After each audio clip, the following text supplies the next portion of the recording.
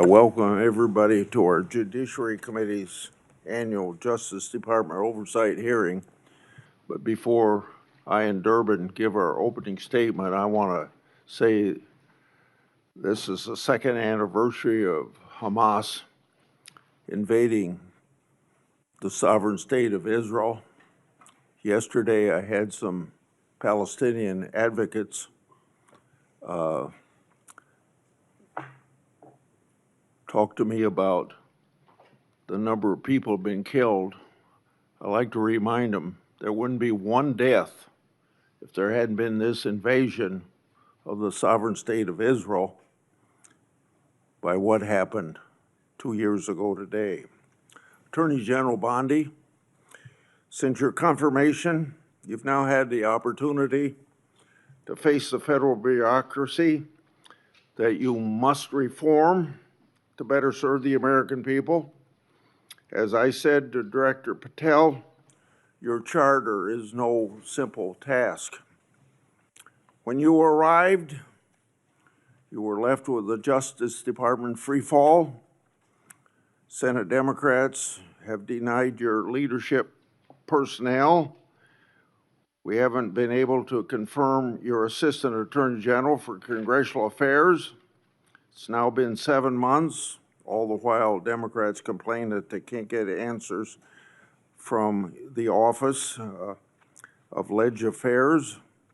They have blocked the confirmation of that person.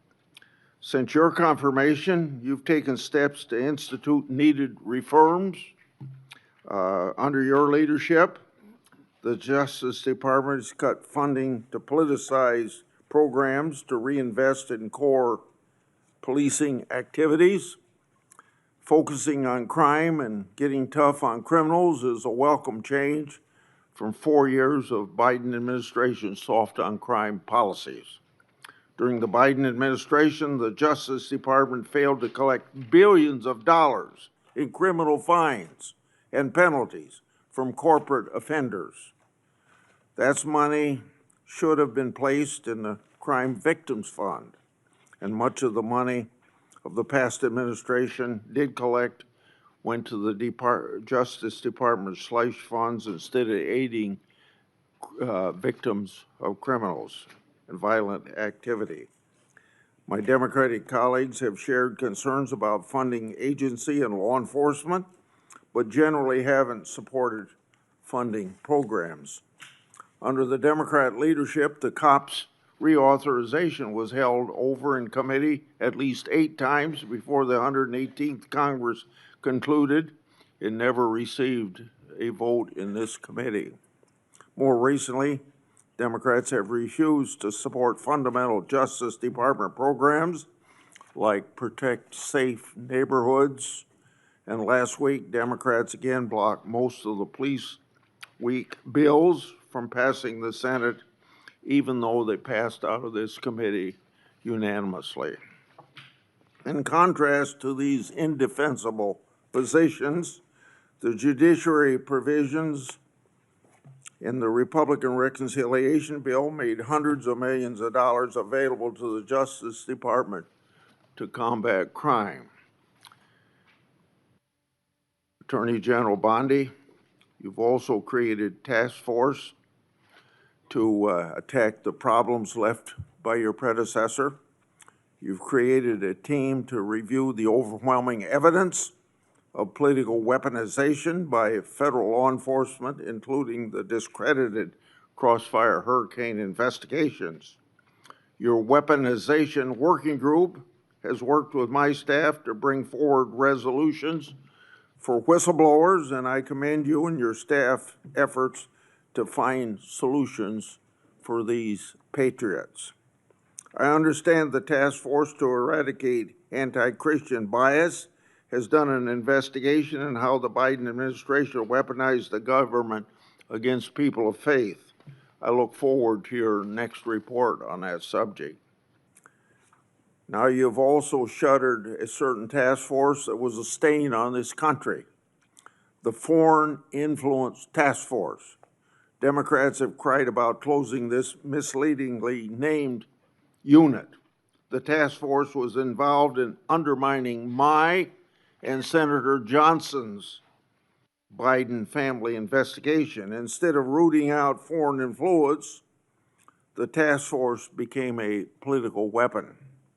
And speaking of political weapons, I'm now going to address examples of political weaponization in the previous administration.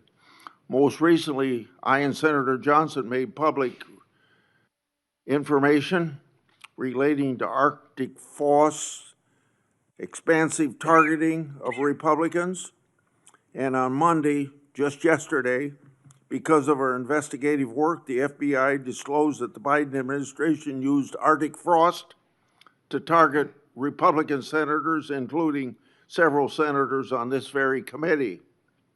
This is an outrage, an unconstitutional breach, and ought to be immediately addressed by you and Director Patel. It's also a clear example of why the Justice Department has had to fire personnel who you hear Democrats defending. While on the taxpayer's dime, these now fired employees not only weaponized law enforcement, but some of them also retaliated against patriotic whistleblowers. These are indefensible acts. Now I've obtained additional weaponization records thanks to brave whistleblowers that predate Arctic frost. I've obtained documents created by then Supervisory Special Agent Tebow, dated March 2, 2017. The title of this document is quote unquote Trump, and it appears to relate to matters different than Crossfire Hurricane. This document discusses a rumor at FBI headquarters that the FBI's Washington field office was leaning towards opening a case on the Trump campaign. Tebow noted they weren't close to opening an investigation, but did say this, quote, "What are we doing? Aggressively seeking out open source information, human intelligence info that could predicate a case," end of quote. You see, less than 2 months into the Trump's first presidency, the partisan Comey FBI was very hard at work trying to manufacture another case against Trump. Tebow and the FBI eventually got their wish in April 2022 with the opening of Arctic frost. This was a political fishing expedition to get Trump at all costs, just like Crossfire Hurricane. And of course, it's a disgrace to the taxpayers. Whistleblowers have provided me with another document. This document is a 2017 case, updated, also drafted by then Supervisor Special Agent Tebow.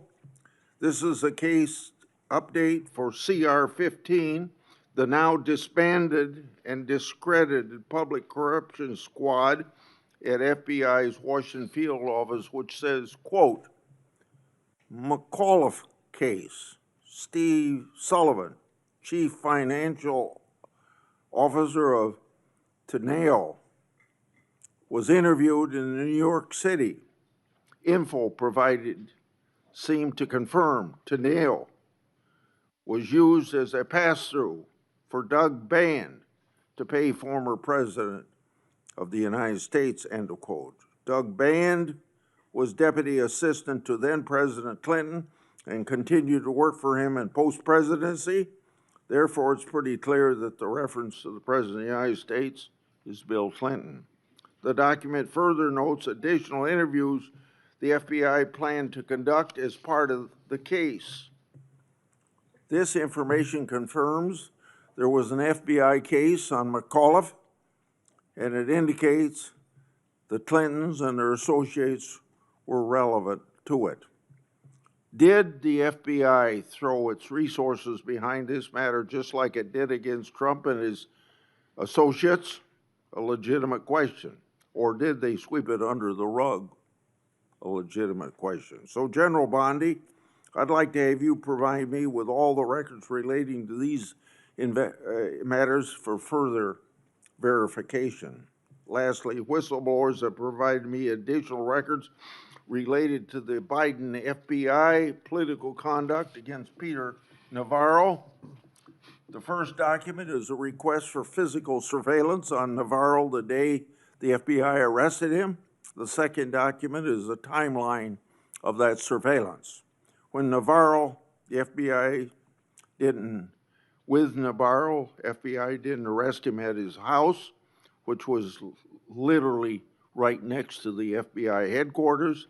Instead, they surveilled him and his fiancée all morning, starting at his home, following them to the airport, and then arrested him in public at the Reagan airport. The way Navarro was treated is unnecessary. General Bondi, I would like you to provide me all records relating to this matter.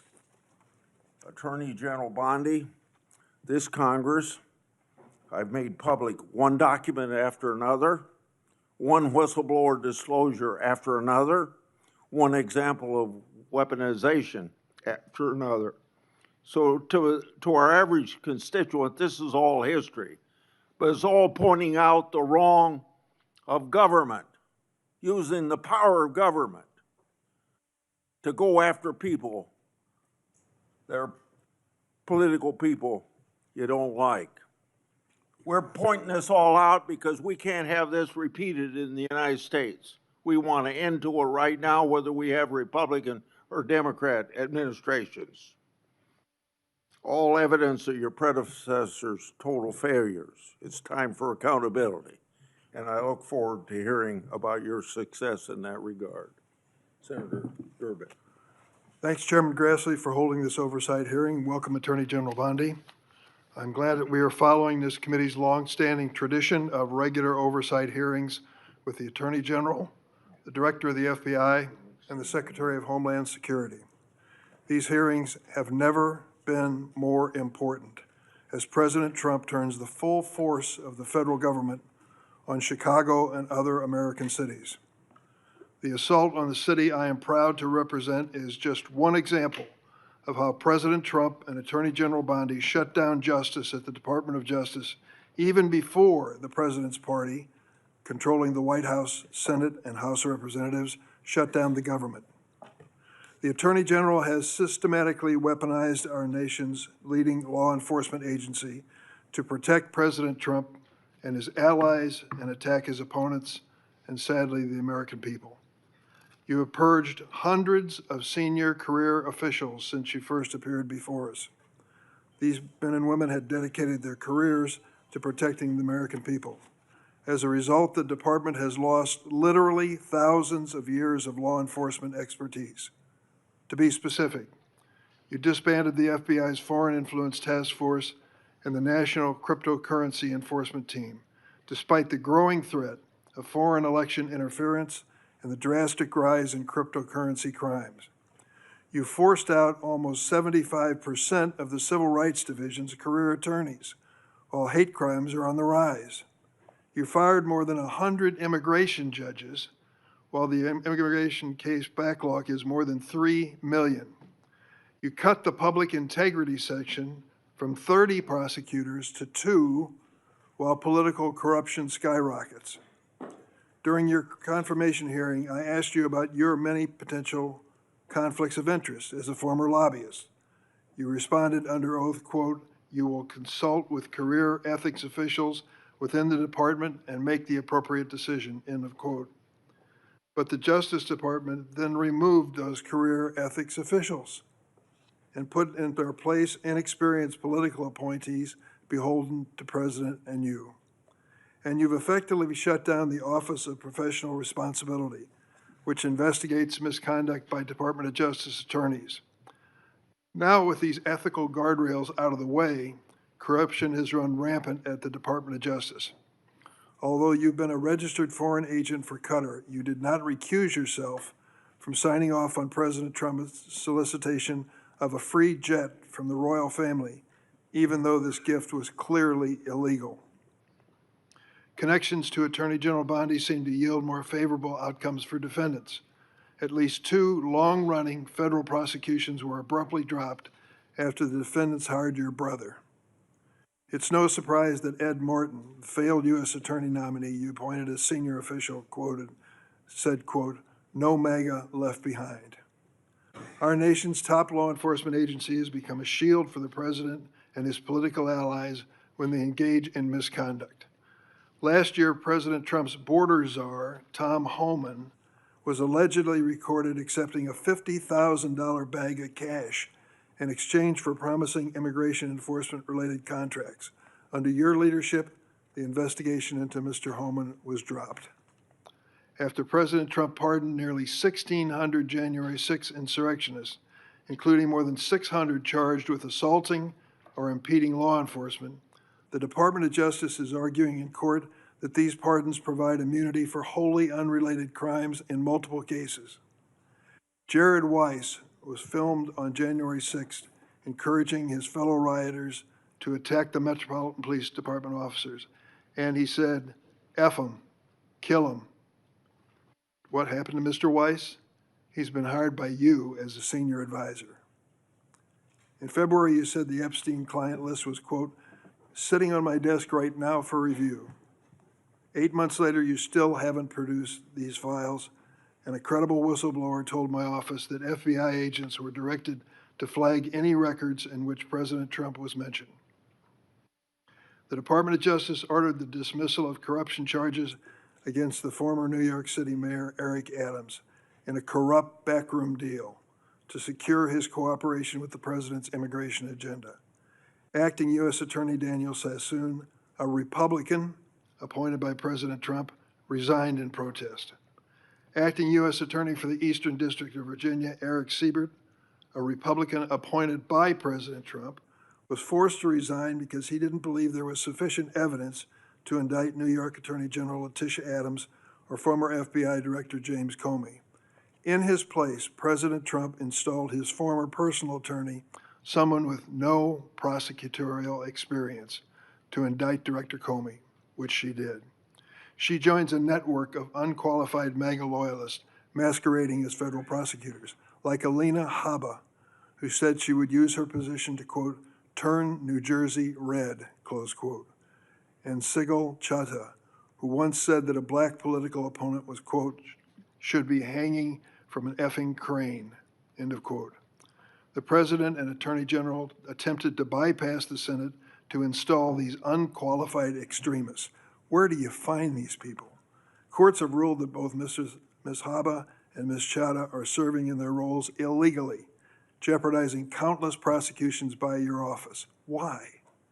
And that's just one example of how the Department of Justice is making America less safe. Attorney General Bondi shut down the Organized Crime and Drug Enforcement Task Force, OSADEF, which has dismantled thousands of criminal organizations. And you diverted thousands of FBI, DEA, and ATF agents and DOJ prosecutors from their critical missions to carry out the president's mass deportation agenda. Attorney General Bondi, not surprisingly, federal drug prosecutions have dropped to the lowest level in decades. Let me repeat that. Federal prosecutions for drug crimes have dropped to the lowest level in decades on your watch.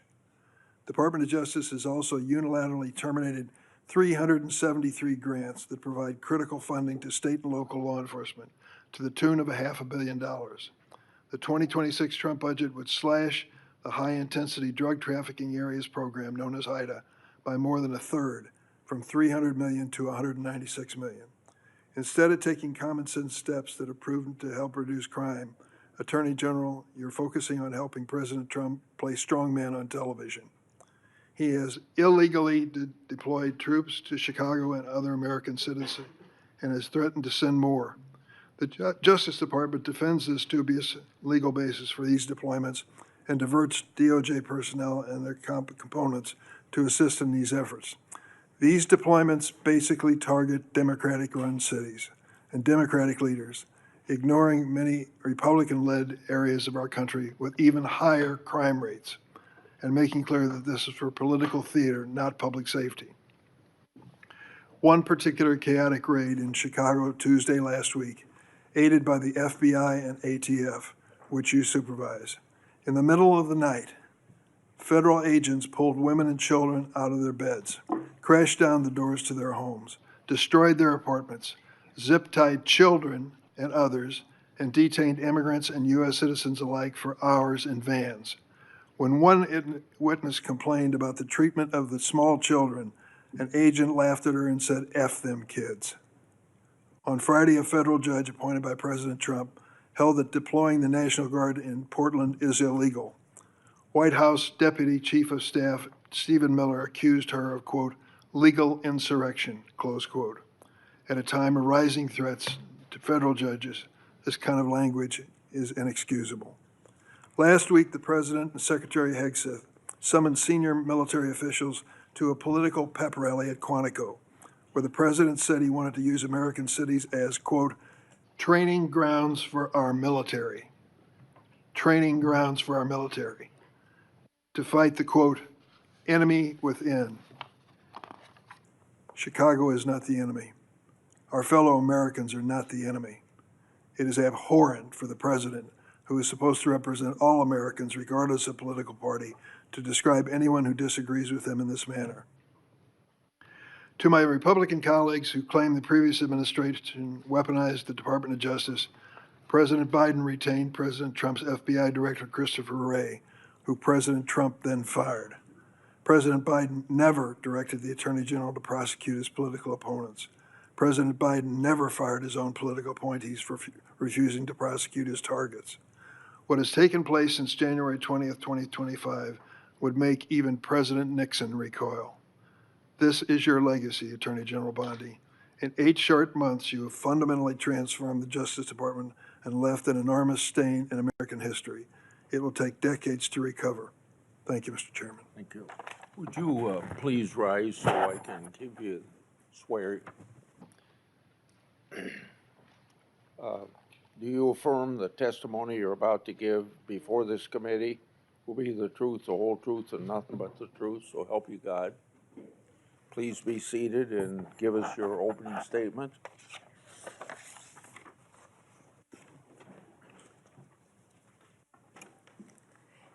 Thank you, Chairman Grassley and Ranking Member Durbin, and every member of this committee. I'm grateful for the opportunity to testify in front of you today.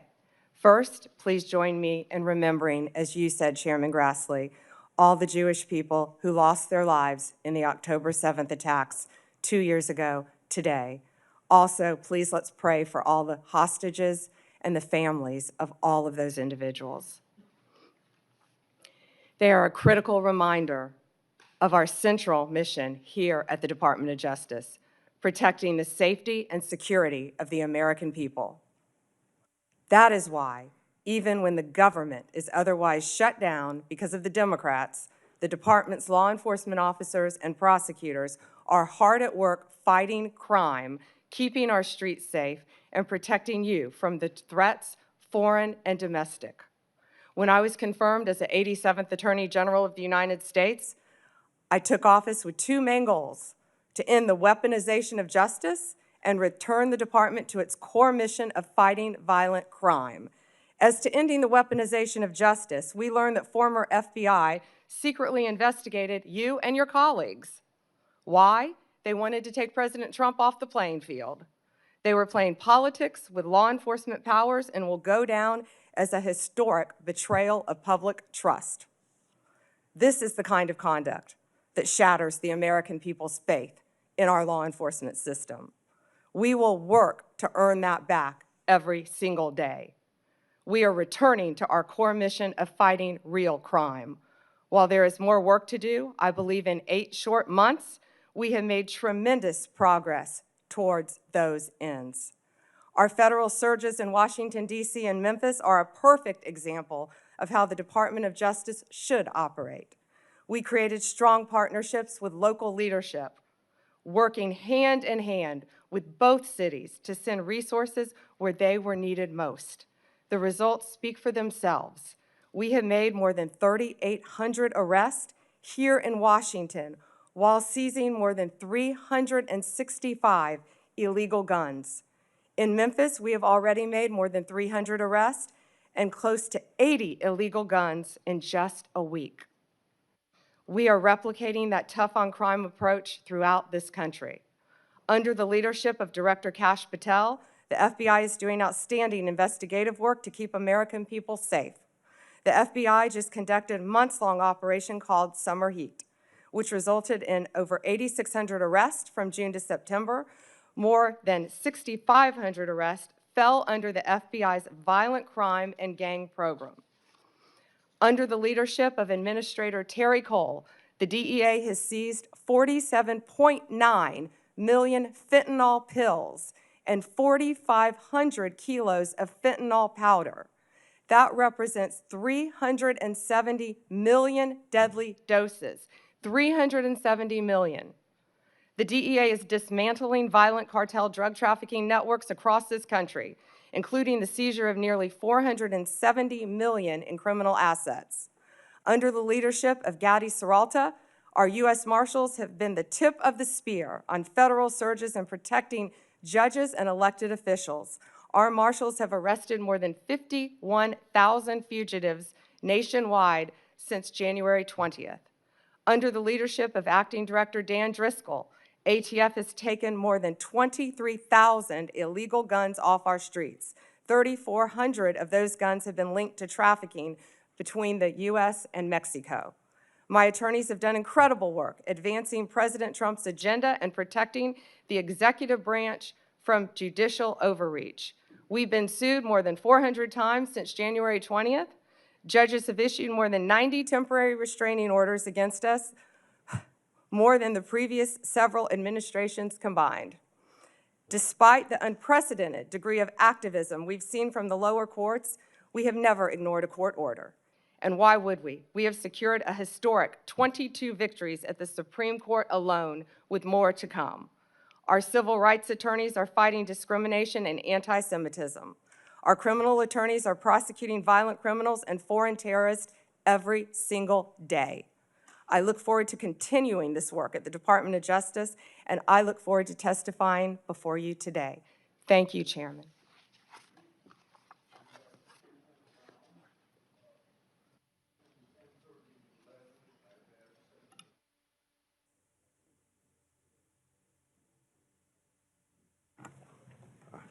I forgot to turn on the microphone. Let me start over again.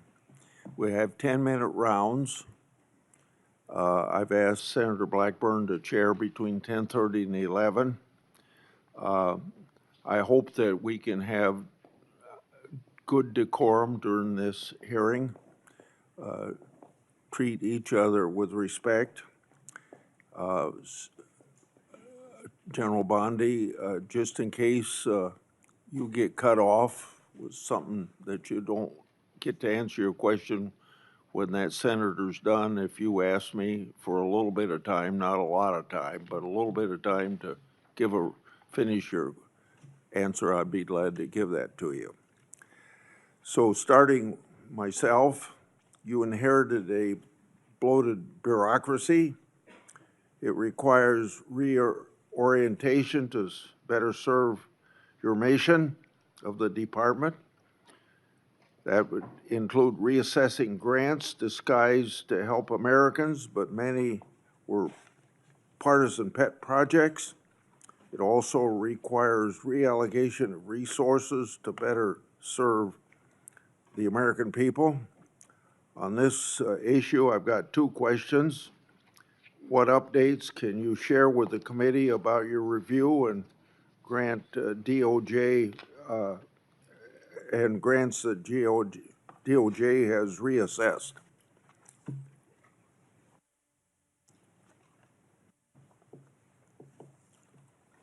Just give us some examples, don't I know? Sure. Thank you, Chairman. During my appearance at the department's budget hearings, I acknowledged that some grants were mistakenly terminated, and we have made a process to correct that. All grant termination appeals will be individually considered for alignment with our current policies, which are strengthening law enforcement and protecting victims. Recipients are given the opportunity to appeal a grant termination consistent with the rules by writing to the Assistant Attorney General. Of the 5,800 discretionary grants that were reviewed, only 376, approximately 7%, were terminated. So far, OJP has turned back on 18 awards, 17 appeals have been denied, and the rest are actively being reviewed, with decisions expected soon. My colleagues on the other side claim that your department has reallocated resources to immigration enforcement, and it's had a negative impact on law enforcement.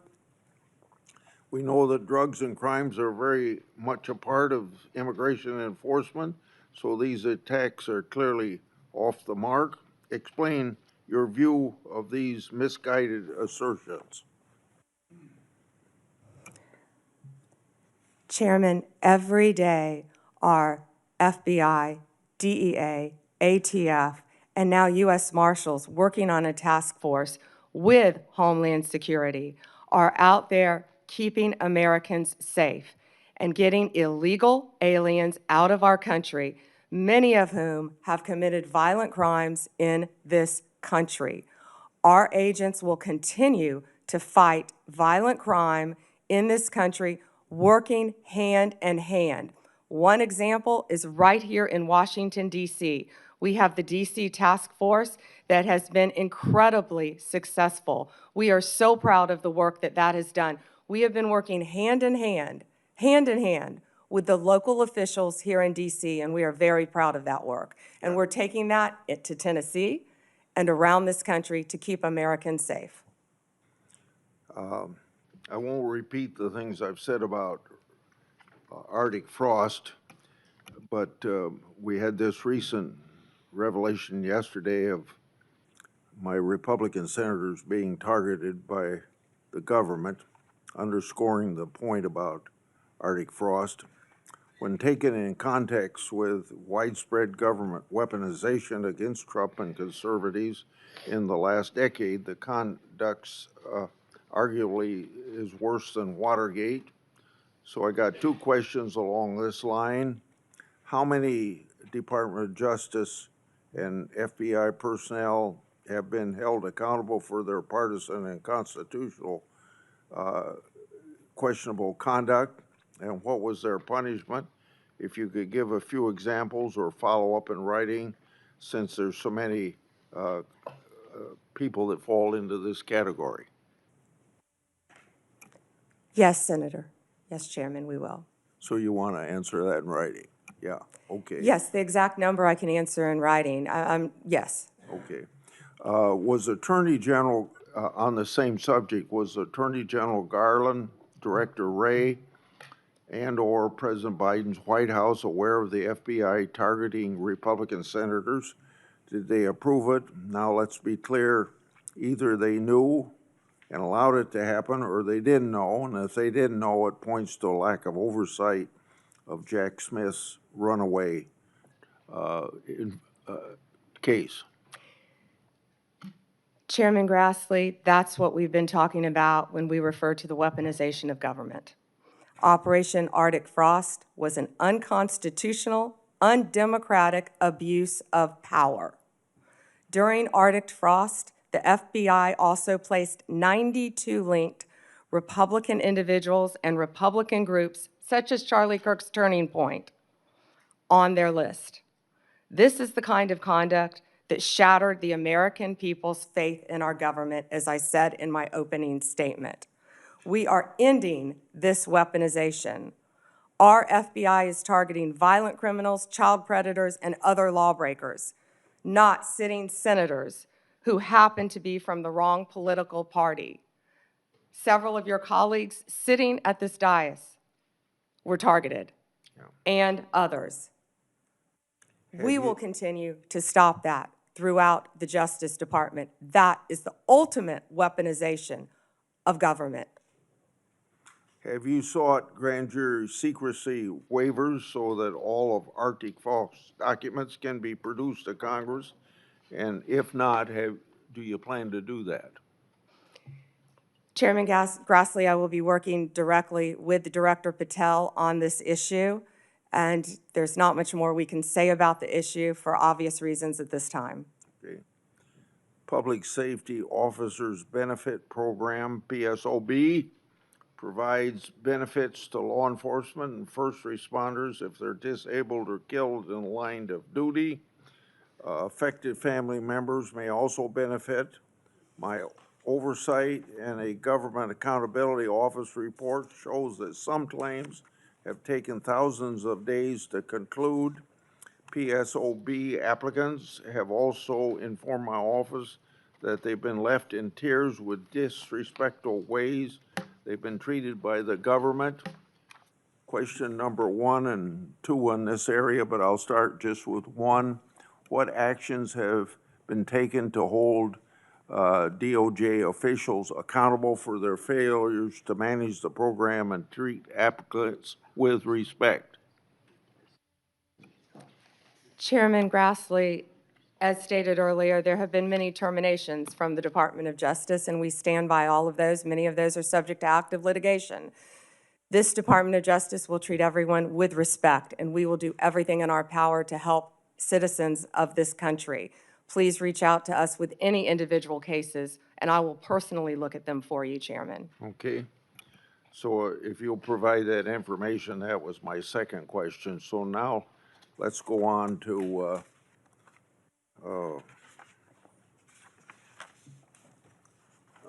regarding the initial FBI 1023 document that I made public last Congress. That document mentioned 1, text messages, 2, audio recordings, and 3, financial records that allegedly approved a bribery scheme with the Biden family and foreign interest. I asked Director Patel if his predecessors made any effort to determine whether these records existed. He answered no. What steps has the department taken to determine whether these records exist? One way or another, this matter ought to be put to rest. Chairman Grassley, I know Director Patel is working hard on this with the members of the FBI. Okay. So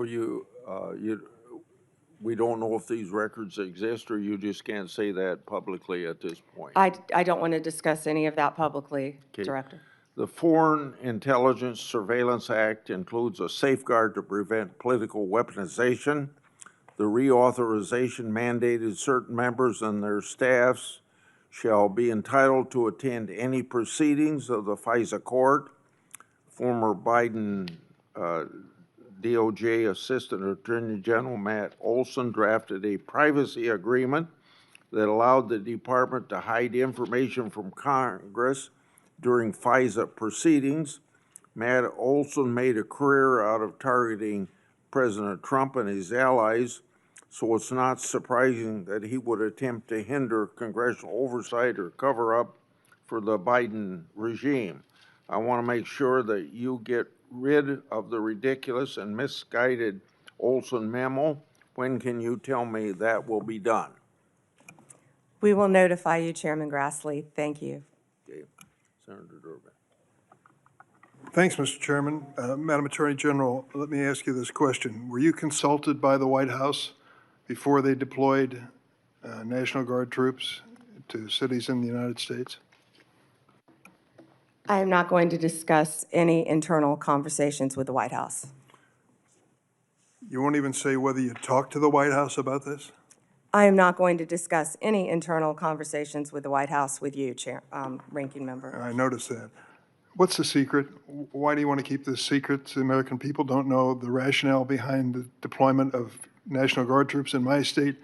The word is, and I think it's been confirmed by the White House, they are going to transfer Texas National Guard units to the state of Illinois.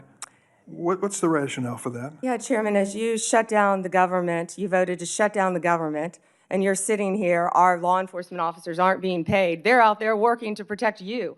I wish you loved Chicago as much as you hate President Trump. And currently, the National Guard are on the way to Chicago. If you're not going to protect your citizens, President Trump will. Been on this committee for more than 20 years. That's the kind of testimony you expect from this administration. A simple question as to whether or not they had a legal rationale for deploying National Guard troops becomes grounds for a personal attack. I think it's a legitimate question. It's my responsibility. She refuses to answer as to whether she had any conversation with the White House about deploying national troops to my state. That's an indication, I'm afraid, where we are politically in this place. Let me ask you another question. I want to, if you will, hold on a second. Make sure I got the right page of facts here. You testified under oath when you last before this committee that before your appointment to Attorney General, you had served as a representative of some sort for the royal family of Qatar. There was an issue that came before you in May when President Trump accepted a $400 million luxury jet from the royal family of Qatar for temporary use as Air Force One before it's permanently gifted to the Trump Presidential Library Foundation. The Constitution unequivocally bestows on Congress the power to control whether any officer of the United States, including the President, may accept a gift, quote, from any king, prince, or foreign state, end of quote. And this gift clearly violates the statutory regime enacted by Congress. You've refused to answer a letter I sent to you 5 months ago, asking the legal rationale you relied on to advise President Trump to accept this unprecedented gift from your former legal client. Can you make a promise today that you will disclose that? Disclose what, Ranking Member? I assume there was a letter or some sort of statement from your office to the White House to advise them that you felt it was permissible? First, to address my role with Qatar, as I addressed with you during my confirmation hearing, I disclosed it in my SJQ. In private practice, I worked for Qatar for anti-human trafficking for the World Cup. That was my only involvement, and I made that very clear, and I'm very proud of everything I've done with anti-human trafficking. Obviously, in preparing any advice for the President on a jet or anything else, we consult with the Office of Legal Counsel. The confidentiality applies to their input as well.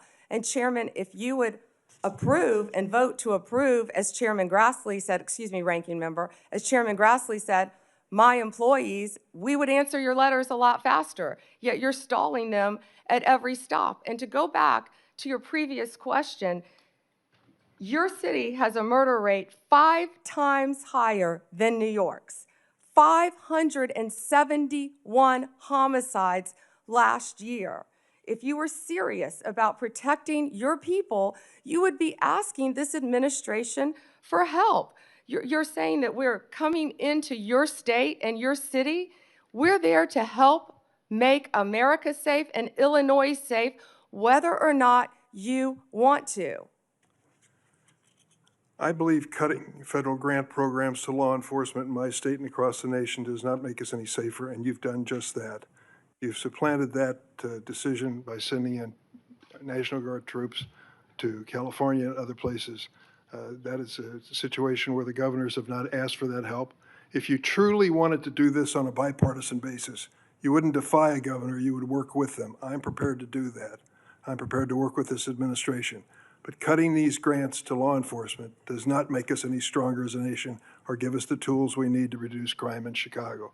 Now, I'd just like to ask you, when it came to this Qatar situation, did you consult with the ethics office in the Department of Justice before making your decision on this gift of a jet?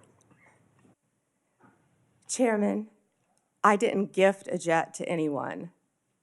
My Office of Legal Counsel provides confidential advice to the President, to the White House, period.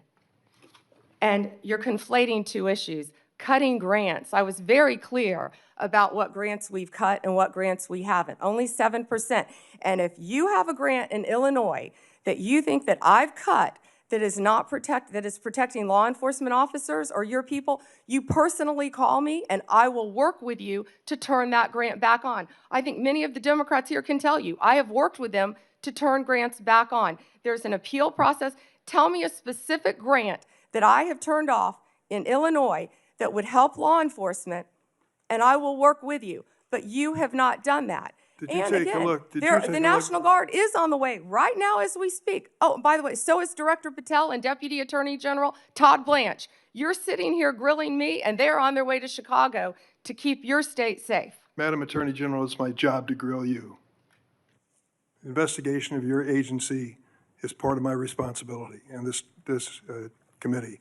You may not like the experience, but others have weathered the storm and answered questions in a respectful manner. Can you tell me the grants, Yes. Ranking Member, please? Take a look at the president's budget on HIDA grants. What happens to it in his proposed budget? I'd be glad to meet with you on the It's grants. cut by 1/3 from $300 million to 196. That's one example of a grant that works, and your administration has suggested cutting it in the budget lies ahead. I want to ask you about items in a letter I sent you in July that you have not answered. In February, you made a public claim that the Epstein client list was, quote, sitting on my desk right now for review, end of quote. You then produced already public information and no client list at a major media event hosted at the White House. Attorney General Bondi, why did you publicly claim to have the Epstein client list waiting for your review and then produce nothing relevant to that claim?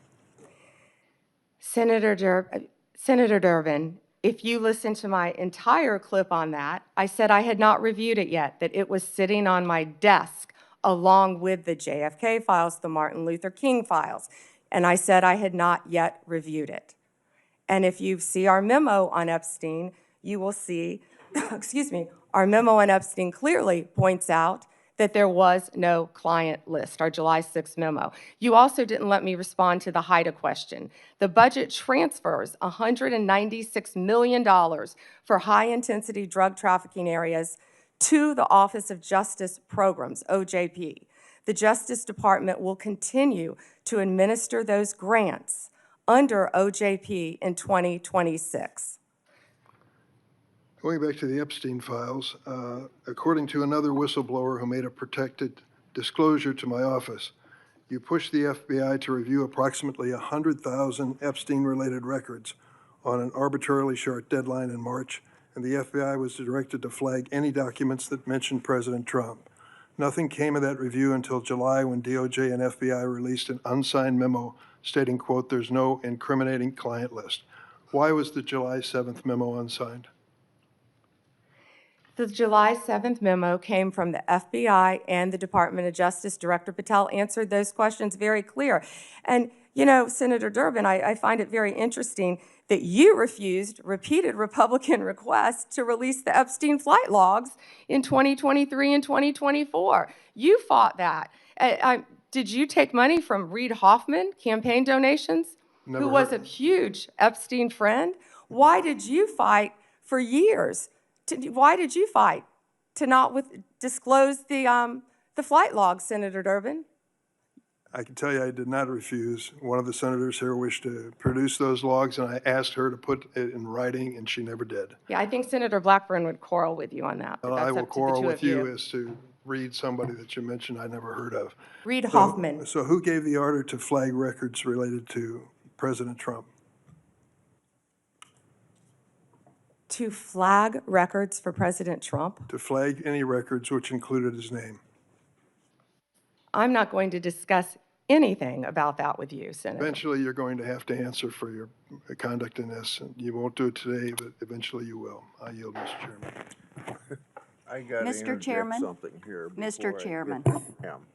Mr. Chairman, since Senator Durbin referred to me, I would really appreciate the opportunity to correct the record. Proceed. Because Senator Durbin knows I repeatedly asked for those flight logs. I brought up the subpoena. You even shut down the committee because you didn't want that, and you know I submitted that in writing, and you continue to misrepresent that, and I am not going to let that record stand. Okay, Mr. Chairman, go ahead, Senator Durbin. I just want to make it clear that the reason the committee business ended was that your side invoked the 2-hour rule.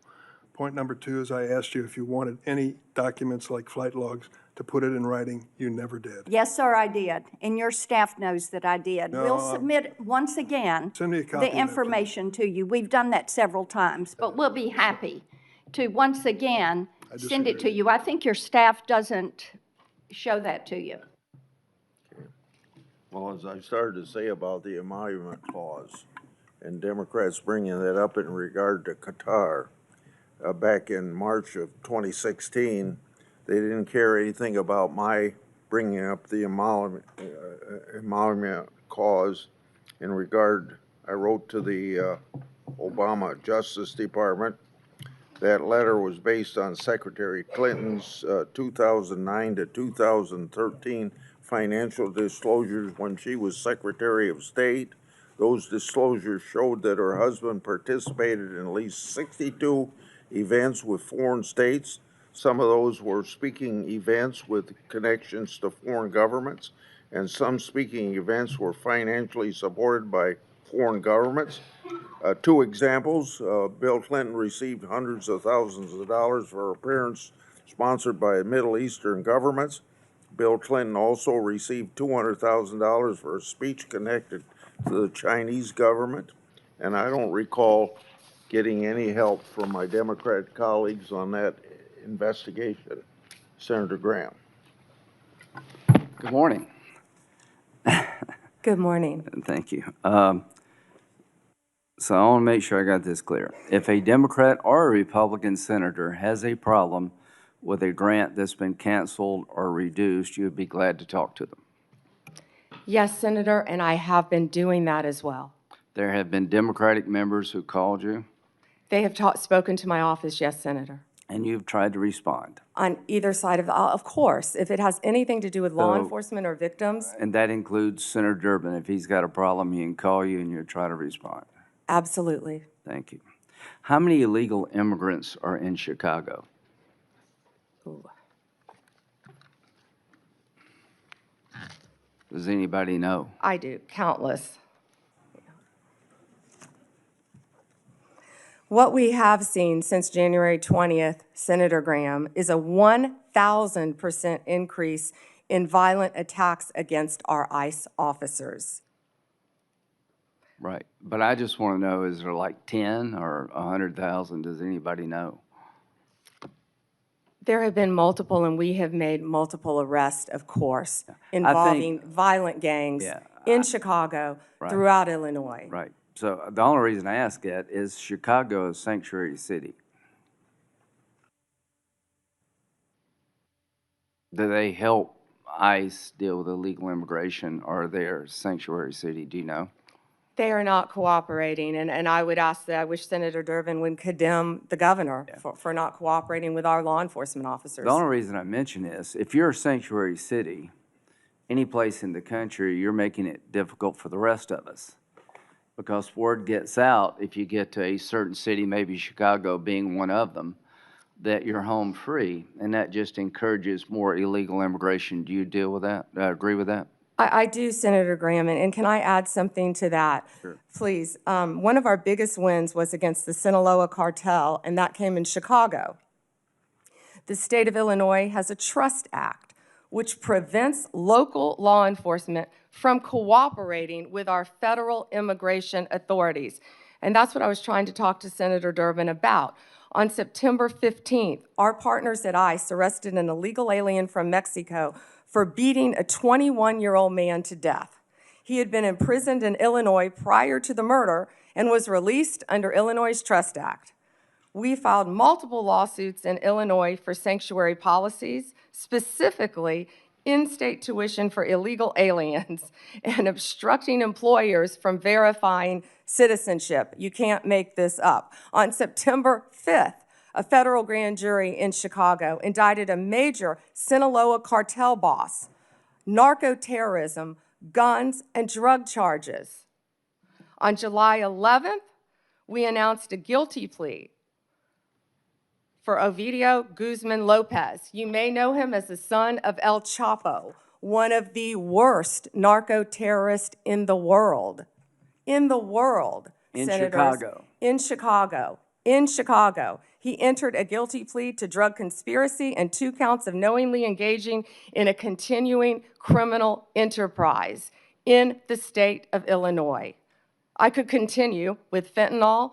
I could continue with child predators in Illinois. Well, thank you. I think I've seen numbers over 100,000. So Chicago and other sanctuary cities, you're making it harder for us to deal with illegal immigration by doing what you're doing. And I am glad President Trump is trying to change those policies. And if you need the National Guard to bring order out of chaos, so be it from my point of view. Now, let's get back to the topic sort of at hand here about how the law is being used politically. In September 2022, Attorney General James from New York basically said in a campaign that she would go after Trump, his business transactions, and his family with full force. November the 15th, 2022, Trump announces his candidacy for president. November 2022, 3 days after Trump announced his reelection campaign, Jack Smith was appointed by Garland to be special counsel to look at classified information, document mishandling, and trying to undermine the 2020 election. In March, President Trump was indicted in Manhattan of 2023, just after announcing 34 felony counts.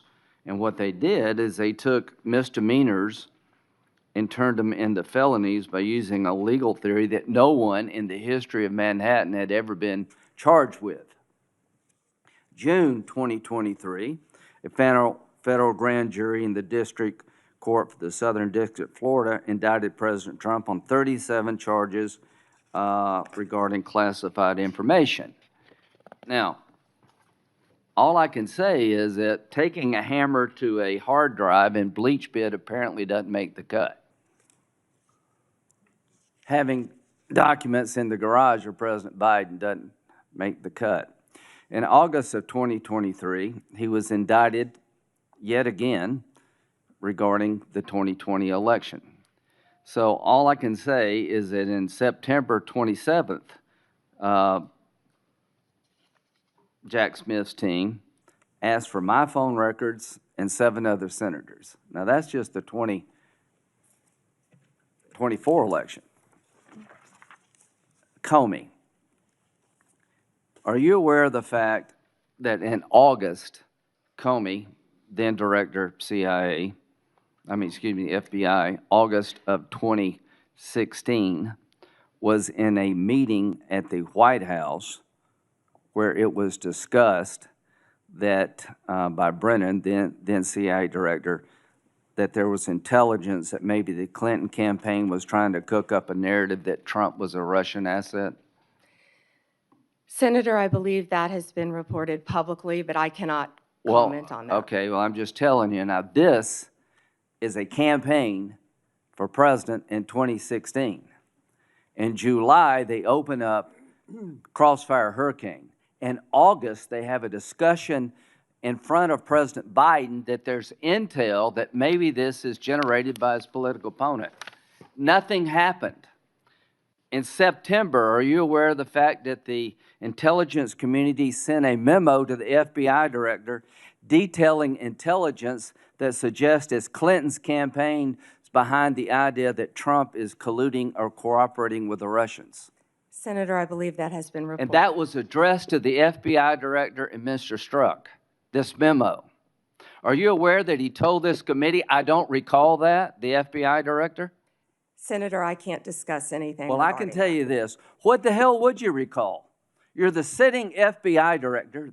There's a campaign for president going on. You've opened up an investigation believing that the Republican candidate may be a Russian asset. And now all of a sudden, less than a month later, 2 months later, you have 2 inquiries, 2 events to suggest it may be his political opponent.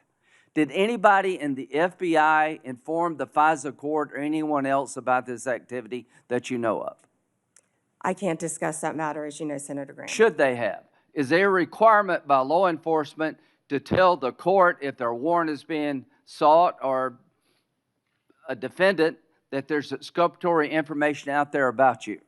In general, of course, Senator. So, to the country, the FBI director gets a memo from the intel community. This may be all a political plot by his opponent. They didn't do a damn thing. Are you familiar with the Steele dossier? Yes, Senator. That was a dossier prepared and paid for by the Clinton campaign. Are you aware that it was that document was used to get a warrant on 5 different occasions against Carter Page, an American citizen? Yes, Senator, and that has been Are you reported. aware of the fact in February 2017, after Trump is president, the person who gave Christopher Steele the information, the Russian guy, told the FBI, the information I provided you was all bar talk, hearsay, and not reliable. Are you aware of that? Yes, Senator. Was there ever an effort by the FBI to tell the FISA court about evidence that the man who helped prepare the document retracted his statement? I can't discuss that, Senator. Should there have been? Can't discuss that. You wonder ongoing. why we're looking at Comey? Give me a break. Why are we looking at Comey? Because he ran an FBI and personally knew about exculpatory information and let it slide. How in the hell can 2 FBI agents interview a man who says the document you're using against a sitting president to suggest he may be a Russian agent or Carter Page that is now no longer reliable? How does that not get to the court? Can you tell me how that doesn't get to the court? You can't, can you? I can't, Senator, and I Can can't you tell me discuss it. why my phone records, when I'm the chairman of the Judiciary Committee, were sought by the Jack Smith agents? Why did they ask to know who I called and what I was doing from January 4th to the 7th? Can you tell me that? No, Senator, and there were 8 senators in total. Yeah. Do you think that was an abuse of power? Senator, I cannot discuss whether there is or is not an ongoing investigation. If I may add one thing, they also wasted $50 million on what you just described, trying to put President Trump in jail prior to the election. Before Senator Whitehouse, I want to introduce into the record what is called the Durham Annex. The annex is a declassified appendix to John Durham's report about Crossfire Hurricane. The Durham Annex contains information exposing a reported Clinton campaign plan to falsify and tie President Trump to Russia. For years, I've fought to assemble and publicize all the facts surrounding Durham investigation, Crossfire Hurricane, and related matters. The Durham Annex was declassified as a large part because of Attorney General Bondi. Mr. Chairman, Yeah, may I ask you a question? if I can answer it, yes. Go Thank you, ahead. Mr. Chairman. Are you going to hold a separate hearing on your whistleblower account of the FBI investigation of 8 United States senators? I think we need, my answer to your question is, I think we need to wait until we see what the FBI can report and whether it's necessary to have a hearing. Right now, I haven't ruled one out, but I haven't made a decision. And what year do you think that will happen in? I want the FBI to be a thorough investigation of it and report to us what information they can give us, and I don't know how long that'll take them. With respect, are you giving them a certain period of time? I have not given them a certain period of time. I'll discuss that matter with my staff and see if that needs to be done. Okay, if civil suits are filed against the perpetrators at the FBI, will that facilitate your investigation? Well, what's the question again? If the 8 senators who were spied upon sue the hell out of the Department of Justice and the perpetrators involved, will that facilitate their investigation and or yours? I guess what I'm getting to is, I don't understand why we don't have a separate hearing. I find this breathtaking. Yeah. It's just been 24 hours since the FBI investigated on it. Please give me an opportunity to sort through all this. Fair enough. I just don't want to wait 24 years to get an answer. Yeah. We do have an active investigation going on through my staff. I want to make that very clear. Mr. Whitehouse, or Senator Whitehouse. Thank you, Chairman. Ms. Bondi, good morning. Good morning. What became of the $50,000 in cash that the FBI paid to Mr. Homan in a paper bag, evidently?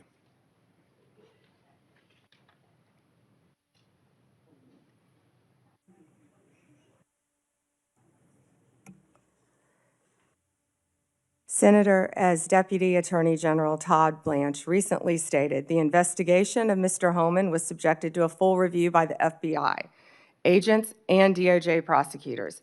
They found no credible evidence of any wrongdoing. And that was not my question. My question was, what became of the $50,000 in cash that the FBI delivered, evidently in a paper bag, to Mr. Homan? Senator, I'd look at your facts. Are you saying that they did not deliver $50,000 in cash to Mr. Homan? Senator, as recently stated, the investigation of Mr. Homan was subjected to a full A different review question. by the FBI agents, That's a by different Department question. of Justice prosecutors. They found no evidence of wrongdoing. That's a different question. What became of the $50,000? Did the FBI get it back? Mr. Whitehouse, excuse me, Senator Whitehouse, you're welcome to talk to the FBI. The report to you, can't you answer this question? Senator Whitehouse, you're welcome to discuss this with Director Patel. Did Homan keep the $50,000? As Deputy Attorney General Todd Blanche recently stated, the investigation never mind, of Mr. never mind. Homan I can was see I'm not going to get a straight full answer from you review to a very simple by question. the FBI agents and the DOJ.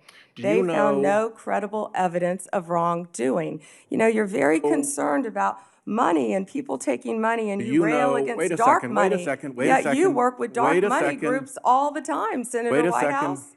Did you know whether or not in that investigation they looked at whether the $50,000 payment to Mr. Homan was declared by him on his tax returns? Senator, I would be more concerned if I were you when you talk about corruption and money that when you pushed for legislation that would subsidize your wife's company.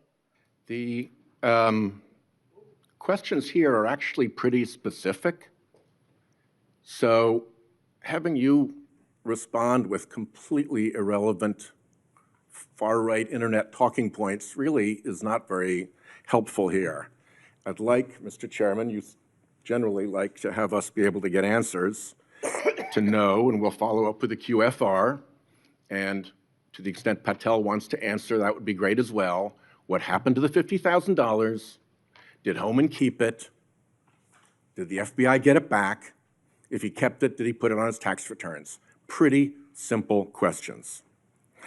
Homan was the same guy who said there was a deal with Eric Adams. He said, if Adams doesn't come through, I'll be back. I'll be in his office up his butt saying, where the hell is the agreement we came to? Which brings us to the OPR investigation of prosecutorial misconduct by Emil Bovee, because he was also involved in that transaction. Yeah. What became of the OPR investigation of prosecutorial misconduct by Emil Bovee? Yeah, Senator Whitehouse, to correct you for one moment, that would be the Honorable Judge Emil J. Bovee III to you. Not at the time of this. He was an employee of the Department of Justice. And what became of the OPR investigation? It's all pending litigation, misconduct? Senator. I can't discuss pending litigation nor personnel matters. OPR customarily publicly says when there's an investigation, and at the end of it, they provide a summary.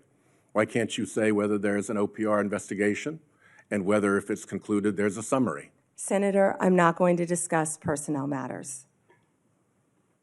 Even public ones? Senator, I'm not going to discuss personnel matters. So, Kash Patel told this committee that his grand jury testimony after immunization, after initially pleading the Fifth, was, and I quote, sealed by the Department of Justice. How and when and why was his testimony sealed, and by whom? Senator, I'm not going to discuss any testimony, especially testimony that could be sealed, with you. No, the question is, was it or was it not sealed? Senator, I'm not going to discuss that with you. Well, he also said that he worked with the Department of Justice to have his transcript released publicly. How and when was his transcript released? Presumably, if he released it publicly, that's something you can discuss because it's public. Well, Senator, I believe you discussed that with Director Patel. And I'm asking you because he said the Department of Justice made this decision and you run the Department of Justice. I would refer that to Director Patel.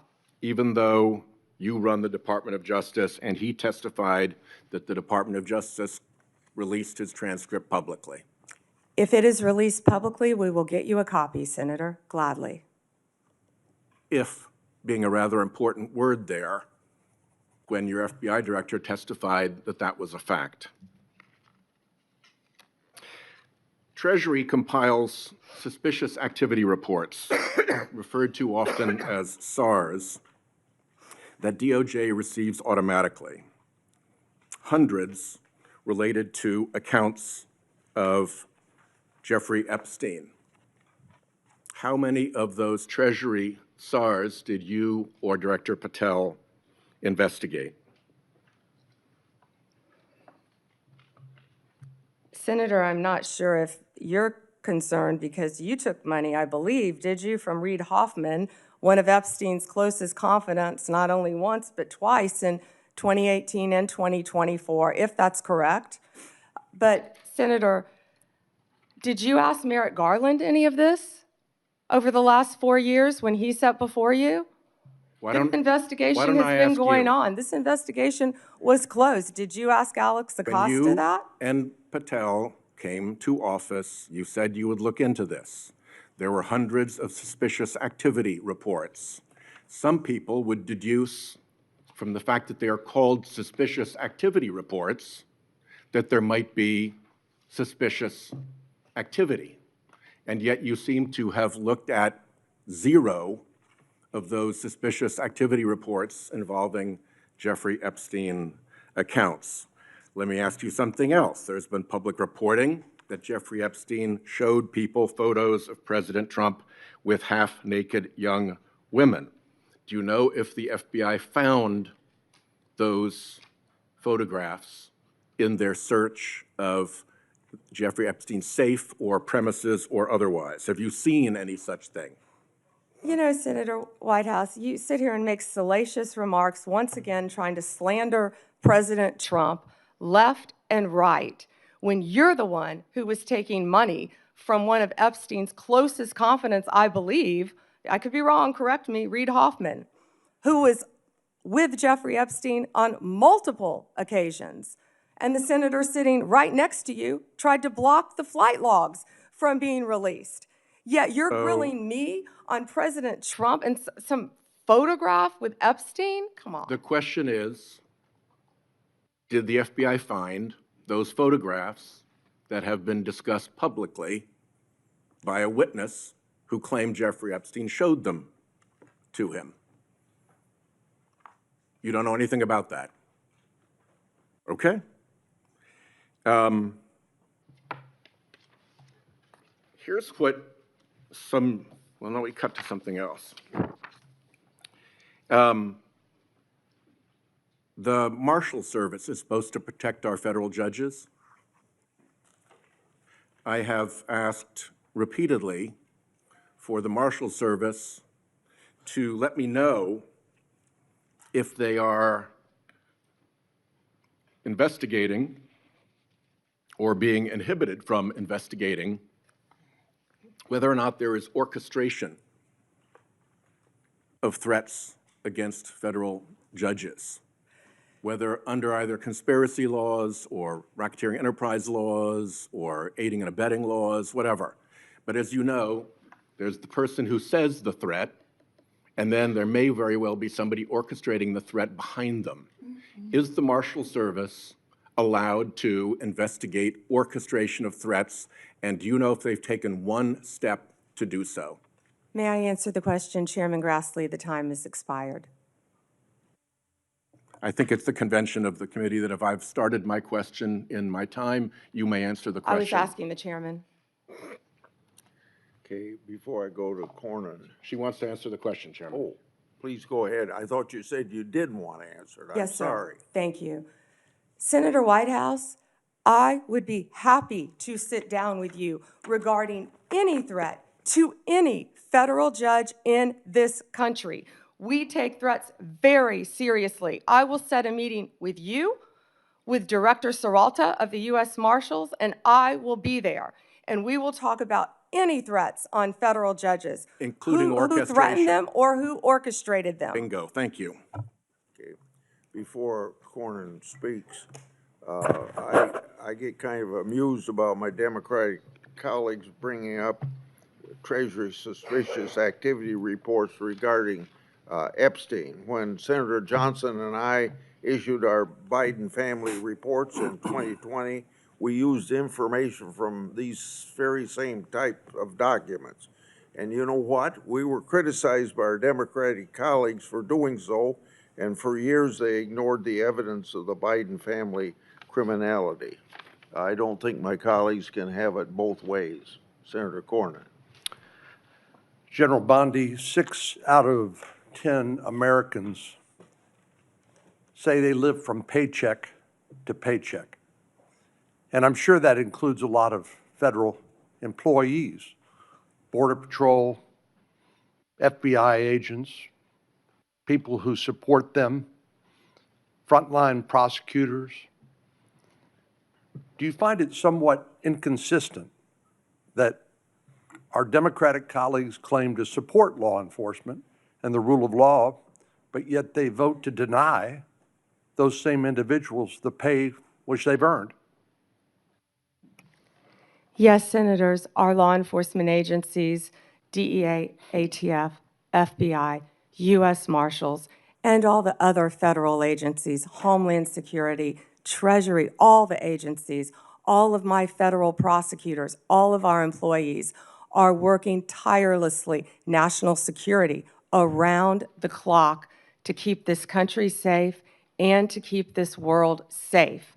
Yet, the Democrats voted to shut the government down, and they are out there working without a paycheck, with families at home, risking their lives every single day.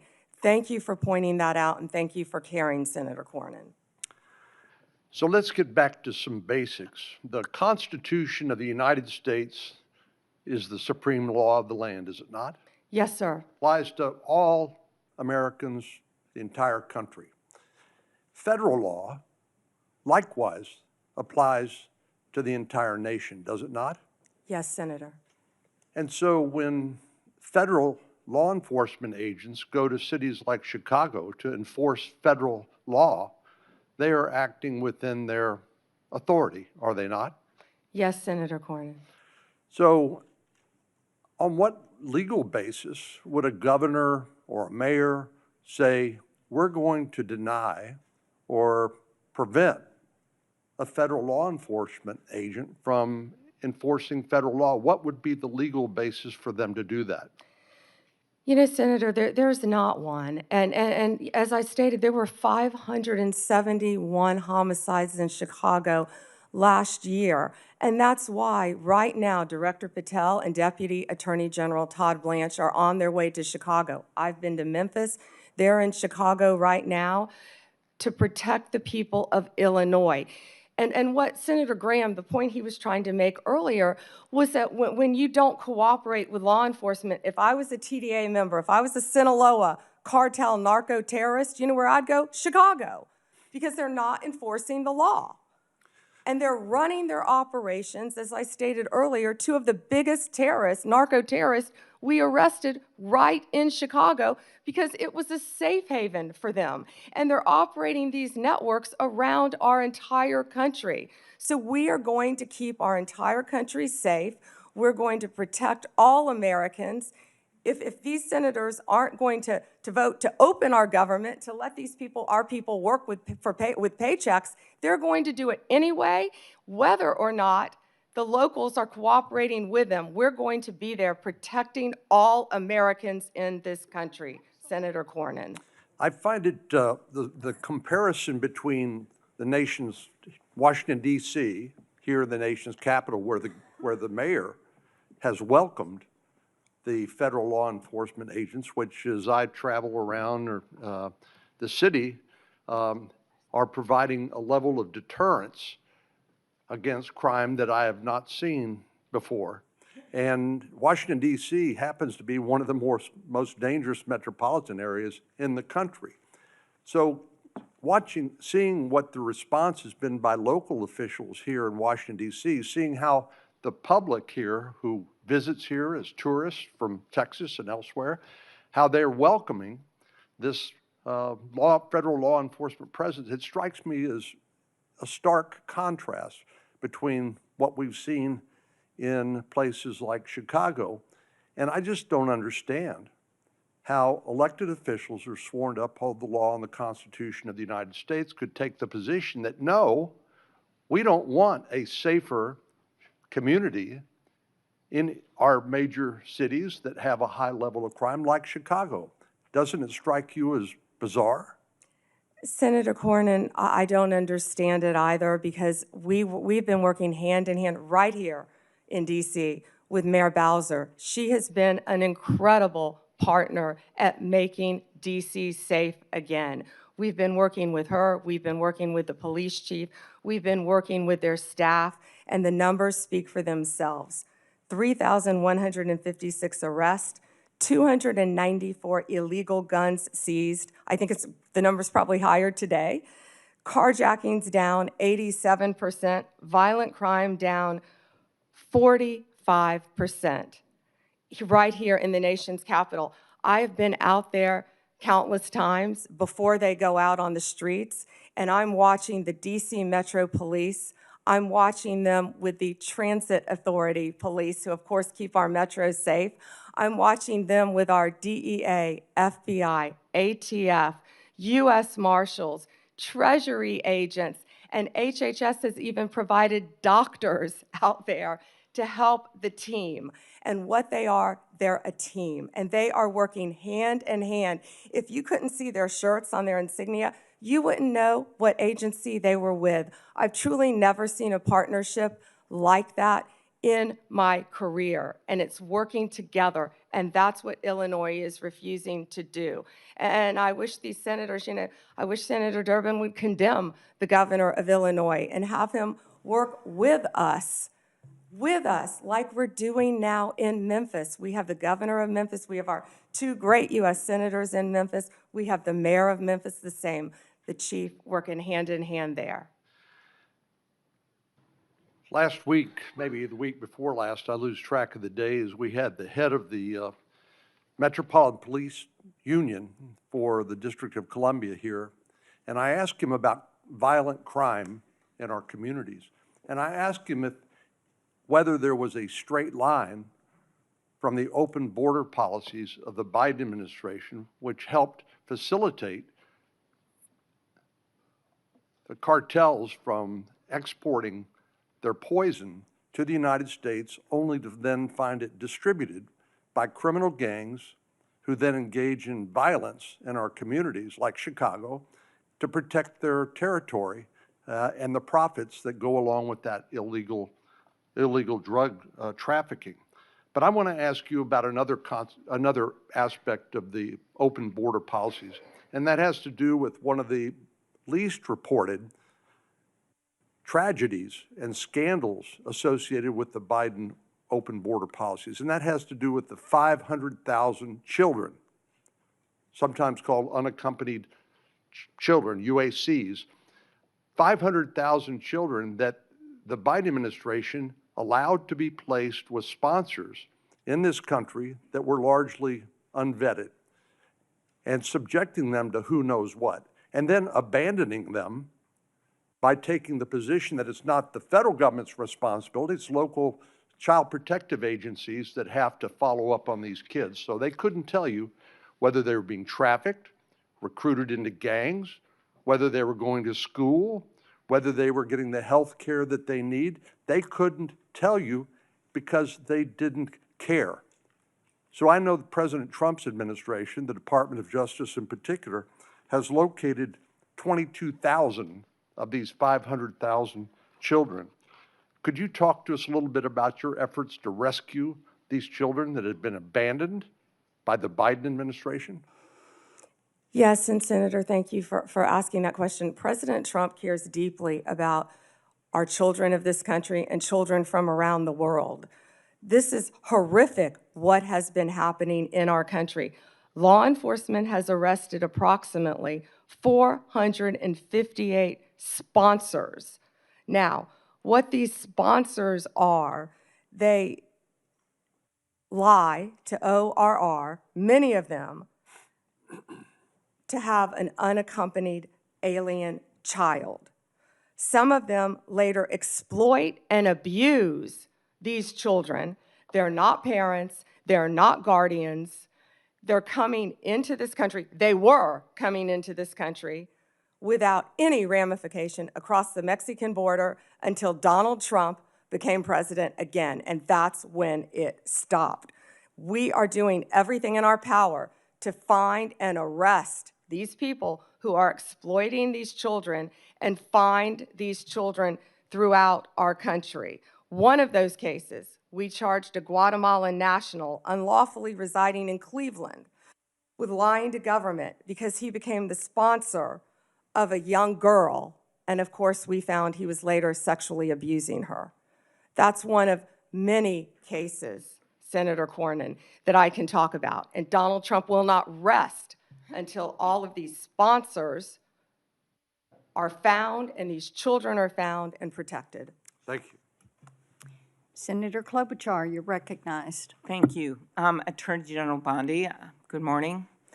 I'm going to start on a different subject. Good morning. On behalf of families in my state. And I wanted to thank the FBI and the local justice officials in Minnesota, the U.S. Attorney's Office, for the work that they did catching the murder, in the horrific murder of my friend, Speaker Melissa Hortman, and her husband, and the shooting of Senator John Hoffman. Just last month, my state was again shaken to its core when a mass shooter attacked Annunciation Catholic Church in Minnesota, shooting through the stained glass windows, injuring 21 people, including 18 kids, killing little Fletcher, little Harper, an 8 and a 10-year-old, murdering them when they're in mass praying, 12-year-olds protecting 8-year-olds. I know we've spoken about these tragedies, and we both agree that this kind of violence, whether in Minnesota or at a Mormon church in Michigan or the assassination of Charlie Kirk, has no place in our politics or in our democracy. In 2018, after the Parkland shooting, you were Attorney General, and there was a bill called the Marjorie Stoneman Douglas High School Public Safety Act. And the bill banned bump stocks, enacted red flag laws, and raised the minimum age to purchase a firearm in Florida from 18 to 21. And you actually defended the law in court from a challenge from the NRA. And we know that I'm in favor of an assault weapon ban, period. I look at these bills and I think, does this hurt my Uncle Dick in the deer stand? We have a proud tradition of hunting in Minnesota. I don't think they do. But as I talked to Director Patel, and he told me in the chair you are sitting in right now, that assault weapon ban could prevent future attacks. I talked to him about better background checks, about red flag laws, and then that perhaps we could find common ground on what actually happened in Florida, which would be to at least change the minimum age for purchasing assault weapon, because we've got 18 to 20-year-olds commit gun homicides at over triple the rate of adults 21 years and over. even though that wouldn't helped in Annunciation Church because he was a few years older. She was a few years older. But as you know, the shooter at Parkland was 19 years old, and the shooters in Buffalo and Uvalde were both 18 years old. So given your efforts in Florida, do you agree that at least raising the age for purchasing assault weapons could reduce the number of these shootings? Senator, first, that's pending litigation, and I can't discuss that at all. The 21 is pending litigation. I cannot discuss In that. Florida? But if I could go back I really the didn't know 21 this. age is pending litigation. I can't discuss that. But Senator, back to what you said about what happened in Minnesota, there is no place for that. And I believe I spoke to you after that horrific, those murders. And I'm so sorry that happened. And all of my federal agencies were partnering with state agencies, working hand in hand in Minnesota. What I can tell you about the Second Amendment is this is the most pro-Second Amendment DOJ in American history, as you know. But we want to keep guns, as you said, where they should be, in the hands of law-abiding American citizens, while keeping them out of the hands of criminals and gangs. Since January 20th, the ATF and FBI have seized more than you gave these 30,000 illegal guns. I have 10 minutes. 30,000, You have Senator given these Klobuchar. statistics, and I truly appreciate those statistics. But what I was just trying to get at was something where maybe we could find common ground on a bill that you actually defended in court in a state, which Director Patel seemed open to, and that was looking at could we at least raise the age to 21 of the purchase of an assault weapon federally while states look at banning these weapons overall, given these little babies that this gun is used to kill. So we can talk about it later, but that was my question, and you don't want to answer it. No, it's pending litigation, Senator. Okay, but your views on this is not pending litigation. So I want to get to the independence of the Justice Department. At your nomination hearing, I specifically asked you to provide assurance to every member of this committee that the Justice Department will only follow the facts and the law, and the White House will play no role in the cases investigated or brought. You stated in response, this was you, politics will not play a part in my decisions. And you also said the Justice Department must be independent and must act independently. Do you believe that you have upheld that commitment? I absolutely have upheld that commitment, Senator. I pledged that I would end the weaponization also of the Justice Department, and that America would once again have a one-tier system of justice for all. And that is what we are doing in this country. We saw this with the president directing an investigation prosecution of Chris Krebs, the former head of cybersecurity, Lisa Cook, who is a current governor of the Federal Reserve, Director Comey. And the president, and I know you have said that you will not discuss discussions you've had with the president about Comey, is that correct? That you won't testify here about that? Because I was going to ask you if you received advice, instruction, or request from anyone at the White House to direct the department to engage in any investigations, prosecutorial actions, including decisions not to investigate or prosecute anyone. I'm not going to discuss any conversations. But then how about the Truth Social post on September 20th, 2025, in which the president said, we can't delay any longer, Pam, using your name, not bringing criminal charges, are killing our reputation, his words, and credibility. And then goes on to tell you to prosecute a member of this committee, to prosecute the Attorney General of New York, and to prosecute James Comey. Do you consider that a directive to the Justice Department? Senator Klobuchar, President Trump is the most transparent president in American history, and I don't think he said anything that he hasn't said for years. Okay, it has been reported that you initially pushed back against requests by senior Trump administration officials to push out or fire the acting U.S. Attorney in Virginia, Eric Siebert, who's a conservative Republican, who made the decision that that the evidence was not there to prosecute Comey. What made you change your opinion? I am not going to discuss personnel decisions. Okay. Is it true that the career prosecutors in the Eastern District of Virginia found that there was insufficient evidence to bring criminal charges against former Director Comey? I am not going to discuss pending cases because Comey was indicted in the Eastern District of Virginia by, I may point out, one of the most liberal grand juries in the country. Okay, let's go on to other firings or terminations. Last week, the Justice Department fired at least 2 senior attorneys in the Eastern District of Virginia, including the office's national security chief, Michael Benary.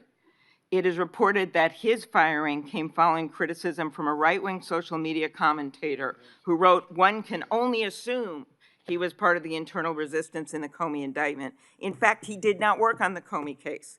Instead, he was working on pursuing justice for service members killed in Afghanistan. How does firing a 20-year national security prosecutor enhance public safety? Senator Klobuchar, I'm not going to discuss personnel decisions, but the personnel issue that I'm having right now is that all of my agents, all of my lawyers are working. My agents are on the street working without a paycheck because your party voted to shut down the federal government. Unfortunately, the House isn't even back here. They're 18 days off the job to even meet with us to come up with a resolution that we would like to discuss with them about saving people's health care. Let's move on to the Antitrust Division. Did you authorize your Chief of Staff to overrule top officials in the Antitrust Division to settle the challenge to the Hewlett-Packard Enterprises Juniper Networks merger? Senator Gail Slater runs my antitrust unit, and she is doing an excellent job on many, many cases. As you know, that is a pending case. Okay. In any merger, just to clarify, in any merger, Senator, there is a deal struck with our office and with the corporations involved, but then that also goes to a court to certify in any merger. In any merger, it's a multi-step process. Okay, I and will that ask some process further is still pending, questions Senator about Klobuchar. antitrust. I just had one other thing. DOJ can now take the extraordinary step of Time's subpoenaing expired. journalists. Has the Justice Department issued any subpoenas to journalists under the updated guidance? Time has expired. Okay, I'll ask You those may on the record. respond, Ms. Bondi. You can respond, she said. Oh.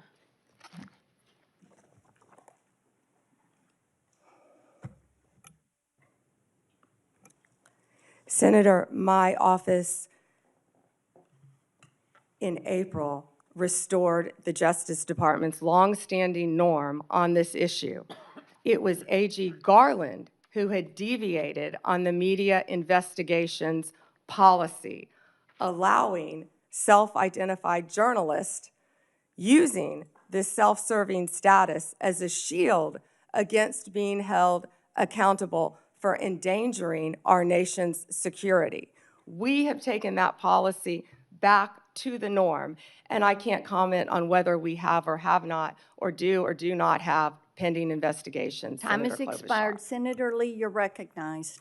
Attorney General Bondi, thank you for being here today, and thanks for your service as Attorney General of the United States. I want to start by thanking you for acknowledging a moment ago the importance of protecting the rights of the law-abiding. In a country where there are hundreds of millions of guns, one of the most alarming, not to mention unconstitutional things the government could do is to disarm the law-abiding. It would be unfair, it would be fatal to many, it would be contrary to our constitutional system. And I appreciate you standing up for that. I'm also grateful for you standing up for Gail Slater, the Assistant Attorney General over the Antitrust Division. I have full confidence in her, and I can tell you do as well. More broadly, Attorney General Bondi, through your leadership, you've returned the Department of Justice to its core mission. And its core mission, of course, involves protecting the American people, upholding the law, upholding the Constitution, and making sure that justice in our system is applied even-handedly, fairly, consistently, as the law requires, without fear, favor, or political bias making those decisions. With you as Attorney General at the helm of this great department, the Department of Justice has strengthened its efforts to secure our borders against what has been an unprecedented influx of illegal immigration.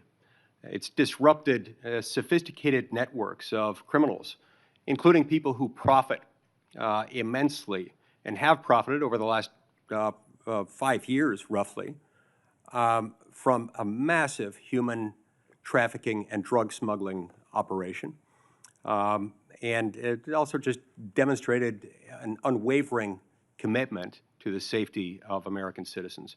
Your work has sent a clear message to criminal organizations and to criminally minded people everywhere, foreign and domestic. The rule of law in the United States will be enforced, and those who prey on the vulnerable will face especially swift and unpleasant consequences.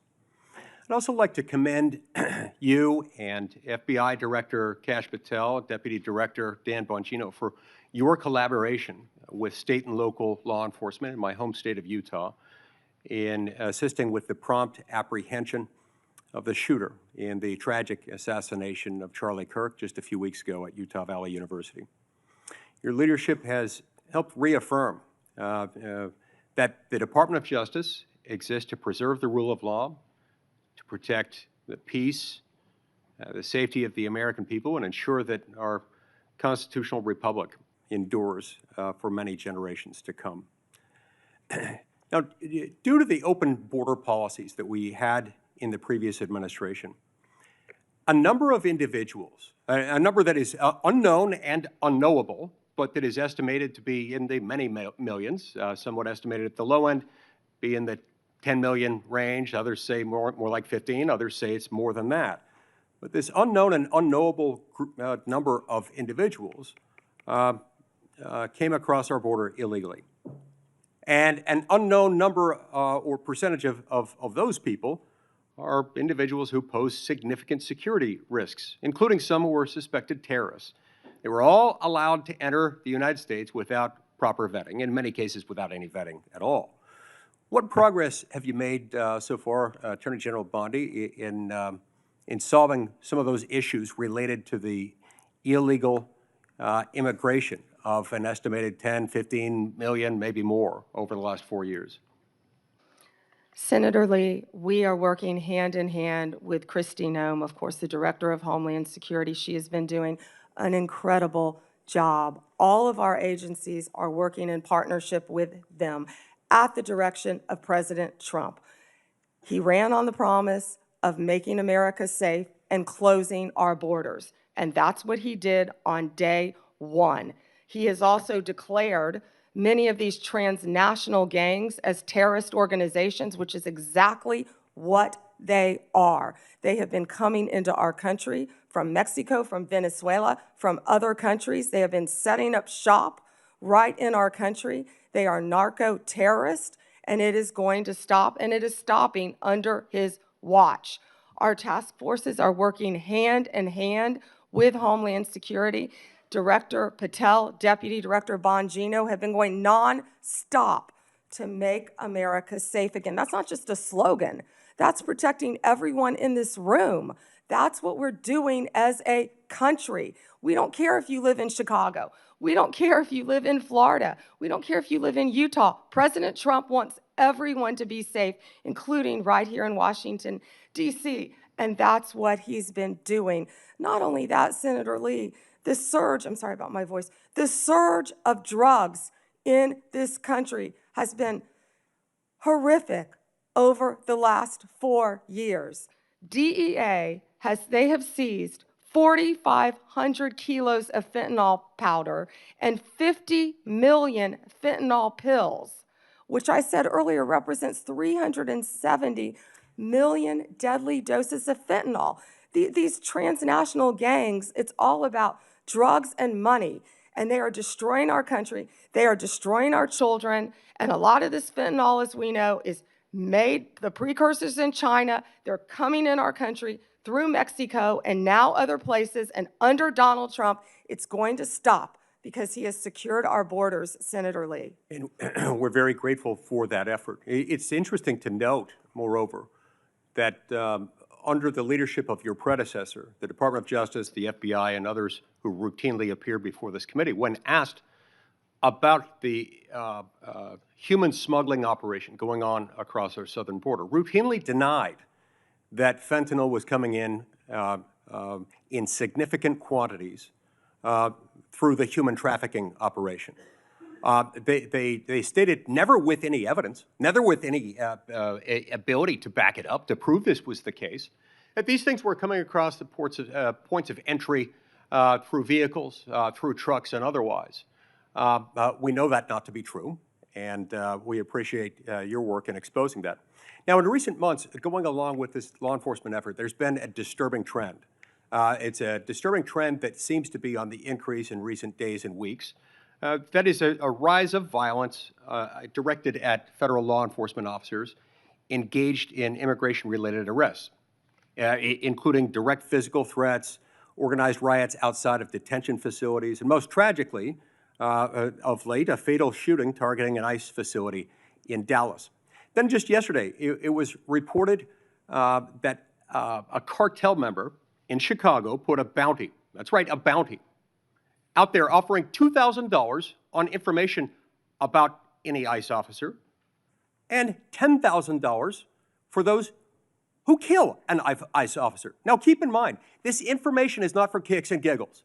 It is not for a game of Trivial Pursuit. That information, for which the cartel member would pay $2,000, is there so that others can kill an ICE officer and get $10,000. That's what that is.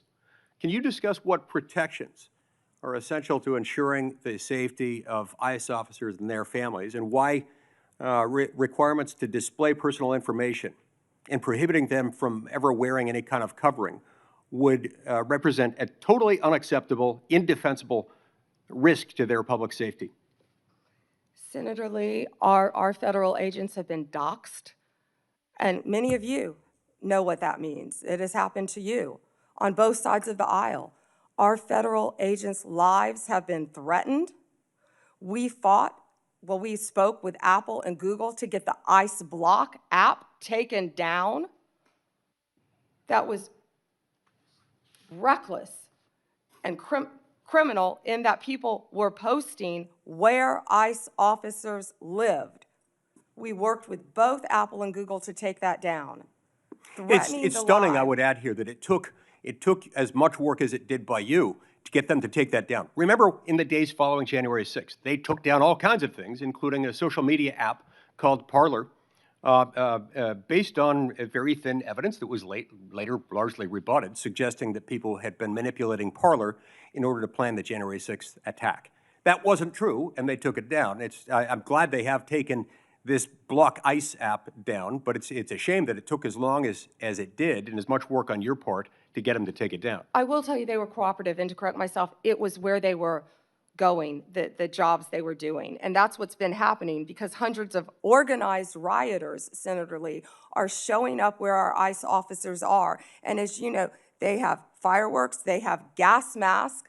You know, they don't want our officers to be protected with their identity, yet they're wearing gas masks, they're wearing goggles, and they're So it's okay for them to be safe. It's okay for Antifa to be safe. It's okay for those doing the bidding of international violent drug cartels to be safe. But heaven forbid, our ICE officers should be safe. Thank you, Senator Lee. Time has expired. Senator Coons, you're recognized. Thank you, Senator Blackburn, and thank you to the committee for holding this oversight hearing. And Attorney General Bondi, thank you for your service and for being with us. I want to start with an area where I think we have a lot to agree on. In May, your Bureau of Prisons issued a directive to expand the availability of home confinement. The directive said it was rooted in the principle of smart, fair criminal justice reform, and explained that smart reform and public safety can go hand in hand, and that second chances are not just possible, they're necessary for a justice system worthy of the American people. There's more to do to implement this directive, but I appreciated the BOP's recognition of these principles. Could you briefly speak further about the work BOP Director Marshall and Deputy Director Smith, himself a former inmate, are doing with regard to reform, and what opportunities you see for us to do more? Thank you, Senator Coons. and you have been a champion of that, and we believe in second chances. As a career prosecutor, I know that most people, even violent criminals, are going to be locked up and then they're going to be released. And that's why we need everyone to be a productive member of society. I believe in halfway houses, and that's part of what the First Step Act did. It gives people a second chance at life, and that's what Billy Marshall and Josh Smith have been doing, working hand in hand at the Bureau of Prisons. I talk to them constantly, and they are working so hard. In fact, they inherited a dysfunctional and neglected agency, and they are taking, despite more than $450 million being appropriated between 2019 and 2024, we found that funds had been diverted away from the Department of the Prisons, the Bureau of Prisons. And so they are doing everything to create more halfway houses and to give inmates everything they need to be successful upon release, but also by keeping America safe. And I just learned from Billy Marshall, we just made an incredible case that someone, I believe the case was in Texas, one of our federal prisons, no one was monitoring this. And there was someone who was caught with a drone dropping off recently cell phones, Yep. paraphernalia, Let me follow up on that point, if I might, Attorney many General. things that could cause violence within our prisons and allow criminal cartel networks to function within our federal prisons. And that's what a lot of this money is going for, to make our prisons safe within and so these criminals cannot function while they are in prison. But one good thing I can also add is we have given inmates, I think we've over doubled the amount of minutes they can have on their phones so they can talk to their family members, because we believe that is important. One of the challenges federal probation officers face is massive caseloads. And I am about to introduce, hopefully reintroduce soon, a bill with Senator Lee that would improve our federal supervised release system by focusing resources on those who really need to be supervised and providing incentives to reduce oversight of those who've really made progress and who've changed the direction of their lives. It is broadly supported by law enforcement and a variety of policy groups, and I'd love to work with you on that, Madam Attorney General. Yeah, Senator, can I just add, because I just got the numbers. So what we have is $8.7 billion for the Bureau of Prisons, and what that does is it adds 587 correctional officers to help with the things that we just discussed. $95 million for new hires. We have to recruit and we have to retain. We know that's a really tough job to be a corrections officer, and that's why Josh Smith is such a valuable part of that team with Billy Marshall. And I would welcome working with you on that. And President Trump is the one who signed the First Step Act because he believes in second chances. We all do. Thank you, Senator Coons, for that question. One of the things I have been concerned, even upset about, is how early in this administration, at the behest of DOJ, the department cut hundreds of grants totaling hundreds of millions of dollars, many of which serve critical public safety needs, supporting victims, assisting with reentry, violence prevention, including in my own home state. This was literally defunding the police. And I have some concerns about how DOJ is putting at risk public safety by assigning thousands of agents and prosecutors away from drugs, firearms, corruption, violent crime to help ICE arrest people without criminal records. You've indicated a willingness to review any grant that a member of Congress has concerns about, and noted a number of them have been restored on appeal. And I appreciate that willingness to admit some misjudgments or mistakes in some of the many grants that were canceled. But can you assure us this process is going to be fixed going forward so better decisions are made at the start and not just after appeals? And can you assure us that we are not leaving doors wide open for crime and criminality in our communities and over-focusing on arrest and deportation of those without criminal records? Yes, Senator, thank you for that question. And as I said earlier, we are reviewing all the grants, and I believe we have, turned some back on for senators who have called. It doesn't matter what state you're from, if it's a law enforcement grant, if it's protecting victims, let us know and we will work with you. And I'm not sure if we have done any in your state yet, but I would be happy to work with you on that. What I can tell you is there have been, out of the 5,800 discretionary grants that were reviewed, only 376 around the country, 7% were terminated. 225 of the grant recipients have appealed that termination.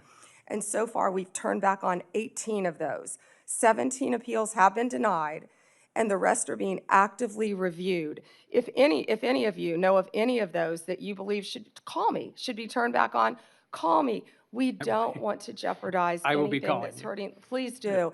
And Senator, to go to what you said about the FBI and my federal agencies and being pulled to work on immigration cases, they're working hand in hand because we believe that, we have ICE officers out there, as we just discussed, I don't want to repeat that, who are being harmed. We're going to work with them, and I've directed all of my law enforcement agencies to work with ICE to make sure they're safe in Chicago, to make sure they're safe in Memphis, to make sure they're safe right here in Washington, D.C., but also at President Trump's direction. We are not stopping the core function of what we're doing, and that is fighting violent crime, and I think Director Patel made that very clear with all of the arrests that our FBI have been making on violent criminals. And there's so much that we can't talk about here, but if any of you are on the Intel Committee, we are fighting terrorists around this country every single day. Our lawyers are shut down right now. They're not getting paid, but crime is not stopping. They are working around the clock to not only keep our country safe, Senator, but to keep our world safe. And they Madam will Attorney continue General, to I do think, that. I think all of us hate that there's a shutdown and its impact on the federal workforce, and are working to find a way out of this shutdown, but one that will also restore cuts to health care. We could spend a lot of time on that, but let's focus on, if I could, two more questions related to your service as the Attorney General. The government's asserting the authority to summarily kill people. It says our cartel members through military strikes against boats on the open ocean in the Caribbean. Congress has never authorized such a use of military force, and it's unclear to me how the administration has concluded that these strikes are legal. I'm concerned with what the limiting principle is, whether the government could summarily kill people. It just declares our cartel members as well as unlawful combatants inside the United States, or if they were American citizens. This isn't about defending cartels, and these aren't hypothetical questions. President Trump assembled military leaders and said they would be needed to fight the enemy from within and to train in cities in the United States that he describes as chaotic and violent. Due process is the cornerstone of our Constitution. I'm deeply concerned about the authority our president seems to be asserting to summarily kill people suspected of criminal activity outside the law. As the chief lawyer for our federal government, you have a unique responsibility to ensure maintenance of our constitutional standards. How did you conclude that these strikes on ships or boats in the open ocean are legal? Senator Coons, I'm not going to discuss any legal advice that my department may or may not have given or issued at the direction of the president on this matter. Regarding Venezuela, what I can tell you is Maduro is a narco-terrorist, and I announced $50 million reward for his capture to bring him to this country to face charges. He is currently under indictment in our country. Drugs coming from Venezuela are killing our children at record levels. And They have members been of this flowing committee are into as this passionate country. as you at protecting our families and our communities from fentanyl, but we also need to protect our sailors on the high seas who are conducting freedom of navigation operations in the South China Sea from just an abject violation of international norms and standards about how we interdict ships on the high seas. We can push back on fentanyl and drug trafficking. Many of my colleagues have done so as former U.S. attorneys or prosecutors or attorneys general, but we have to do it in a way that is in keeping with the core values of our Constitution. My colleagues have pressed you on a number of recent actions, particularly in the Eastern District of Virginia. My colleague, Senator Klobuchar, did. And I just wanted to add my voice to those who have expressed real alarm at how in your confirmation hearing, you said you would be leading a department that would look forward, yet public statements by President Trump urging you to go after and to indict and to prosecute specific named people seem to have led to dramatic and sudden action by the department. I am gravely concerned about what is no longer a hypothetical question, which you refused to answer in your confirmation hearing, but is a real question about when or if the president demands you prosecute individuals because he views them as opponents or enemies, what you will do and what your limiting standard is, because the recent episode around the indictment of James Comey left me very concerned about the direction of the department. We're a minute and a half over, Senator Chairman. May I answer? Yes. Senator Coons, as you have stated in the past, no one is above the law. And James Comey is a pending case right now. It's a pending indictment. He was indicted by one of the most liberal grand juries in the country, by our U.S. Attorney Lindsay Halligan, right here in Virginia. And it's a pending case, so I'm not going to discuss the facts of a pending case. But you can understand the alarm about the circumstances of the indictment immediately following President Trump demanding that you take action to indict and prosecute that specific individual. Thank you, Mr. Chairman. Before Hawley, I'd, without objection, introduce two documents into the record. First one is the expanded scope of Arctic frost. The second document is a list of Republican groups and people that Arctic frost targeted, including Charlie Kirk's group, Turning Point USA. These documents show the political weaponization of the Biden administration against Republicans. Senator Hawley. Thank you very much, Mr. Chairman. Attorney General Bondi, good to see you. Welcome. I've been listening closely in this hearing, and I've heard over and over from my Democrat colleagues concerns about targeting political enemies, and they've accused you of all manner of things and the current president. I've also heard them said, and I just wrote it down because I wanted to be sure I heard it correctly. I've heard them say that Joe Biden never targeted his political enemies. Joe Biden never directed his attorney general to target his political opponents. That's interesting, because I could have sworn that yesterday we learned that the FBI tapped my phone. Let's look at it. We've got a list. Tapped my phone, tapped Lindsey Graham's phone, tapped Marsha Blackburn's phone, tapped 5 other phones of United States senators.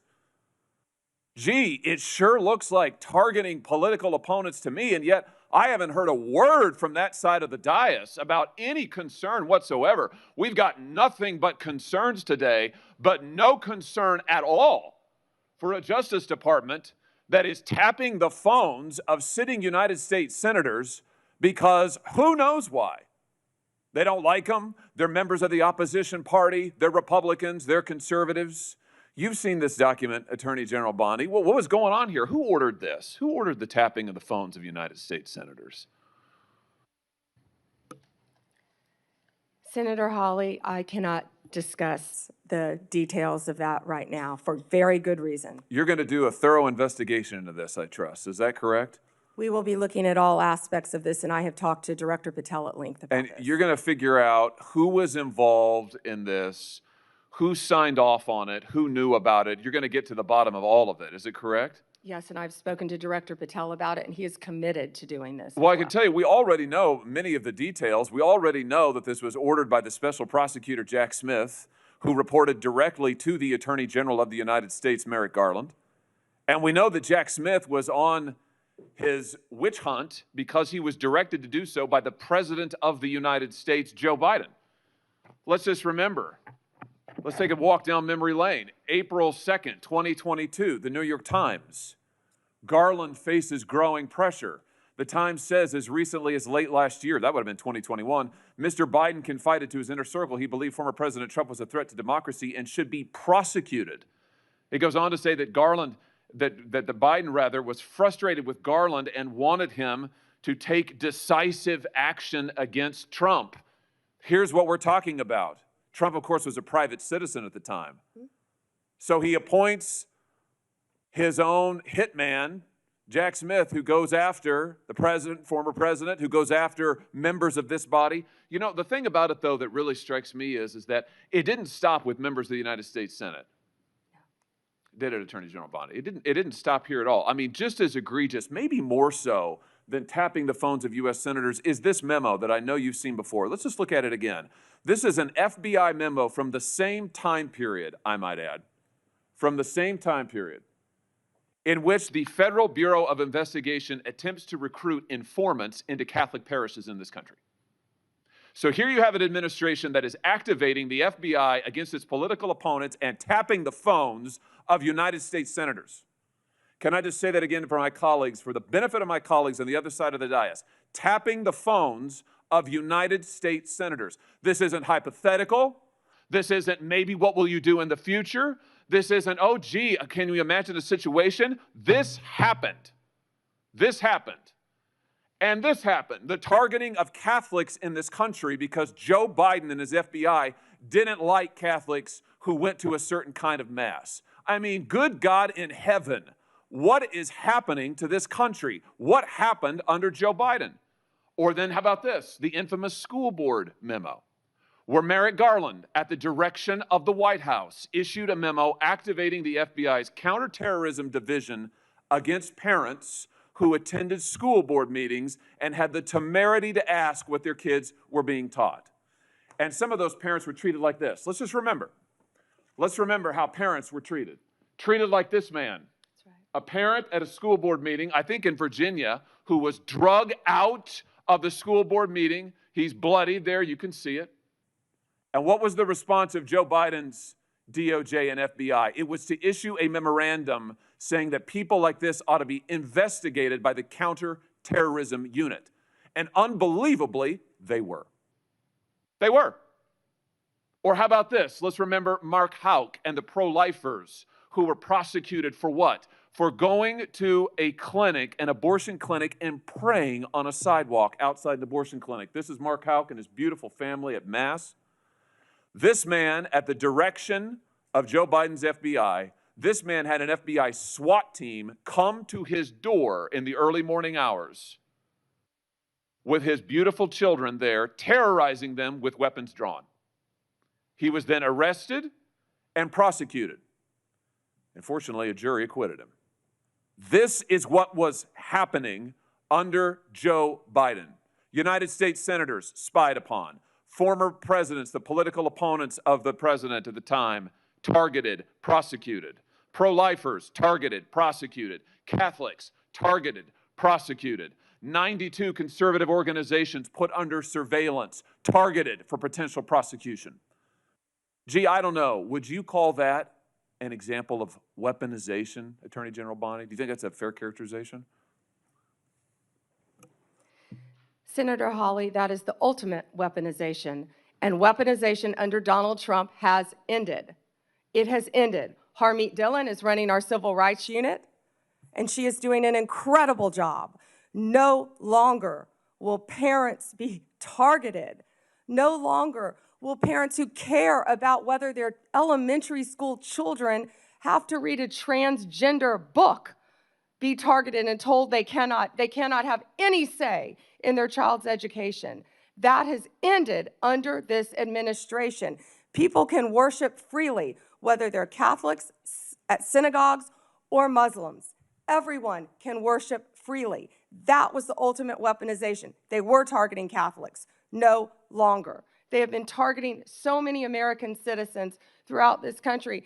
And Senator Hawley, you have been a champion of this, and thank you for being a champion of that. But under Donald Trump's watch, it has ended. You know, I think about some of the abuses of power in this country's history, and there's been sadly a lot of them by members of the executive branch over the years, whether it's Watergate, whether it's what J. Edgar Hoover did in his time at the FBI, spying on many public figures, RFK, MLK, JFK, you name it. And I just have to say, what we now know happened in the last 4 years under this administration surpasses all of that. It surpasses all of it. Not just for the interference in the legislative branch, not just for the blatant disregard for the separation of powers, not just for the blatant disregard for the First Amendment, but for the targeting of ordinary American citizens who can't afford lawyers, who can't afford to mount a defense, who when the FBI knocks at their door or comes with the SWAT team, they don't know what to do. It is absolutely a disgrace. It is a stain on the history of this country. and on the conscience of this country what this administration did in the last 4 years. So here's what I think needs to happen. Madam Attorney General, I think we need a special prosecutor to be appointed whose sole responsibility will be to get to the bottom of what has happened in every instance that I have just named. I think we need to know exactly who approved the wiretaps on United States senators, who knew about it, what agents were involved at DOJ or the FBI. I think we need to know exactly who signed off on the Catholic memo, the spying memo, who was involved with it, how far did it go. I think we need to know exactly who authorized the prosecution of Mark Houck, who terrorized pro-lifers and tried to intimidate them. I think we need to know that, Mr. Chairman, this committee needs to do oversight hearings. We need to have thorough hearings into what has happened these last 4 years and this abuse that has now just been uncovered, because we have to ensure that it stops. As you just said, Attorney General Bondi, we have to ensure that it stops. This chapter in American history needs to come to a close, never to be opened again. The use of the most powerful law enforcement bodies in the world against ordinary citizens and political opponents must end once and for all. And we have a chance to do it, and it needs to be done with a thorough investigation, full transparency, and those who violated laws need to be prosecuted. I thank you for what you're doing, Attorney General Bondi. I hope that you will launch a thorough investigation. I hope you'll appoint a special prosecutor. Mr. Chairman, I hope we'll hold hearings. And with that, I yield. Yeah. Before I call on Blumenthal, I want to, without objection, introduce into the record a document that General Bondi helped to declassify. The document is a Ray FBI analysis of Nellie Orr's false statements to Congress. Or never suffered consequences for advancing this phony Trump Russian narrative and attempting to cover up her involvement in the hoax with false statements. Yet time and again, the American justice system has been weaponized against President Trump and his associates, and I've already talked about Peter Navarro in regard to that. The DOJ's inaction on Nellie Orr's criminal referral, despite the obvious incriminating evidence provided in the FBI's own analysis, undermines public trust of the rule of law thanks to Director Wray's utter failure. Senator Blumenthal. Thanks, Mr. Chairman. Just so the American people understand, this issue of weaponization of justice goes to the core of the integrity of our criminal justice system. And I think we can all agree that no individual, no group should be targeted simply because they are a political opponent or because the President of the United States has some personal animosity toward them. You've just said that President Trump is the most transparent president in history. Tragically and chillingly, you may be right when it comes to criminal justice, because far from ending weaponization of justice, I would submit, Madam Attorney General, that President Trump has embodied it. And we have a record. It is a public record of his express instructions that certain individuals be investigated. The Attorney General of New York, Tish James, my colleague, Adam Schiff, the former CISA director, Chris Krebs, the DHS former Chief of Staff, Miles Taylor. There's a list. And he has been transparent. In fact, 5 days before the indictment of James Comey, he put this post up as instructions to you. He didn't mince words. He was very open and public that you should indict James Comey and others because they are guilty as hell. No more delay. Now, 5 days before you indicted, or grand jury at your instructions indicted James Comey. I'd like to know from you what conversations you've had with President Trump about the indictment of James Comey.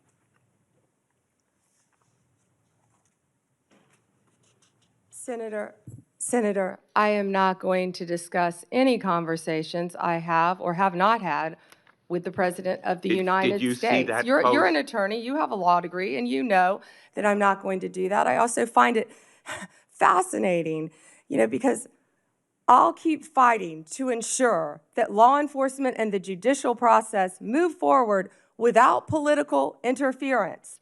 No one is above the law, not even the president. That's a quote from you, Senator Blumenthal, in 2017. Well, let me ask you then, when you saw that No post, one is above the law. That was your quote. when you saw that post, did you talk to anybody in the White House? I am not going to discuss any conversations I have, nor any investigations, So nor you are unwilling any to tell this pending committee cases. about conversations with the White House And if I may regarding James continue, Comey's indictment? and if I may Let me show continue, you a picture. James Comey was indicted by one of the most liberal grand juries in the United States. The night before James Comey's indictment, you had dinner with the President of the United States. Pretty intimate group. Was Actually, there James were a lot of Comey people there that discussed- night. That's a great Was picture. James Comey discussed at that dinner? I love that picture. That's a great picture. And there were a lot of people there that night. I think the Well- entire cabinet was there. Did you discuss James Comey with the President of the United States? He was sitting just to your left. Well, 2 seats down, yes, 2 seats down. And I am not going to discuss any I'm going to take conversations that I have as had a or not yes, have with the because President the of the American United public States. is entitled to know, Madam Attorney General, The entire cabinet was at that whether dinner, you took too, instructions from President Trump after he told you very directly to indict James Comey, which is weaponization of the Department of Justice.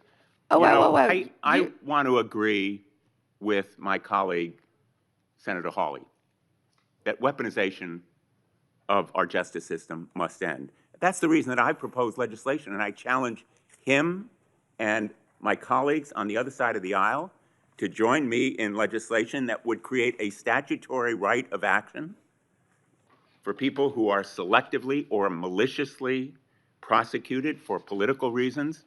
It would codify your manual, the Department of Justice manual, on political prohibitions against political considerations in charging decisions, and prohibit the White House from intervening, President Trump and any other president from intervening in charging decisions. It would make reforms to the grand jury process. You've just said this grand jury was liberal. We should reform the grand jury process to ensure that the government is not abusing its power and authority, and it will require transparency and accountability reforms at DOJ so that you will and other attorneys general be held accountable for these kinds of decisions. Will you join me in supporting that kind of reform? Senator Blumenthal, I find it so interesting that you didn't bring any of this up during President Biden's administration when he was doing everything to protect Hunter Biden, his son. And I think you just saw what Director Radcliffe just released. You know, this is an effort to be positive. If I can finish and answering the question, I'm not Madam going to Attorney yell General. over you. I'm not going to get in the gutter with you. But information that the Biden administration told them not to investigate Hunter Biden's involvement with Ukraine. I'm not going to be lectured to you about integrity topic, by and I'm hoping someone that you will review who these lied about legislative being in the military just and to be support elected them. a senator. The merger between Hewlett-Packard Enterprises and Juniper Network was settled. You authorized the settlement. It was the subject of a lawsuit to block it. The settlement produced virtually no concessions from Hewlett-Packard. It was a settlement that prompted criticism from the Antitrust Division. Did you authorize that settlement yourself? As I stated earlier, Gail Slater is doing an incredible job running the antitrust unit. And as I stated earlier, that is still a pending matter, as Well, you you should know then with a law fired, degree, did you not, that all two- mergers, if I can finish answering the question. I'm going to, If I with could finish. apologies, No, I'm interrupt answering you the question. because my time is No, limited. well, then don't ask me a question. Let me So, just ask you, as did I you, said, you have a law degree. You know that not only are mergers agreed upon, but they have to go to a court of law to be approved. It's a multi-step process. And as I said earlier, that is still pending. And I have full faith in Gail Slater. and Ms. Slater reportedly objected to the settlement. Reportedly, And moreover, moreover. two of her top officials were fired, Roger Alford and Bill Sinner.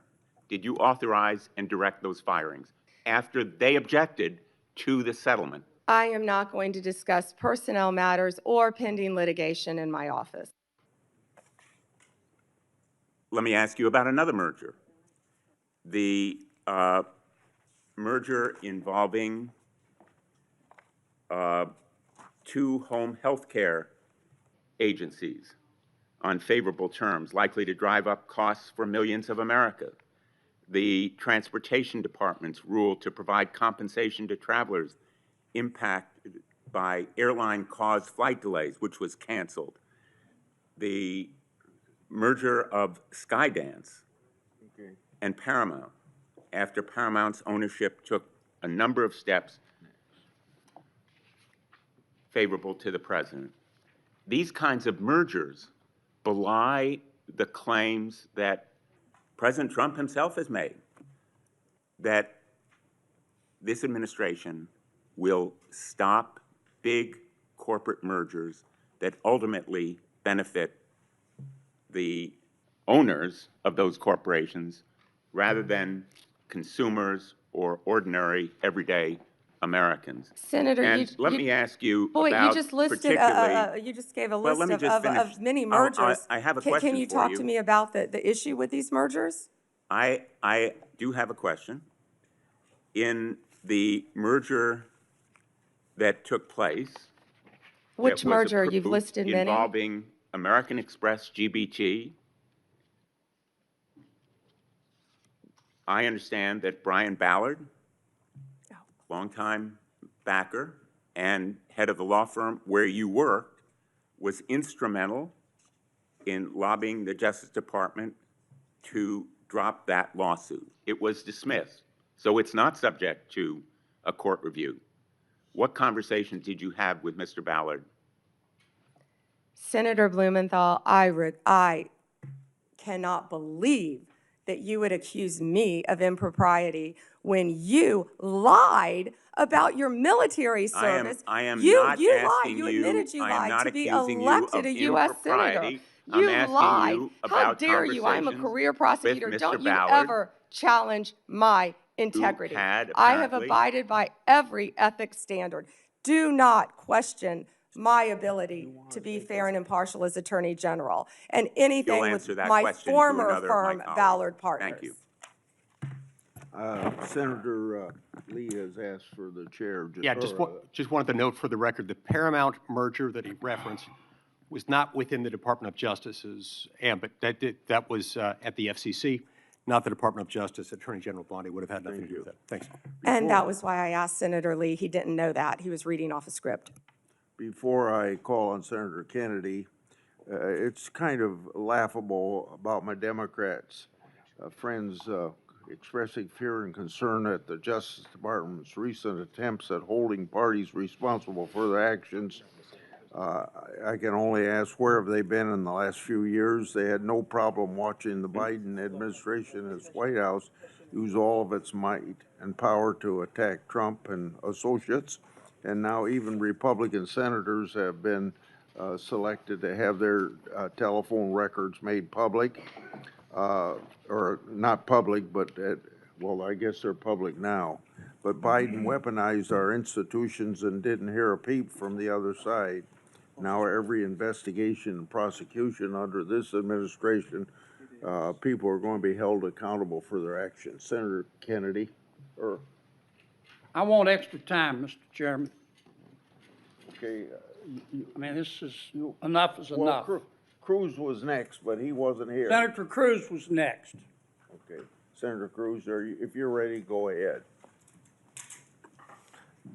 Well, thank you, but I will welcome Senator Kennedy providing color commentary throughout my question. I will be happy to.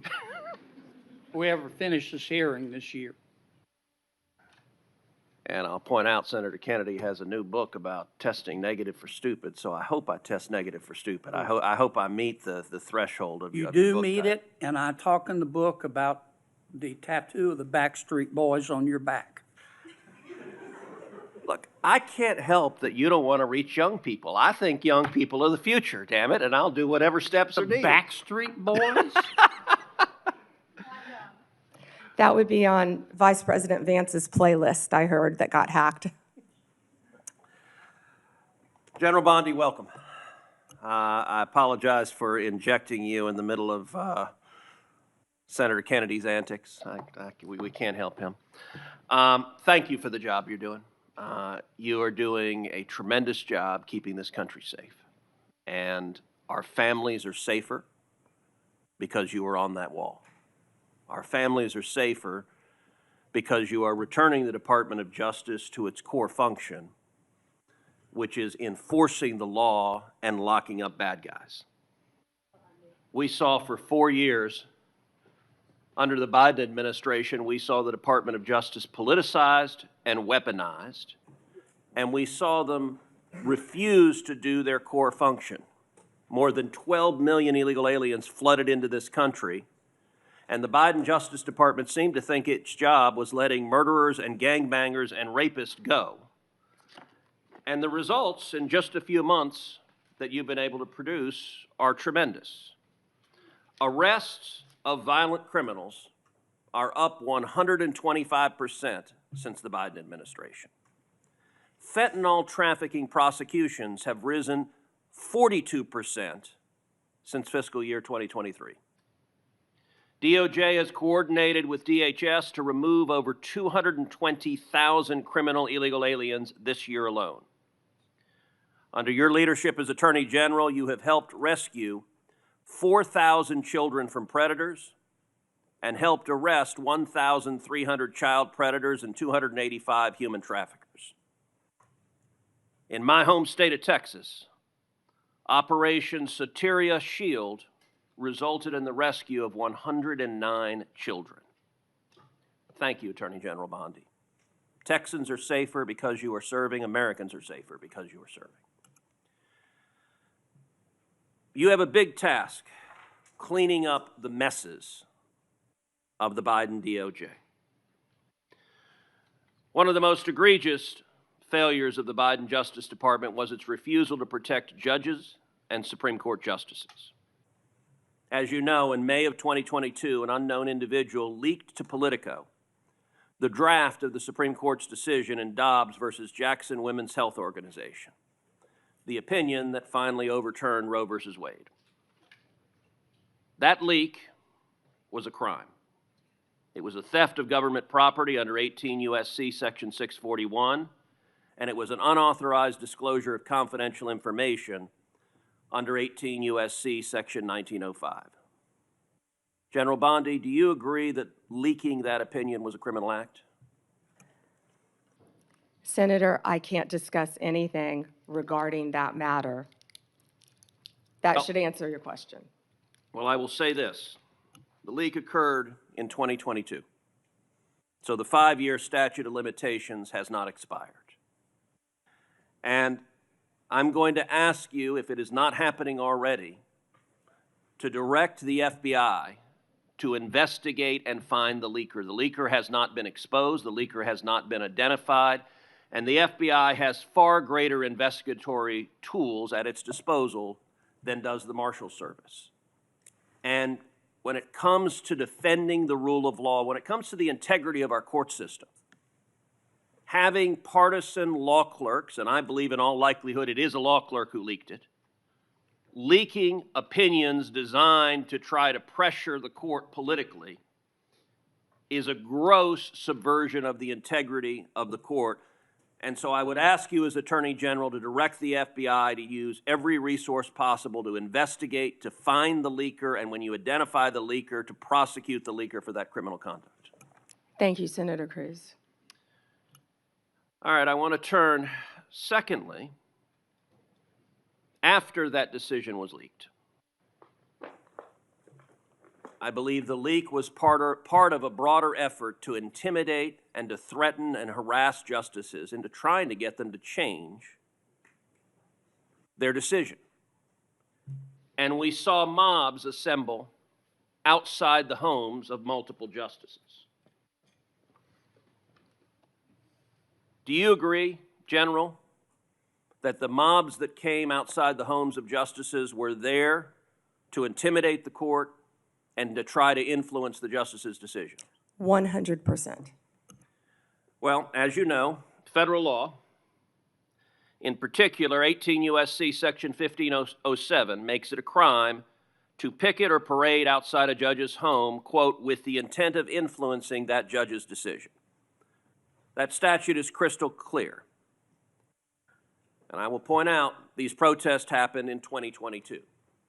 So just like the leak, the 5-year statute of limitations has not expired on these protests. But unfortunately, the Biden Department of Justice didn't give a damn about prosecuting this statute because President Biden and Merrick Garland and the political hacks at DOJ disagreed with the Supreme Court's decision in Dobbs and were perfectly fine turning a blind eye to violent protesters threatening the justices and their children. You may recall I questioned Attorney General Garland about this statute, and he admitted under oath that not a single protester had been prosecuted. And he blamed the Marshal Service. He said the problem was the marshals, quote, didn't make arrests. Well, subsequent documents told a different story. Internal training materials obtained reveals that the marshals were explicitly instructed not to arrest protesters under Section 1507. So the reason there was no arrest is because a political decision was made that we like what the protesters are protesting for, and we, the Department of Justice, are not going to protect the safety of justices. We're going to allow them to be victims of an intimidation and threatening campaign. Just as I asked you with regard to the Dobbs opinion, I would ask you to direct the FBI to review the footage of these protests, to review the evidence that exists in terms of who engaged in it, and will you commit that anyone who you can prove violated 18 U.S.C. Section 1507 will face consequences and face prosecution? Senator, we currently have 63 ongoing investigations involving judges and officials throughout this country. That scene that you're showing will not happen under my watch. It will not happen under Donald Trump's presidency. It doesn't matter if you're a liberal judge or a conservative judge or justice. That will not happen. Amen. And that point that General Bondi made is very important. I would be equally outraged if you had nuts in front of the liberal justices. I'd say arrest them and throw them in jail. Violence is unacceptable, regardless of whether I agree or disagree with your politics. And violence, particularly fueled by rhetoric by irresponsible politicians, violence can result. And tragically, it resulted in one deranged individual traveling from California to Maryland with the intention of murdering Justice Brett Kavanaugh. As you know well, this deranged individual was arrested outside the justice's house. He was arrested with a kill kit. He was arrested with a gun, with handcuffs, with duct tape, with zip ties, and with the intention of murdering Justice Kavanaugh, very possibly murdering Justice Kavanaugh's wife and 2 daughters, and potentially murdering 2 other Supreme Court justices. Senator Ronald. As you know, just this week, a left-wing Biden-appointed judge sentenced this attempted murderer, this attempted assassin, to just 8 years. The Department of Justice asked for 30 years. That's right. And that judge downward departed by 22 years. Why? Because this left-wing judge said that the attempted murderer was transgender.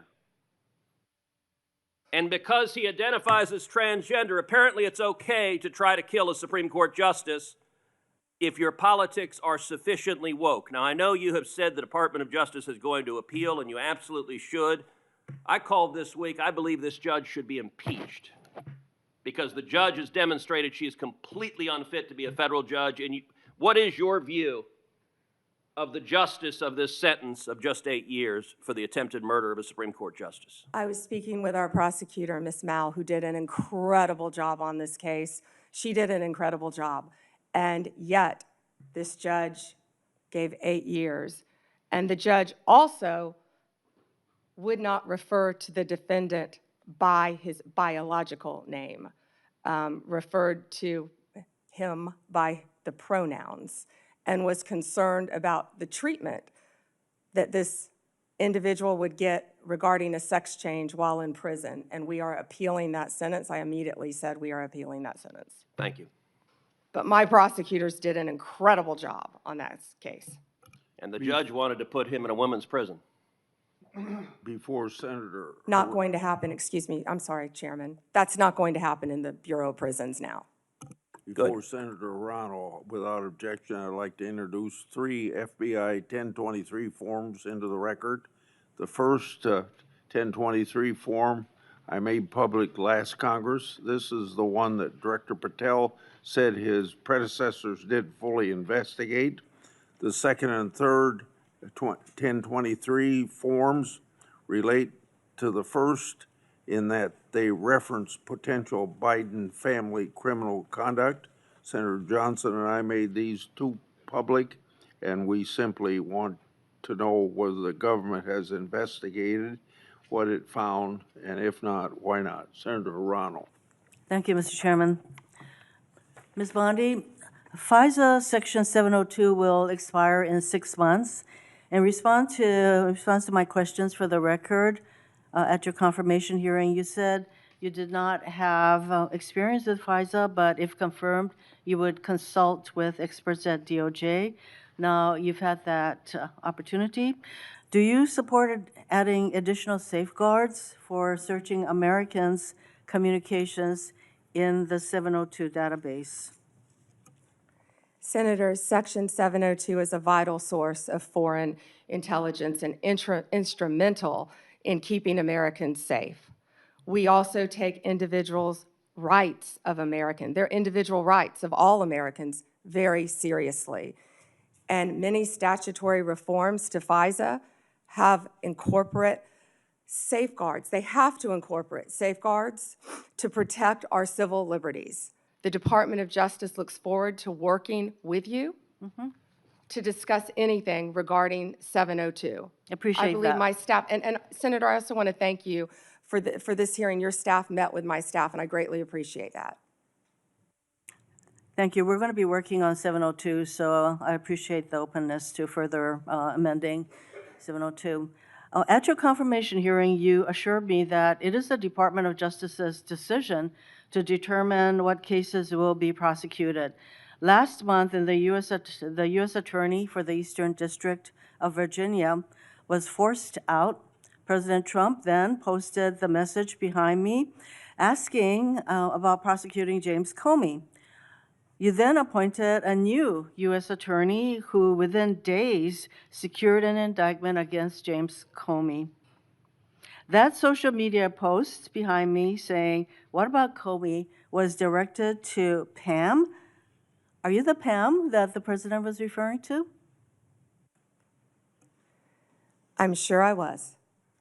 So it's very clear to me that when the president posts something like that, that he considers the DOJ to be his law firm and you his lawyer. And in fact, very shortly after the post to you, Comey gets indicted.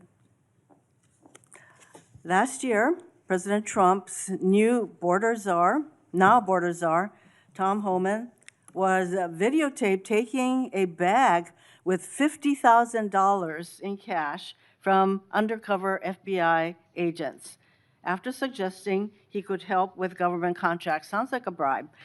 2 weeks ago, DOJ officials reportedly shut down the bribery investigation into Mr. Homan. Ms. Bondi, did you approve closing the Holman investigation, bribery investigation. Senator Hirono, as I stated earlier, the Department of Justice and the FBI conducted a thorough review, and they found no credible evidence of any wrongdoing. You were also on video outside the White House protesting with a group called CASA, where Antifa members were. Does that mean you're a member of Antifa? You know, I simply asked the question as to whether or not you approve the shutting down of the investigation, Mr. Holman. I have to assume that you did because the FBI it reports to you. But the American people would look at the situation where this person is taking a $50,000 in cash, no less, and you testified today that a thorough investigation was done. Now, I have to assume, I conclude, that since no wrongdoing was determined, that in answer to Senator Whitehouse's question, he kept the money. He kept the money, and I hope that he put that on his tax returns as income. Next question. Over 1,200 rioters were convicted of charges related to January 6th. President Trump has since pardoned nearly all of them. As if that weren't enough, last month there were reports that a lawyer for the January 6 rioters met with senior DOJ officials about setting up a compensation fund like the one that Congress set up after 9/11 to compensate these rioters. Ms. Bondi, is anyone at DOJ considering setting up a compensation fund for January 6 rioters? Yes or no? Senator, I have had no meetings or discussions about a fund. So would you support such a fund? Would you okay such a fund? Senator, you can send me the information on the fund, and I'd be happy to look at it. No, but do you think that's a good idea this is what I'm getting at. Because to actually set up a fund and to have people talking with your senior people at DOJ, political people, about creating a fund, and you won't let us know what you think about that, that's pretty unbelievable. On January 30th of this year, the Trump DOJ's Antitrust Division sued to block the merger of two tech companies. Then, well-connected lobbyists met with your political deputies who overruled the career staff and approved the merger. So there's a settlement on that. And separately, DOJ sued Ticketmaster last year for monopolizing concert tickets and forcing consumers to pay outrageous fees. Ticketmaster has hired the exact same lobbyists who met with senior DOJ political people regarding the merger of the two tech companies. So my question is, Ms. Bondi, have lobbyists met with your political deputies about the Ticketmaster case? Senator Hirono, as I stated earlier, I am not going to discuss anything that is ongoing. Gail Slater runs the antitrust office, and Gail Slater, if I can finish, Gail Slater is doing an incredible job running my antitrust unit. It's highly likely, Ms. Bondi, that the same lobbyists who met with your people basically got rid of the antitrust case. Senator, I don't think a lot of people like that you were out protesting with Antifa right now. Next question. You have fired dozens of career prosecutors because they worked on cases involving President Trump or January 6 rioters. For example, one career federal prosecutor who secured over 100 convictions in Florida. He also spent time in D.C. prosecuting January 6 cases. He received an outstanding review only 2 days before you signed a memo firing him. The memo cited no reason for his firing. Are you firing career prosecutors solely because they worked on cases like January 6th that the president doesn't like? Senator Hirono, I am not going to talk about personnel matters with you. Well, we all know that hundreds of career prosecutors have left the DOJ, and literally hundreds, we're told. And Yeah, you know, Senator, you've are you lost. The familiar with the one DOJ that threw a has sandwich lost. at an ICE officer? Are you a Homeland Security Here officer? is the Are you familiar reason. with the one who went out on her lunch break and was Ms. Bondi, making obscene gestures? would you say that DOJ losing these career prosecutors and the thousands of hours of experience they have prosecuting criminals, that is not a reassuring situation? Senator, many employees took the fork in the road and resigned. DOJ is hiring committed prosecutors who will actually come into the office and work and not work remotely and think we all prosecute know violent that- criminals around the country and terrorists. And When I you- am very proud when you of the fire work all of our prosecutors I'm running are out of doing. time, so I think you should stop with your continuous interruptions, in my opinion. Mr. Chairman, I just want to close by saying that what was once the Department of Justice has become the Department of Revenge and Corruption. Rather than pursuing cases without fear or favor, this DOJ seeks to favor the president's friends and instill fear in his alleged enemies.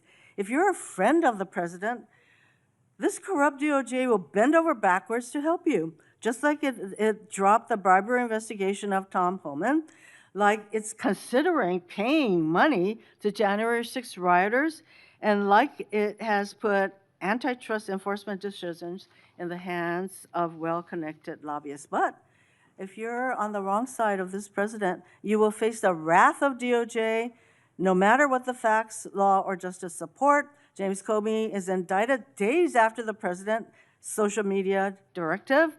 Experienced career prosecutors are fired just because they were assigned to work on January 6 cases. Blue states are sued to get highly sensitive private voter data, whereas red states are left alone. The double standard is clear, and the American people are waking up to the corruption and favoritism and the lawlessness at the DOJ. Thank you, Mr. Chairman. May I respond, Chairman? Yes. May I respond? Yes, you may respond. Then Senator Kennedy. Thank you. The double standard is crystal clear, Senator Hirono, crystal clear, because you didn't complain for 4 years when President Trump was being targeted by Jack Smith, by the last Justice Department. But the American people spoke loud and clear when they overwhelmingly elected him. The two-tier system of justice is over. Senator Kennedy. Yes. General, welcome. Let's suppose that I'm appointed special counsel at the Department of Justice, and I go to the telecommunication companies, the phone companies. Let's single out AT&T, and I say, look, I know you're busy, but I want to see a copy of the phone records of a sitting United States senator. They're not going to just give them to me, are they? No, Senator, of course not. In fact, they're probably going to ask me what planet I just parachuted in from, aren't they? Yes, Senator. They're going to tell me to come back with a subpoena, aren't they? Yes, Senator. Okay. What do I have to show in that subpoena to get those phone records of a sitting? Did I mention it was a sitting United States senator? I can't remember. What do I have to show to get the phone records of a sitting United States senator? Yes, Senator, there were actually 8 sitting United States Yeah, I senators, heard that. and you would have Heard to that. have cause. I'm sorry, what do I have to show? You would have to have cause to get the Good subpoena. cause or probable cause? Probable cause. Okay. Probable cause, or if it's a subpoena, deuces take 'em, good cause, to show what? You would need good cause for a subpoena ducis tecum, and what you would have to show is that you believed a crime had been committed, or there was a possibility of a crime, or that could lead to other crimes. We By the frequently, in criminal enterprises, subpoena cell By the phones. sitting United States senator. Senator, they would have to have believed you were part of a criminal conspiracy, is my understanding. Would a judge have to sign off on it? On the subpoena? Yes, Senator. Well, for a subpoena ducus tecum, Jack Smith probably took it straight to the judge. Now, the phone companies, particularly their general counsel, if they're worried about civil liability, even with a subpoena to get the phone records of a sitting United States senator. Did I mention it was a sitting United States senator? Yes, Senator. The general counsel for that phone company, let's say AT&T, they have the right to seek to quash that subpoena, don't they? Phone companies frequently do that. Yeah. And a smart general counsel for that phone company is going to call the sitting United States senator and say, would you like to weigh in on this? Would you like me to quash the subpoena? We're talking about invading someone's privacy here by a sitting United States senator. Could the general counsel for the phone company do that? Well, Senator, if they believe that a crime could have been committed, they could not tip off the person who committed the crime. Again, I can't comment on details of this particular case. I'm just asking you theoretically. I've never seen you commit a crime, Senator Kennedy. But let's suppose, okay, they didn't want to tip off the sitting United States senator. But the phone company and the general counsel for the phone company, or companies, if there were more than one involved, could say, you know, this is serious as an aneurysm. This is serious as 4 heart attacks and a stroke. This is a sitting United States senator. So general counsel would likely advise the CEO, well, you need to file a motion to quash. The telephone companies could have contested those subpoenas, could they not? Hypothetically, yes. I can't talk about the facts of this particular case. We're talking hypothetical. Senator, subpoenas are issued all the time through phone companies working with the general counsel. But they can file a motion to quash. They could, yes. Yeah. In any case. And if they should have filed a motion to quash, and a reasonable person would have filed a motion to quash, because this is a sitting United States senator, and they didn't file a motion to quash, they would incur civil liability, wouldn't they? Senator, typically phone companies follow a subpoena from a United States attorney. I know they do, but they don't have to. They could challenge it, Senator. Yeah. And if they don't challenge it, they better have a damn good reason. Right? Right? Senator, I can't talk about the facts of this particular case. This is just a hypothetical. In general, hypothetically, Senator, maybe they didn't recognize any of the names of the 8 sitting United States senators. Hypothetically. That was a joke. Or maybe they should have gone to Amazon and buy some testicles online. Instead of just saying, sure, I'll just show you the phone records of a sitting United States senator on the basis of an administrative subpoena. Now, do you have copies of the subpoena applications for yes, these Senator, 8 Senator, I can't discuss anything regarding this. You can't even tell me if you have copies? I can't discuss any of this. All right, when are you going to, General, when are you going to be able to discuss it? I can't discuss whether there is or is not a pending investigation, I understand, Senator. This but was let's just assume brought to light if by there is a Director pending Patel. investigation, I don't want this to get swept under the rug, okay? Because I think you're going to get pushed back from all quarters. I think the telecommunication companies are going to be all over you like a bad rash because they've got liability here for just turning over these records when they knew what was going on. I think some FBI agents may have some liability here. I think a special counsel might have some liability here. If I were your special counsel and you had appointed me, and I wanted to get the records of a sitting United States senator. Is that something you would expect me to tell you as Attorney General of the United States? They better have. Yeah. And Do we know in this instance of the 8 sitting United States senators if they told Attorney General Garland? Senator, I just learned about this very recently, as did Director Patel, and we cannot discuss the details. I don't know many of the details. Well, maybe we ought to get Attorney General Garland here. Do you know if the special counsel told FBI Director Wray?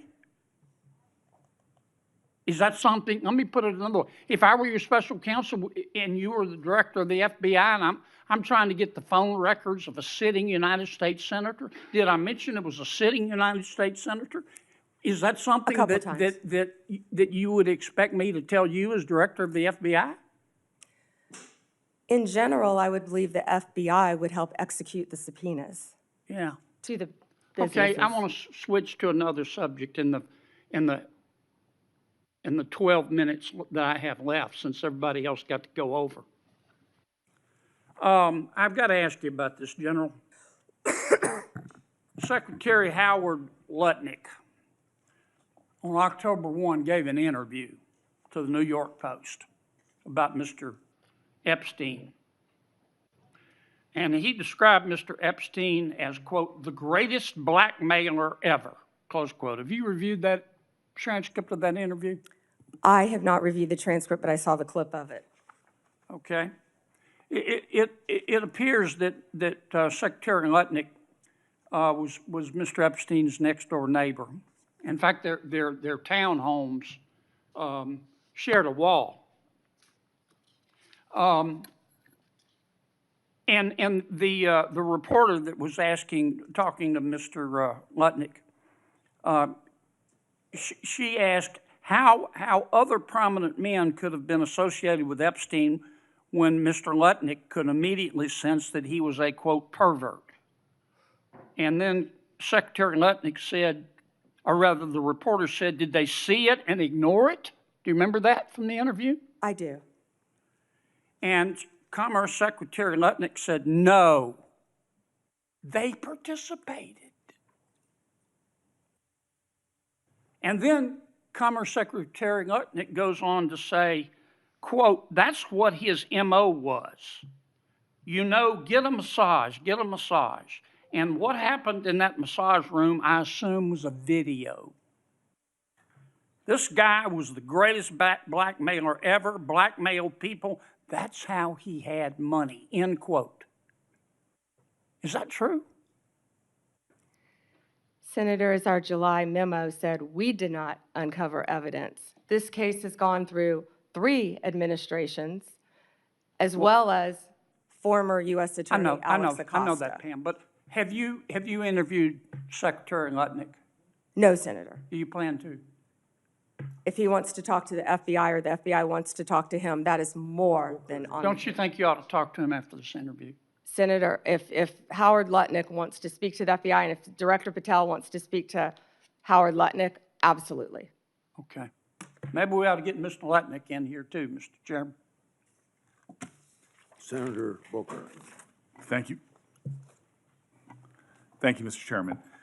Attorney General, I know there's been a lot of talk about grants. I hate to bring you through this again, but it's really important to my state. New Jersey is one of the top 4 donor states in America, which means our taxpayers, Americans, Republicans, Democrats, Independents, millions of people send more money down here than we get back in relative to all the other states in the nation except for 3 others. We've been talking a lot about different grants. I want to be very specific about Office of Justice Program grants. There were $35 million worth of grants that were approved in a bipartisan way in this committee, grants that invest in things that are really vital to the public safety of our community. I know, again, we are in a room full of people who want to see crime go down.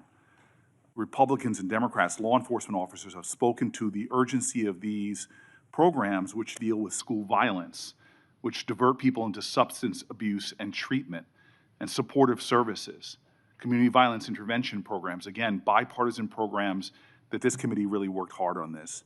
I've heard what you've said to others on the committee. I heard what you said to Patty Murray in an appropriations committee, that members should reach out to you if they want those grants reinstated. I've written letters, but I am hoping that you and I can have a conversation. $35 million of frozen funding for public safety that the people of New Jersey, Democrats, Republicans, and Independents, really invested in those resources, those programs, and those nonprofits who were expecting those grants, often made outlays and are now really in a lurch. Can we talk about those grants and the restoration of them, please? Yeah, and Senator Booker, I had stated earlier that yes, we did terminate grants. We have an appeal process. We have turned some back on. We are appealing. We are looking at some. Some we have denied. Some are still pending. I believe we have multiple appeals pending with New Jersey, and I would be happy to sit down with you and look at those appeals. I believe one is with the city of New Jersey. I know there are multiple ones pending, but of course, I would be happy to sit down with you or any senator or any House member and look at grants that have been terminated. I've been doing that, and I would welcome that. But I will be the first one you sit down with, correct? Absolutely. I'd love to sit down with you on that. I'll look at those tomorrow, Senator Booker. Thank you very much. I want to move But on. we have been restoring some grants. I understand, some have but- been denied, some have not. New Jersey, none have, and I really want to get to the bottom of that, and I'm hoping that we can reinstate some of those grants. The second thing I want to move on to is that earlier this year, the Department of Justice charged Newark Mayor Ras Baraka after he sought access to Delaney Hall Detention Center to conduct oversight. The charges on their face, to many of us, especially in New Jersey, were clearly baseless. Many people say they're politically motivated. And then the judge, the federal judge, admonished the prosecutors for even bringing the case. This is the quote from the federal judge. Federal prosecutors serve a single paramount client, justice itself. Your role is not to secure convictions at all costs, nor to satisfy public clamor, nor to advance political agendas. The federal judge went on to call the charges embarrassing and a worrisome misstep. Mayor Baraka was arrested that day on the scene, and I know you understand this, to arrest a mayor of a major city on charges that were called by a federal judge embarrassing and a worrisome misstep is very concerning to me, and I think should be to the whole committee.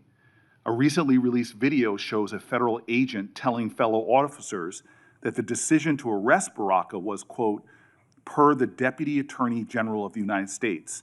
And I'm assuming that person is Todd Blanche. This is evidence to me that this decision wasn't made by people on the ground in the field, but by Maine Justice, that they were directing an arrest from D.C. on the scene. And it leads to the conclusion that this was a political decision, that the decision to arrest was not made by the people who were there on the spot. And I can assume that you can see how that's problematic to me. So I have questions not about the case, but really about how the decisions to arrest and charge Baraka and now MacIver, Congresswoman MacIver, were really made. Before this committee, I am saying that I'm going to submit these questions for the record, and I'm really hoping that we can understand how those decisions, as our oversight, how we're making decisions, especially for high-level officials in my state, the mayor of our largest city, the congressperson of that city, and I'm hoping that you can respond to those letters on the record. Yeah, and Senator, that matter is ongoing, and so I can't discuss it. As an attorney, you realize I can't discuss an ongoing matter. And I respect that. I guess I just want to know, and we'll leave this for the questions for the record about the decisions on how they're being made, not the case in itself. I want to move on. And again, I've heard your testimony so far. I know that there is data about violent crime in this city, but I'm really concerned about the application of Justice Department resources towards the challenges we have. You and I both know that about 11,000 Americans have been killed by a firearm just this year. The Department of Justice, according to the White House's own documents, as well as that of the conservative think tank Cato, have shown that there has been a significant movement of law enforcement resources away from many other issues and into immigration enforcement. And we are seeing that in that immigration report, a lot of the people are not the violent criminals that we are really needing to rid our streets of. In total, according to the Cato Institute, you've reassigned 7,460 law enforcement away from their primary duties, investigating drug traffickers, prosecuting child pornography, targeting high-value white-collar criminals, and again, forcing them, this is according to the Cato Institute, into low-level immigration enforcement. This includes, in terms of gun violence, 1,778 agents from the ATF to this kind of immigration enforcement. The White House itself has said that they diverted 45% of all of agents in 25 FBI field offices to work on immigration full-time. As a person who worked very closely in my time as mayor with the New Jersey field office, that's really concerning given the other threats. But it doesn't end there.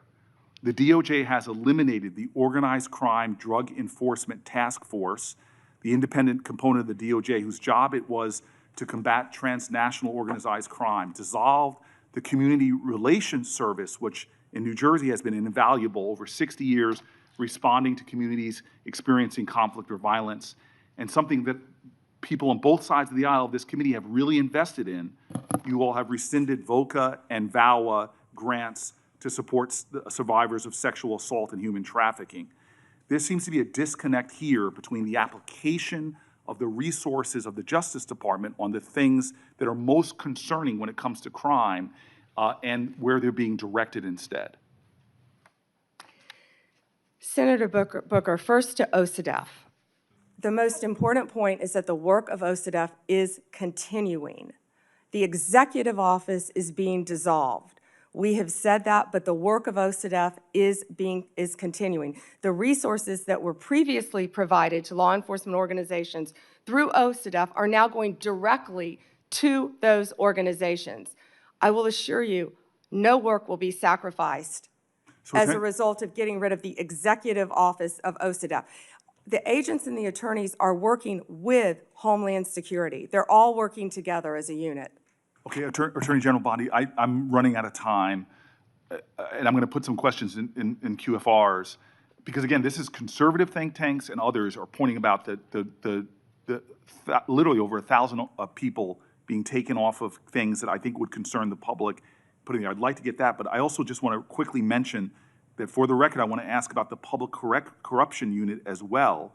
We now have gone from a public integrity section that went from 36 full-time prosecutors to now only 2. And yet we know, Democrats and Republicans, there is a real problem with public corruption in our country. And we know that the DOJ has stopped enforcing the Foreign Corrupt Practices Act, disbanded the Foreign Influence Task Force, dismissed the indictment against Trump donor Andrew Weidenhorn, cut back on white-collar investigations. My list goes on. I'm running out of time. But I will ask for the record against not only reassigning officers and prosecutorial resources from the other things I mentioned, but public corruption is really important. I want to talk about an area of bipartisanship on this committee, which is antitrust. This is a very bipartisan area. In June, the Antitrust Division finalized a proposed consent decree with Hewlett-Packard Enterprises and Juniper Networks, settling the DOJ's challenge to the company's $14 billion merger. Reportedly, your Chief of Staff, Chad Mizell, and Acting Deputy Attorney General Woodard overruled career antitrust staff and approved the merger. This is a massive area of concern for Americans writ large. This is an area where corporate power is growing, corporate concentration in our country is happening at great degree. I'm grateful that the ranking member with Mike Lee on a committee that is really trying to get into this disturbing trend. And the issues right now in the Justice Department, the resources being put on it, and the appearance of improprieties that we're seeing are troubling. All I want to ask as my final question is, would you commit, just to talk about antitrust, to coming before the Antitrust Subcommittee, led by Senator Lee, to discuss antitrust enforcement in our country? We're over time. May I answer, Chairman? Yes. Senator Booker, I work hand in hand with Gail Slater. She is doing an incredible job. I said that earlier. I will let Gail Slater handle all matters with antitrust. The HP matter, Juniper, is a pending matter still because, as you know, it has to go before the courts even after a decision has been made, and that's where it's pending right now. If I can go back to your previous two questions, first about our agents being reassigned. Our agents are working tirelessly on their day jobs and with Homeland Security, and right now they're not getting paid, and they're on the streets during a government shutdown working to keep every city in this country safe, in New Jersey and in every state. They're working together with DHS on task forces, but they're also doing their core mission, and they're getting child predators off the street. They are working so hard with all the agencies hand in hand. That has not been sacrificed. And I'm so proud of the work that the FBI, DEA, ATF are doing. ATF agents have worked tirelessly. I am in constant contact with them on the incredible cases that they're making to keep our country safe and our world safe, especially our DEA agents who are stationed around this world, and now they're not getting paid. Back to the public integrity section, the last point you made. It has not been slashed. Those are going to the various U.S. attorney offices to be handled in each office around the country instead of one unit based in D.C. Yeah. Thank you, Senator. Before Blackburn, my Democratic colleagues continue to criticize the DOJ for their role in President Trump's historic immigration crackdown. They've talked about due process. They've talked about the lack of transparency and oversight. However, my Democratic colleagues were silent about the former Biden administration failure to vet Afghan evacuees. Instead of coming clean, the Biden administration dismissed and failed to answer my oversight request. Not a peep from my colleagues about these massive vetting failures. The Department of Homeland Security Inspector General confirmed these vetting failures. Senator Blackburn.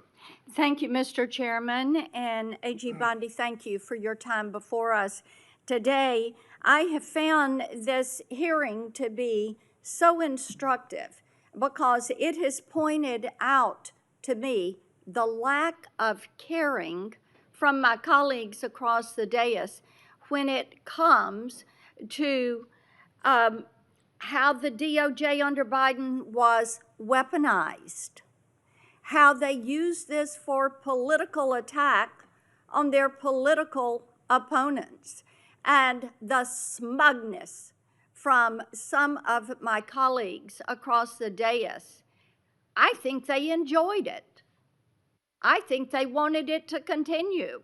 And I think that's why they oppose some of the reforms that you are making to actually get people out across the country and to get them working and to have people that are actually finding out what the FBI and the DOJ did.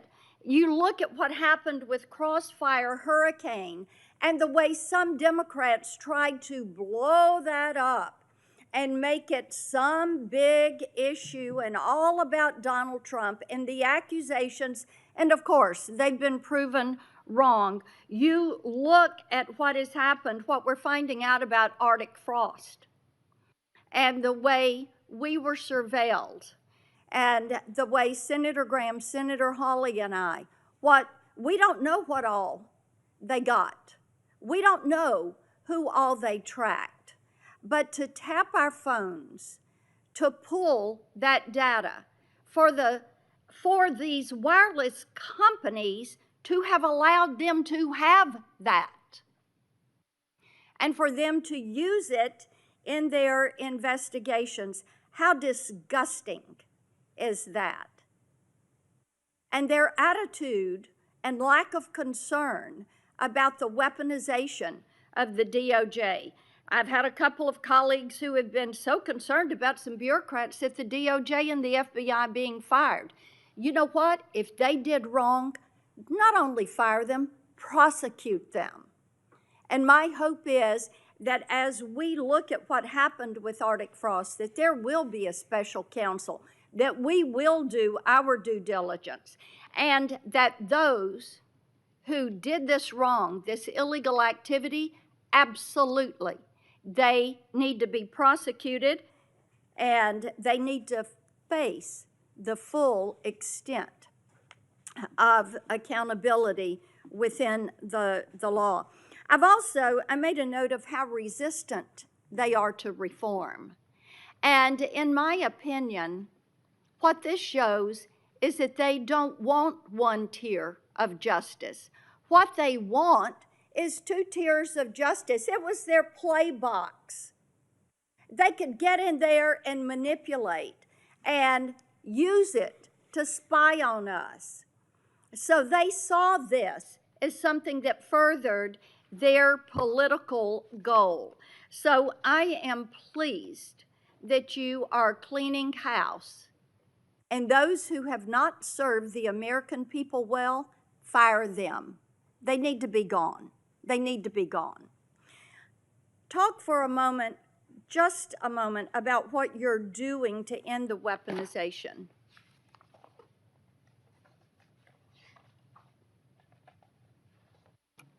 Senator Blackburn, the weaponization against you and your colleagues should greatly concern all of us. It should concern Democrats, it should concern Republicans. Yet, we don't see that. There was a two-tier system of justice under the Biden administration. We're learning that every day. We saw Jack Smith weaponize the Justice Department against Donald Trump. We saw the Biden administration weaponize the entire Justice Department, all of the law enforcement agencies, against Donald Trump, against his family members, against his friends for years and years. And that weaponization is over.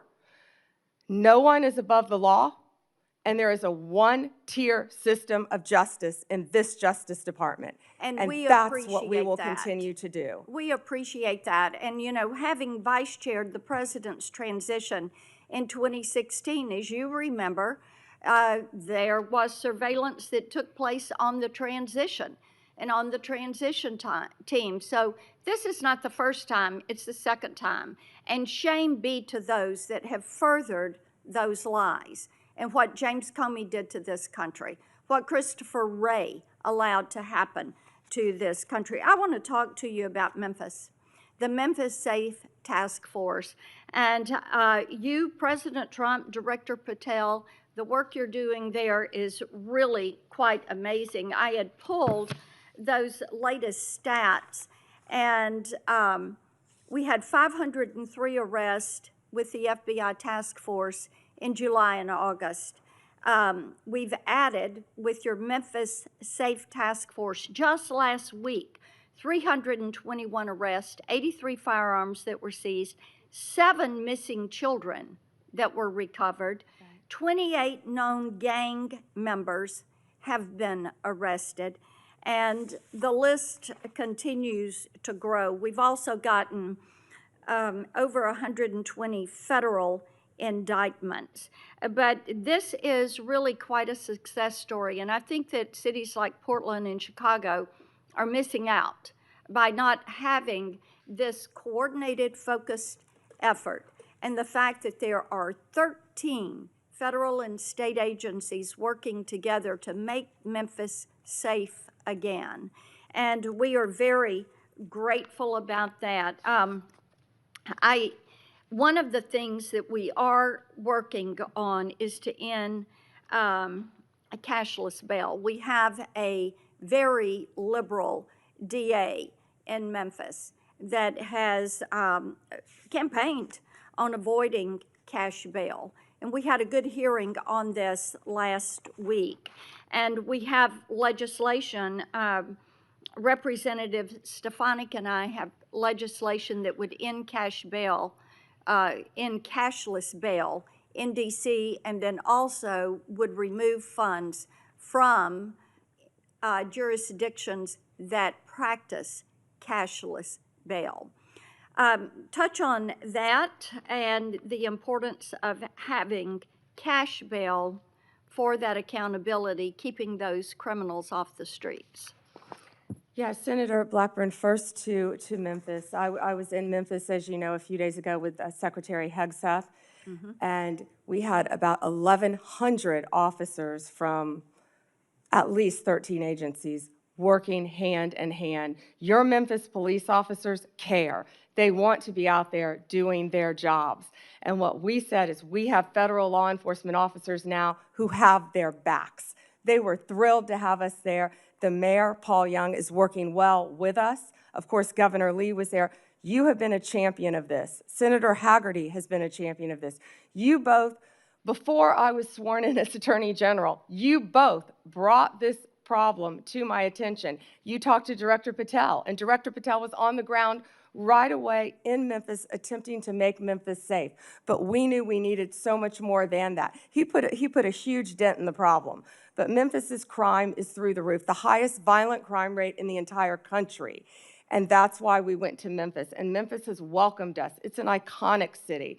And we want to continue to work with Memphis. And we're going to do that just like we did here in D.C. The citizens have been great working with us.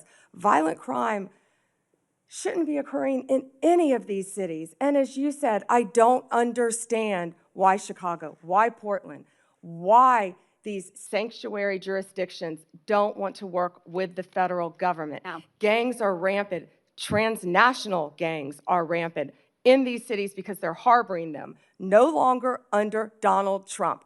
Whether they want to or not, we are going to come in and make it safe for their citizens, whether these liberal lawmakers want to or not. And you know what I said regarding the DA in Memphis? I said, we're going to protect the Memphis police officers. We're going to take every single case federally that we can. Yeah, because the and DA has cashless bail, it's a revolving door, and no one is being held accountable. Police officers are seeing someone arrested, and they're back out on the streets the next night committing crimes.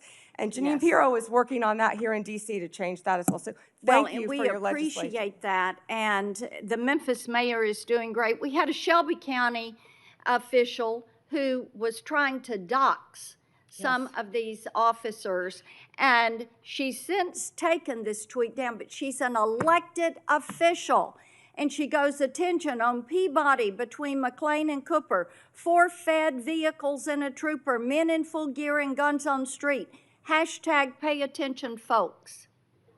This is the kind of action that is not called for. I mean, the fact that an elected official would do this, this is why we have legislation that would make it a crime to dox any federal law enforcement official when they are doing their job. And these apps, and Apple and Google say that they've removed these apps, but I tell you what, these law enforcement officers need to be protected. We appreciate that you are doing that. Thank you for being here. Thank you, Senator.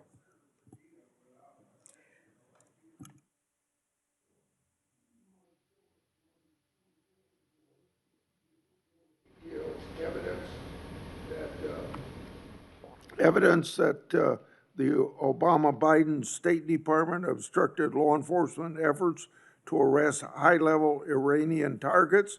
This objection, led by then Secretary John Kerry, was done because of political consideration of the failed Iran nuclear deal. Senator Padilla. Well, thank you, Mr. Chairman. Appreciate the opportunity to participate in this hearing today, which is our, at minimum, annual opportunity to ask questions as we fulfill our obligation to provide accountability over the Department of Justice. So just sort of to level set a little bit for folks in the audience and for folks watching at home, the Department of Justice is supposed to be the nation's guardian of fairness and the rule of law.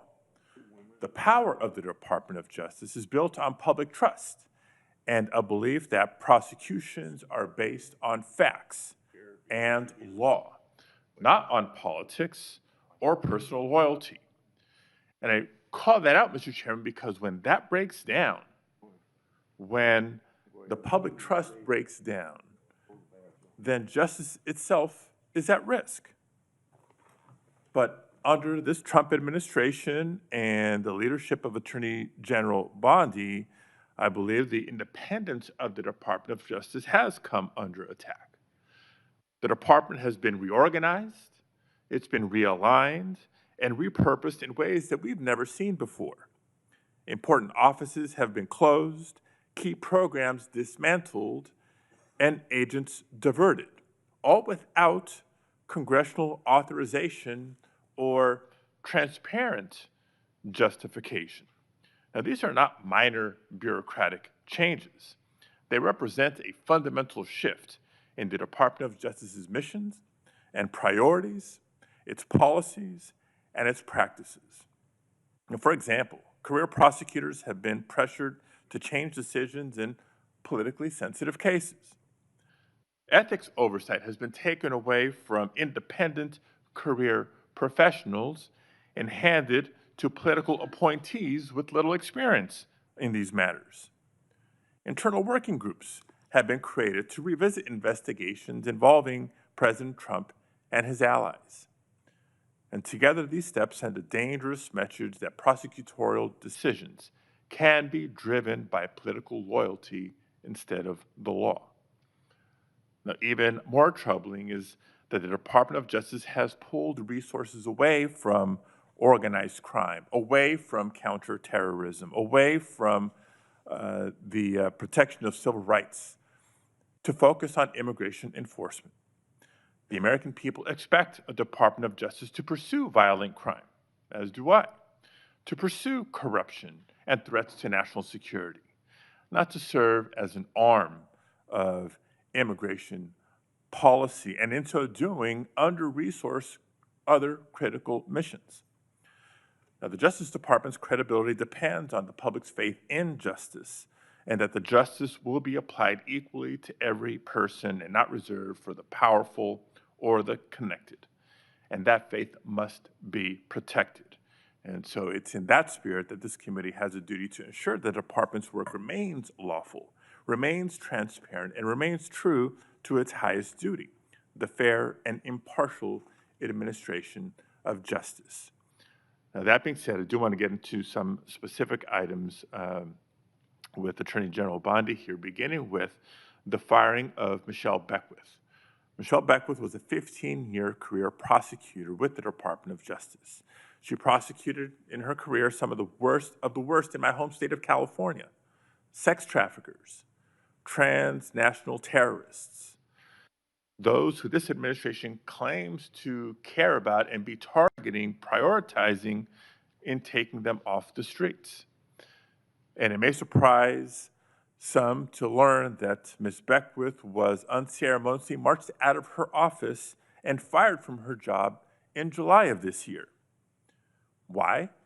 Not because she failed to do her job, quite the opposite. It was because she had the audacity to remind Border Patrol Chief Gregory Bovino that he was obligated to follow a court order and the Constitution in California. According to reports, she was fired less than 6 hours after she told Bovino he couldn't arrest people without probable cause. 6 hours. So my first question, Attorney General Bondi, is a simple yes-no question. Do you believe that government officials like Gregory Bovino are obligated to follow applicable court orders, whether they agree with them or not, yes or no? First, Senator Padilla, you have gone on for over 5 minutes, and I wish that you loved your state of California as much as you hate President Trump. We'd be in really good shape then, because violent crime in California is currently 35% higher than the national average. Property crime in California is 18% higher than the national average. That should be something that we should be talking about and working together on, yet we're not. And no, this is important. You're talking about all of my agencies, and I want to let you know what DEA has been doing, and they are working hand in hand with I Homeland appreciate Security. that, and I'm going No, to be you asking can't go some on for questions 5 for minutes the and record criticize as my agents well. who are out I working asked a simple without yes pay or no right question. now because you voted Mr. to Chairman. shut down the government. Mr. They're out Chairman. there working without pay. Mr. Chairman, I asked a simple yes or no question. Attorney General Bondi is DEA, refusing to 4,500 respond. kilos So let of me move on to fentanyl the and next 50 million topic. fentanyl pills Because off the streets. while under your watch, career FBI, prosecutors are, 23,000 Mr. Chairman, violent criminals. U.S. Marshals, Mr. Chairman, order please. 51,000 fugitives. I'm not getting an answer to my question. I'm trying to move on to the next question or the next topic. Mr. Chairman, order, please. Thank you. Because under Attorney General Bondi's watch, career prosecutors are being fired for telling agencies to follow the law and uphold the Constitution. Meanwhile, there are instances of allies of the president who seem to be getting let off the hook. I won't reiterate what some of my colleagues have already brought up in terms of the dismissal of the investigation into Tom Homan and his alleged acceptance of $50,000 as payment by undercover FBI agents posing as business executives looking to secure contracts with a future Trump administration. Because if the reports are true, it's not just the underlying conduct of Mr. Homan, which would be absolutely unacceptable, but the dismissal of the investigation charges raises concerns about the influence of the White House on the Department of Justice. Again, a simple question, and I'd appreciate a simple and brief answer. Whose decision was it to end this investigation? I have answered that question multiple times, yet you didn't have the courtesy to be sitting in here for the hearing. I'm not going to answer it again. And I find it interesting that you want order in this proceeding now. Excuse me, Senator. Then You I will want ask a order in this follow-up question. proceeding Mr. now. Chairman, order, You sure please. didn't I have will ask a order when you follow-up question. stormed Secretary Noem Mr. Chairman, at a press conference in Chairman, order, California, please. did you? I will ask a follow-up question. Would you commit to either releasing the tape or at least making it available for members of this committee to review, yes or no? Senator, you have not been sitting in here this entire hearing. I've answered the question, and I also want to tell you that our ATF agents have seized 25,000 illegal firearms. So we will try again and move on to a different In your topic. home state, we are prosecuting Chairman, illegal order, aliens please. who have Mr. raped and Chairman, murdered young order, girls. please. Thank you. So when I haven't been in this hearing, I've been watching from my office, monitoring the entire hearing, just so everybody is aware. But since I'm not getting answers to my questions, I'll try to ask one last subject area. Now, again, there's been increasing concerns about the politicized decision-making and the erosion of internal safeguards that protect prosecutorial independence. Before we even get into the integrity and independence of prosecutions, we get into, you have to ask the question about the independence and integrity of investigations themselves. The director of the FBI, Director Patel, was here before us just a few weeks ago. Attorney General Bondi, you are the Attorney General of the United States. Director Patel reports to you. Do you believe he's doing a good job, yes or no?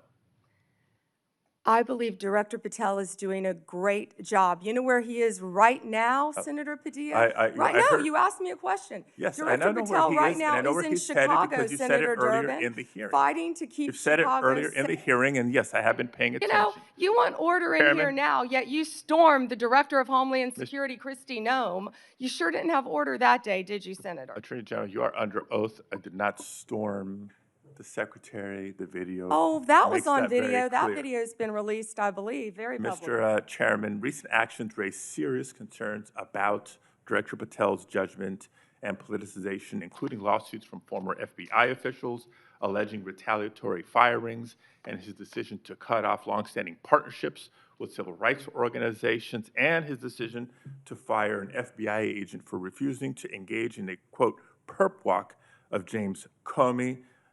And on top of all that, his prematurely claiming that subjects were in custody after the shooting of Charlie Kirk.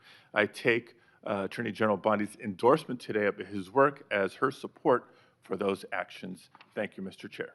May I respond, Senator Chairman? Yes. Under Director Patel, 23,000 violent criminals have been arrested, a 91% increase over last year. More than 1,500 child predators have been arrested. We are making cases in your jurisdiction constantly in California, and I wish you would care about those cases. We have disrupted 1,600 gangs and criminal enterprises, 1,600 gangs within this country, thanks to Director Patel and the great men and women of the FBI. Senator Schmidt. Thank you, Mr. Chairman. How are you today, Attorney General? It's good to see you. Have a rough voice. I have to say, I am struck by the degree of the cognitive dissonance that I hear on the other side. It really is. I mean, I'm used to sort of the political debates and arguing in court and all those sorts of things. But to hear the other side of the dais talk about weaponization is truly shocking, given what we know now. And I thought what I might do is just tell a story. And these are 100% facts. Hillary Clinton, concerned about her email scandal, works with a Soros organization to cook up this Russiagate nonsense. They feed it to the intelligence agencies. And they spy, under Barack Obama's presidency, they spy on the political opponent, the Republican, running against Hillary Clinton. He gets elected. They continue the operation. And they launder this intelligence into stuff that was meant to, by the FBI and the CIA, to sideline a presidency of a duly elected president of the United States of America, to sideline him. And that continued. You heard even some people on this committee further that nonsense for 4 years. And then the FBI is involved with pre-bunking the Hunter Biden laptop story because they didn't want him to get elected again. So they pre-bunked the Hunter Biden laptop story. The American people should have been allowed to make their own judgments from that. They weren't, because the FBI called it a Russian hack and leak operation. They were meeting with social media companies every month and every week, telling them that the laptop that they knew, that they had verified in November of 2019, they knew was real and knew was his, said it was Russian disinformation. We've heard that before. And then, after Joe Biden comes in, 3 days in, they start a censorship campaign against the country, anybody who's a conservative. And now we also know that the FBI was weaponized in this Arctic frost investigation that tapped the phones of sitting U.S. senators. And also, the Republican Attorneys General Association, so let's pull in 2 more U.S. senators, Ashley Moody and myself, who were on the executive committee at that time. Charlie Kirk, political organizations they didn't agree with. This is not in the Soviet Union in the 1980s. This is in the United States of America in the last few years. And then, when they thought President Trump was on the run and there's no way people would elect him, and then he announces he's running for president, 3 days later, Jack Smith's appointed to get Trump. Fannie Willis brings charges against President Trump, and the assistant prosecutor meets with the White House counsel's office. Why would that happen? Then you have Alvin Bragg bring his charges. The number 3 person at DOJ goes to work for him to get Trump. All in the United States of America. This continued. And Senator Hawley asked the question, wrote it down, what is happening in this country? And I hope that MSNBC is still broadcasting this, because I'm sure their viewership hasn't heard this story that's gone on for 10 years. The truth is, they never forgave President Trump for coming down the escalator at all. They didn't like him. They didn't like the disruption. And they've spent the better part of a decade not just going after him, but demonizing half the country as fascists and Nazis and threats to democracy. And they have fueled this division in their inability to accept the fact that half of the country isn't deplorables, as Hillary Clinton called her, bitter clingers, as Barack Obama called them, or trash, as Joe Biden called them. That they rose up and they sat in their own jury box and they saw all this stuff play out over a decade and they rejected it. And now you have come in to clean that up, and you are doing a great job in doing that. And let me make this clear. There is a big difference between what happened under the Biden regime and the weaponization, and then holding those people accountable. That is not weaponization. If that doesn't happen, this will happen all over again. So your job, as you talked about in your confirmation hearing, is so important that this never happens again. And holding people accountable who are part of this conspiracy is absolutely your job. And I'm also taking, you don't have to comment on this, your unwillingness to answer questions that have come up. I am led to believe, as a former Attorney General, that that might mean there's an ongoing investigation. You don't have to talk about it. The statute of limitations may have run on some of this stuff, but not on a conspiracy. And if you're a co-conspirator in mile marker 1 even if you want to get on the exit ramp in mile marker 5, you are liable for the conspiracy in mile marker 10. And we are at mile marker 10. And I will also say what's happening in this country. What's happening with the assault on ICE officers is truly shocking. Deportations are nothing new. Bill Clinton deported 12 million people. 12 million people. You didn't see this. The radicalization that's happened on the left that plays out with political violence is real. And by the way, let me also point out that if we had a scenario where John Thune was on the Supreme Court steps saying, "You've reaped a whirlwind, Supreme Court justices," and then a right-wing assassin tried to kill Ruth Bader Ginsburg, and then a Republican-appointed judge only gave that person 8 years, there would be riots on the streets. Cities would be burning right now. So let's just call it out. We need the cleansing here. Let's just be truthful about what's happening. This left-wing political alliance of violence is not a both sides thing. It's not. And so, Attorney General, I do want to ask you a couple questions about that, because I feel like we have got to get a handle on this. Despite the overwhelming evidence that the political violence threat right now comes primarily from the left, the media just won't do it. They won't go along with it. They cite a few ridiculous studies to say that right-wing political violence is the main problem. For example, one of those studies was written by an Antifa-affiliated professor, and others count classes on prison gang, and the others count classes on prison gang violence as right-wing political violence, but refuse to count anything from the 2020 Summer of Love. Antifa attacks, like the ones that set off the explosive outside Michael Knowles' campus speech. We need good data. We need good data here. Will you commit to having the Department of Justice and the FBI research and release a public report on left-wing political violence? Yes, Senator Schmidt. Thank you. I also want to, after Antifa has laid siege on federal buildings and officers in Portland during the 2020 riots, your predecessor, Merrick Garland, dropped virtually all the cases against these defendants. You recently issued a new charging memo instructing federal prosecutors to aggressively pursue Antifa and other radical leftists wreaking havoc on our cities. What can you do to ensure that the various U.S. attorneys' offices follow through on your instructions?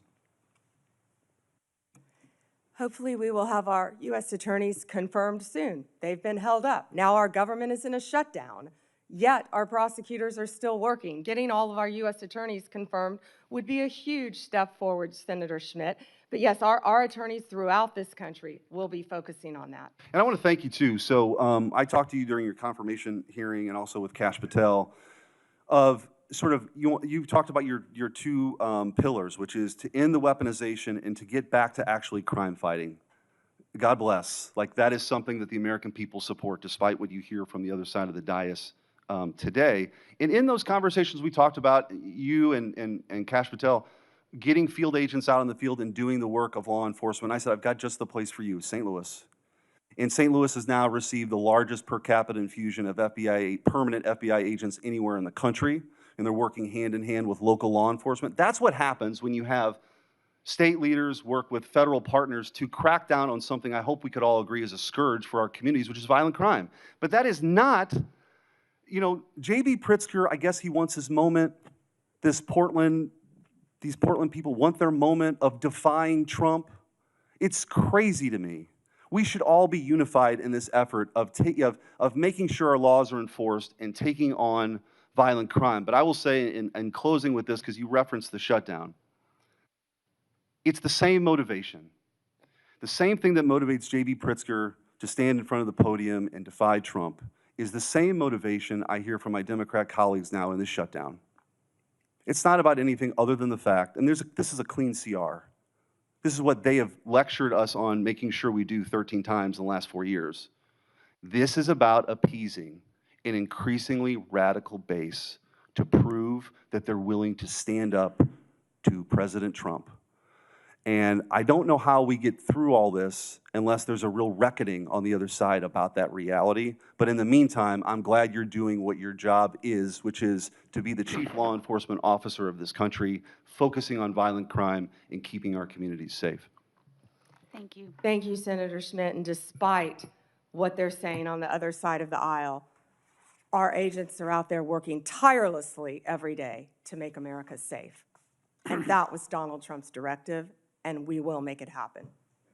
Thank you, Senator Schmidt. Senator Welch. Thank you. Thank you, Attorney General Bondi. I have noticed that at various times when one of my colleagues is pressing you, you come up with something in their background. So I'll be waiting for my turn, but you don't have to do it right now. So let me get to my questions. One of the things that you mentioned, and I agree with this, that it's really tough on the various federal workforce, including our law enforcement folks, who are not getting paid because of the shutdown. Mm-hmm. I agree with that. But I also think that wasn't the whole story. There is an issue here that's going to affect Americans, whether they voted for President Trump or voted for Vice President Harris, and that is the loss of health care, where on November 1st, everyone who is getting Affordable Care Act help to buy insurance is going to get the notice of premium increases. And I got a letter just today from a Vermont family, nuclear family of 5, husband and wife, 54 and 55, with 3 kids, one of whom has acute myeloid leukemia. And the apprehension that they have is that if we don't solve this problem, and November 1 is a urgent date, then their family premiums will triple. It'll be beyond their ability to pay. So I'm assuming that with respect to the threat to health care for families in your state of Florida, in my state of Vermont, you would share that concern and hope that we would resolve that. Senator Welch, I would be happy to speak with that family too, because there are many nonprofits that help with children with terminal illnesses, and I'm involved in some in Florida. So we would be happy to talk to you about that. As to health care, the government is shut down. It's my understanding, maybe you're not one of them, but because many Democrats want health care for illegal aliens, and that's what shut down the government. Let me That's be clear. one of the sticking points, and I don't know if you voted All right, well, for that or not. this actually is important to all of us, and the lament I have is that if this health care goes away, this premium support, it is really going to hurt families in red states and blue states. And in Vermont, I mean, we voted Democratic, but we have a lot of good folks who voted for President Trump, and their health care is jeopardized. And there's a November 1 deadline that is coming up. And the reason I'm saying this is that I think it's important for us to try to work out together a resolution that's going to be beneficial to people you care about in Florida and voted for President Trump, and people I care about in Vermont who voted in some cases for Vice President Harris and some for President Trump. So it's not just Democrats not wanting to negotiate. And in fact, we do want to negotiate. And that's why I'd encourage the president to encourage my colleagues on the Republican side to sit down with us and try to see if we can make some progress. Another topic, with the respect to voting rights in the letter that your voting rights chief sent out, we got one in Vermont, and it's a demand to get all the information on the voting file. And in that letter, in the announcement of that letter, the chief indicated an apprehension about the voting process being taken over by, quote, the left. Now, do you have any information with respect to Vermont about a takeover of the voting process by, quote, the left? Senator, I'm not familiar with what you're referring to. We are currently involved in voter roll lawsuits in 6 states. Is that what you're referring to? No, there's a letter that went out demanding that states, including Vermont, provide all the voting file information, Right. includes personal information. But when that letter was sent out. That's perfectly legal. But there was an assertion by the chief in this division that this was to deal with the fact that the voting process has been taken over by the left. So we got one of those letters in Vermont.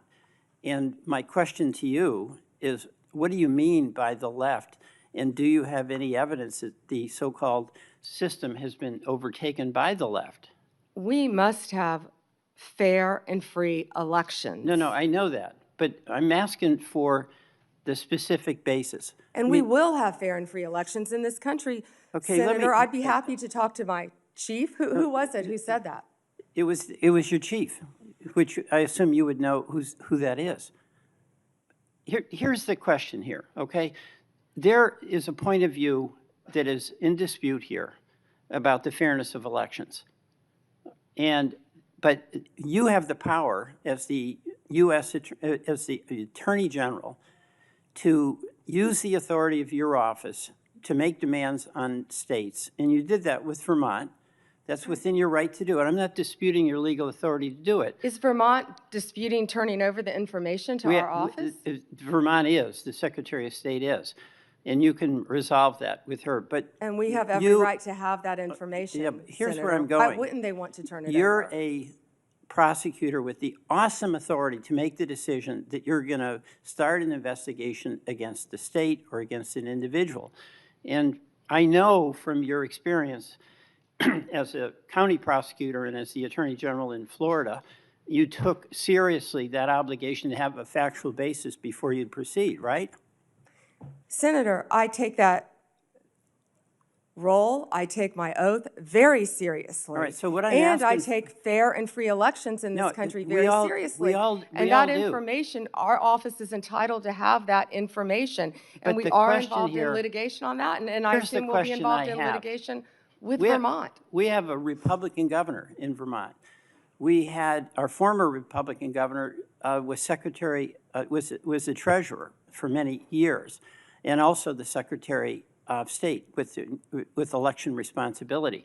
What I'm asking is, do you or does your head of this voting section have any factual basis that you can point to that justifies your demand that Vermont turn over all this confidential voting rights information?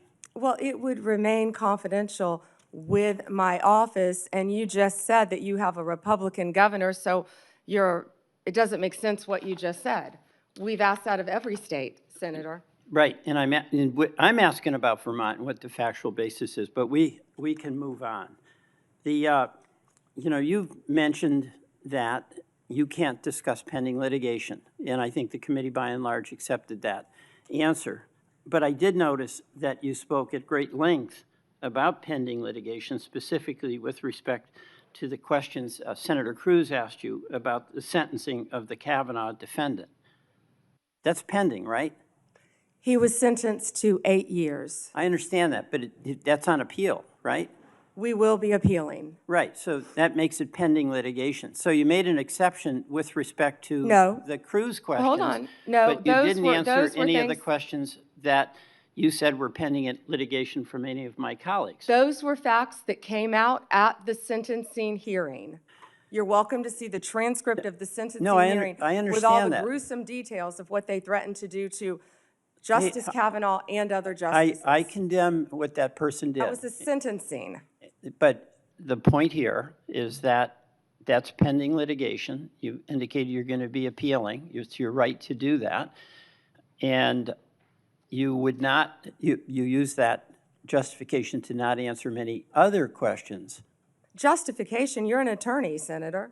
Okay. You realize that. I do want to go back to Homan. There's a tape, right, with Mr. Homan? I mean, first of all, is there a tape that has audio and video of the transfer of the $50,000? You would have to talk to Director Patel about that. No, I'm talking to you. I don't know the answer, Senator. Yeah, you do know the answer to that. Don't call me a liar. I didn't call you a liar. You just said I know the answer. I said I don't know the answer. Well, you have to talk to let Director me- Patel. What I said is that Let me investigation put it was another way. closed. If you don't know, why don't you know whether there was a tape and video? Senator, I believe that was resolved prior to my confirmation as Attorney General. Do you think that it is of public interest for the people to know what happened to the 50 grand that the FBI turned over to Homan? Did you hear what I just said? That was resolved prior to my confirmation as Attorney General. That's why I said I would not know. It's not resolved. There's $50,000. Homan has it, or somebody has it. Do you have no interest in knowing where it is? You're not going to sit here and slander Tom Homan. The FBI and Deputy Director Blanche said there was nothing. I'm not slamming Tom Homan. He got the 50 Tom grand. Homan is doing, how do you know that? Tom Homan is doing a great job, as our borders are, keeping your border state safe. You're a border state. Thank you, Senator Welch. We're going to Madam President, could I have 1 minute? Not right now. At the end, On a if you wait, we'll talk Point of about personal it. privilege? Not right now. The Senator witness Tillis and many others have been waiting their turn. I know, so but you this is can 1 hold minute, until and the it end. relates to testimony that she gave about me. Senator Tillis, go ahead. Thank you, Madam Chair. General Bondi, thank you for being here. I'm going to get parochial for a bit of time. Maybe I have some time for some of the other questions, but the eastern band of the Cherokee is this island that's at the very end of western North Carolina. You got convergence of Tennessee and Georgia, South Carolina nearby. But they're an island and they sell pot, and I got no problem with that. What I have a problem with is some of their actions or activities that are, I think, concerning me that actually speak to the broader issue here about marijuana and what we ultimately do with it, with nearly 36 states having it either medical, recreational, or hybrid. But this kind of feels like, to me, the way the tobacco industry got attacked for advertising to young people. We already know, incidentally, that we got a vape problem around here, particularly among young people. And Madam Chair, if I may, I'd like to seek unanimous consent for letters from the Sheriff's Association and the Federal Law Enforcement Officers Association Foundation citing the serious problem we have here with illegal vapes in this country. Without objection. Thank you. But, you know, this worries me because it's a money-making enterprise. It kind of seems like it's preying on younger people. But then I want to talk about this handy app you can get now. Now, it's illegal in North Carolina and Tennessee and Georgia and South Carolina to buy pot, but apparently you can go order it on an app, then right over there to the boundary and get it, I assume. I assume that they're not delivering it outside of the boundary because I think that would be illegal. Would that be illegal? Senator, thank you for pointing that out. I was not familiar with that app, but we will certainly look at that. Yeah. Do you, if I get, let's say I get an illegal, let's get a vape from China. A lot of them are manufactured in China, not The subject majority. to anywhere near the sort of scrutiny that we have here in the United States. If that illegal vape let's say it's, I don't know what it's loaded with, but it gets if it's illegal in the state of North Carolina, and let's say it comes in, I'm using a hypothetical example, into the port of Wilmington, and then finds its way to New York or some other state that has legalized marijuana, is that an illegal transportation of a controlled substance? In other words, unless it teleports into a legal jurisdiction, wouldn't it have been illegally transported at some point? Based on federal law, Senator. Based on yes. federal law, okay. Now, do you, are you familiar with the science of teleportation? No, Senator. I don't think it's been perfected yet.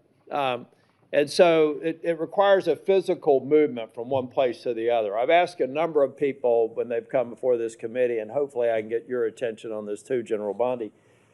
There's a growing operation in western North Carolina that is a part of the tribal lands. The problem is I can't find any legal way to get this pot that is grown here to the dispensary that's in another non-contiguous area of the boundary. So you see what I mean?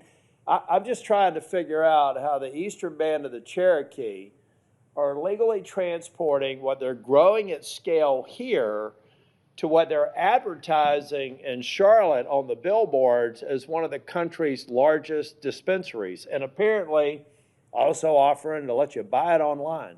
So can I get your commitment within the DOJ, not you personally, but that can I just get a definitive answer that there's no there, that they are legally transporting it, or that we do have something here that doesn't seem to comport with federal law? Yeah, Senator, I will absolutely have my team look at that issue, and I'm not familiar with that establishment. Yeah, well, it's, like I said, it's an island. I really think the federal government needs to step up. We need to get rid of this neither fish nor fowl sort of status that marijuana has in this country now. I think the people have spoken, many red states, even your home state, my home state, has, I think, probably many states, I should say, not just the state of Florida, are trending towards legalizing it. We've got to get it solved at the federal level. We've got to capture revenue. That revenue needs to go back to federal law enforcement, and we need to have a lot more focus on what I think are unsafe and inconsistent practices across the state. So if I could get that, I would appreciate it. General Bondi, I'm kind of a boring management consultant, nerd that believes in best practices as a way to kind of move forward and create consistent outcomes. I'm having a real struggle right now with the National Guard being deployed and masking the abject failure of leaders at the state and local level. So give me some sense of if the deployment of the National Guard to Chicago or Portland is necessary to kind of create a shock to the system, do you believe that that's a best practice or just a necessary evil until we regen the extraordinary work I've seen on joint task forces every day in North Carolina with absolute cooperation between state, federal, and local officials? Is that the best practice that we should get to, or is this deployment of the National Guard a part of an emerging best practice that I just don't get yet? Senator Tillis, seeing what's happening in Chicago, they need the National Guard. Our ICE members need the National Guard to protect the national buildings. Oh, 100%. I'm talking about when it wades into local law enforcement. See, I felt like deployment in D.C. made sense because of the hybrid nature of D.C. What I'm saying is outside of that defending federal buildings and federal law enforcement, addressing, I think you mentioned over 500 murders in Chicago, it would just seem to me that all those bums should be thrown out in an election. And are we masking an underlying problem that will come back the minute we leave? That's what I'm talking about. Not the protection of federal buildings and federal law enforcement officers, but almost the sense of they become an arm of local law enforcement. I don't consider that a best practice. It doesn't sound like you do either. Well, I don't believe our National Guard want to be doing that, but they're going to be where they have to be to keep Americans safe. In Memphis right now, the highest violent crime rate in the country. I was on the ground with Secretary Hegseth there, and our Guard was there, and they were thrilled. They're ready to help, and we used all Tennessee Guard there. Secretary Hegseth used all Tennessee Guard. They're working hand in hand with the Memphis Police Department, who I believe were very happy to have them there, helping them to keep Memphis safe. Can I go back to the vaping again that you brought up, please, Senator? So I went to Chicago, actually, with Secretary Kennedy, and it was just outside of Chicago in a suburb, and we were there talking about the illegal vapes and what parents need to know. This is a bipartisan issue. What people need to know, these illegal vapes, they're all over this country. You can buy them in convenience stores. You can buy them in grocery stores. One vape is the equivalent of, I believe, 20 cigarettes.